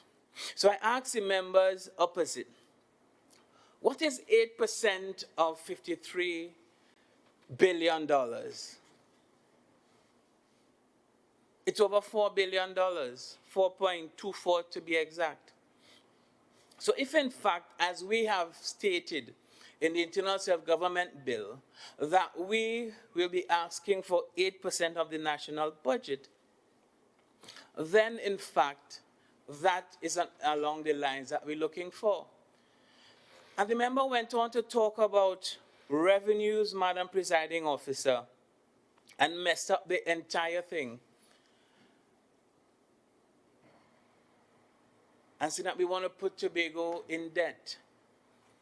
Our revenue stream comes from 2 primary sources, our annual subventions and the tax and non-tax revenue that we collect, one on behalf of the central government and also the fees generated by the Tobago House of Assembly. And the member referenced BHP and BHP discovery of Charlottesville. You see, the member did not read the script properly from his handlers, else he would have been able to deliver it correctly. Because what the member was in fact stating, Madam Presiding Officer, is that the revenues that we project are not the total sum of the revenues generated within the economic space that is Tobago. In addition to the taxes that we don't account for because some of the satellite offices pay their taxes in Trinidad. But when you look at all the oil and gas exploration taking place within Tobago shores, should we use international benchmarks and should we have identified an outline or exclusive economic zone, then the conversation would be different. Then you can get the true sense and the picture as to all economic activity taking place within the island. And therefore, Madam Presiding Officer, again, the member attempted to mislead and to say that we are taking Tobago into bankruptcy. And again, far, far from the truth. But Madam Presiding Officer, I want to urge and ask the member and all members opposite, when you make some of these statements, some of these crazy statements that are not, Madam Presiding Officer, I don't think that is parliamentary language. But when you make some of these reckless statements, unsubstantiated by fact, without any basis of foundation in truth, there are persons on the international scene looking at us and listening. Something was said in this house some time ago. By either the next day or the Monday morning, I got an email from the Moody's Investor Rating Services asking for clarification. Investors are looking at us. people are looking to invest in Tobago, and by your very statement, you are driving them away from Tobago.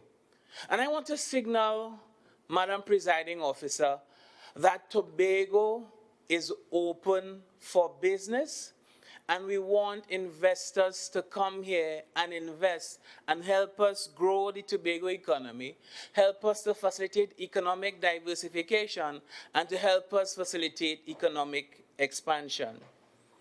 And Madam Presiding Officer, we're not doing it by passport or citizenship by investment. We're not doing that at all. Because we believe that this is the capital of paradise and that people will want to come and invest in our island and invest in our country. And that is why in this fiscal, Madam Presiding Officer, the next fiscal, we are looking to ramp up our foreign direct investment program so that we can attract persons to come to Tobago. And Madam Presiding Officer, the member spoke about, Member Falia Gusson in his response spoke about a Tobago Development Bank. And he quoted, Madam Presiding Officer, a budget document from 2001 from the Honorable Mr. Orville London. And I found it strange that the member did not reference the entire statement, but he pulled out a part. So, with your leave, Madam Presiding Officer, I want to quote from the budget statement on Monday, 25th June 2001, by the Honorable Orville London, Chief Secretary and Secretary for Planning, and with your leave. And he says, and I quote, Madam Presiding Officer, "This administration is strongly persuaded that there's a real need for people in Tobago to be more involved in business within all sectors of the economy. In essence, there's need for CI in Tobago to promote entrepreneurship and foster an entrepreneurial culture. Within this context, the Tobago House of Assembly must encourage business creation and entrepreneurial development." But how do you go about doing this? This administration will intervene directly to achieve the following objectives: the development of an entrepreneurial class, 1, the creation of employment, particularly among women and young people. Thirdly, promotion of self-reliance. Fourthly, the dispersion of business activities, not just in one part of the island, but throughout the island. And intimately linked to this is the creation of a Tobago Development Bank. And, Madam Presiding Officer, I now understand why the member did not want to reference the other 4 objectives by the administration. Because if he had done so, then you would have said, but what is the issue? We have fulfilled most of all the objectives, save one, utilizing our enterprise assistance fund and our enterprise assistant grants program, or Tobago Venture Capital Equity Fund Limited. And we have achieved these objectives to the fact that the BDU and our entrepreneurial, our indigenous entrepreneurial class is now a reference point nationally. So that is why, in a very sort of high-handed manner, I said, well, look, listen, you all promised this, but you all did not deliver this. But what about the rest?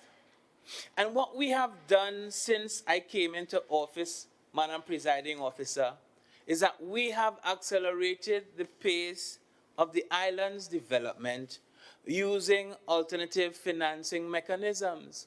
So some of the same things that we are attempting to achieve, we have and are achieving it. And again,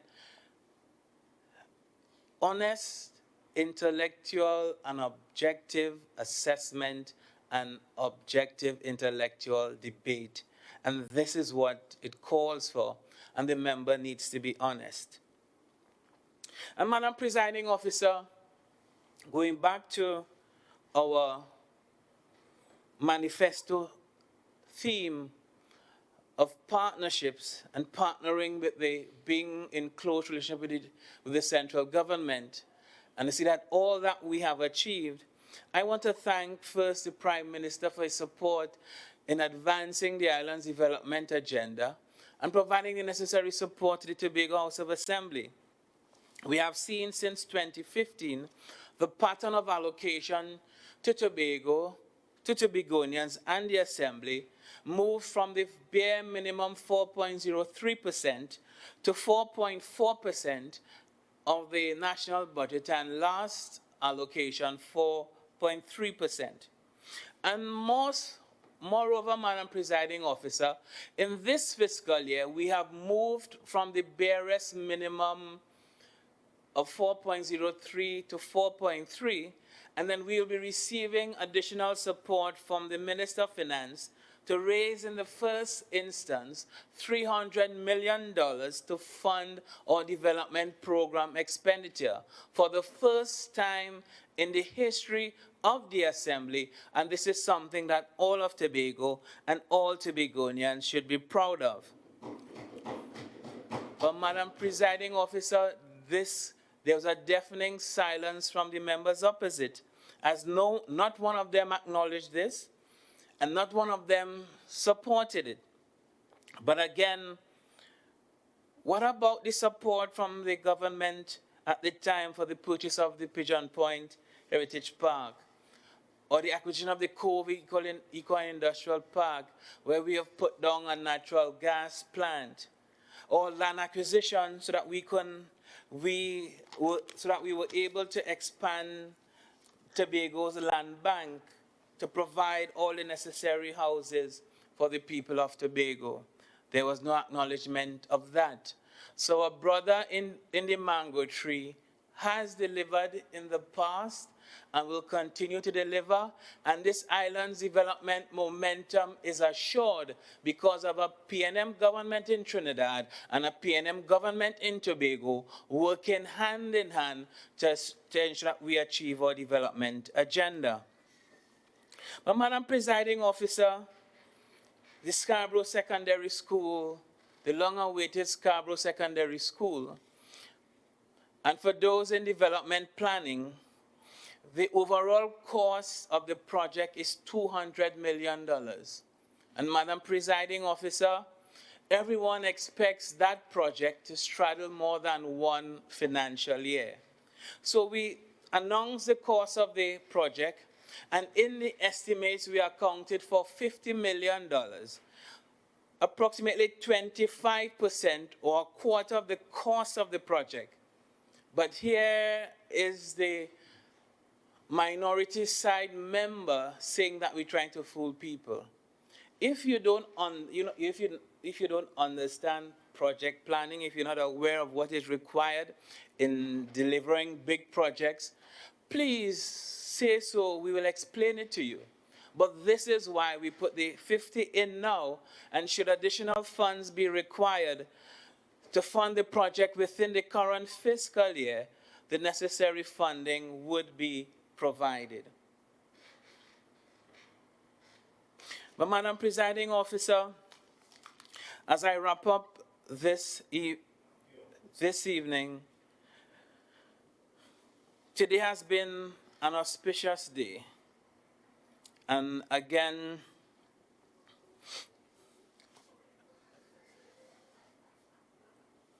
I just want to close off on a point, because sometimes when you see things happening in Trinidad in Parliament and you hear them echoed by members opposite, you know that it's part of the I don't want to say gang, but part of the arrangement between our opponents across the waters and our opponents across the horseshoe. Because when someone who is aspiring for leadership could stand boldly and publicly and say unashamedly that once he gets into power, he will use the two Tobago seats as bargaining chips to get into power in Trinidad, that is cause for concern. Because when I hear them talking about transparency and accountability as if we have done nothing over the years to modernize the Assembly's accounting and financial architecture, is a cause for concern for Tobagonians. And again, Madam Presiding Officer, I want to urge them to read the budget again, because from the delivery that we got today, I am assured 100% that they have not read the documents. But yes, we have spent significant sums in Tobago, and the claim is that you don't have anything to show for it. Then the question I would ask is, should I tell the workers who got their salaries to return their pay? Or should all the homeowners who receive houses and lands allocated to them by this administration to turn in their keys? Or what about all the young people who received funding and support to pursue tertiary education?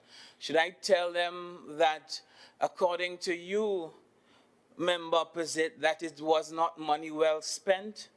What about all the roads and bridges and all the access roads that we have developed throughout the island, all the bridges that we have repaired and constructed? Should we tell the persons who now have improved access to and from their homes that this was money not well spent? What about all the buildings that we put down, the financial complex, the library, and all those other modern buildings and facilities? Should we tell persons, come out, close the doors, it was not money well spent? And to the member for Roxborough, Assemblyman, please don't visit the Roxborough Administrative Complex, nor go to the police station when there is an issue, because according to you, it was not money well spent, and we have done nothing for the people of Tobago. But, Madam Presiding Officer, as I close, this familiar song from persons in the UNC, and this familiar song from the members opposite, that why we're asking for all this money.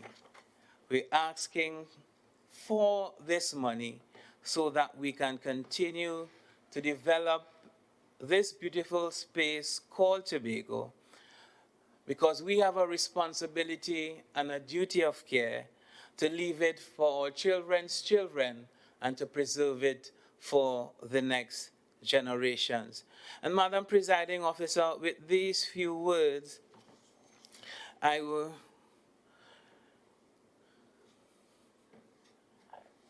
as we close, Madam Presiding Officer, I beg to move, and I also beg that we revert to the committee stage, where we will line by line, line item by line item, make the final deliberations on the revenues and estimates of expenditure of the Tobago House of Assembly for fiscal 2021.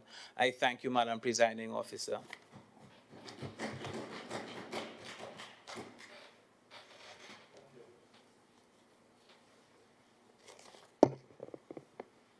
Members, the sitting is now suspended for the closed session of the Finance Committee for further deliberations on the budget. I would like to thank members of the viewing public for viewing this budget debate. We now ask that the cameras be turned down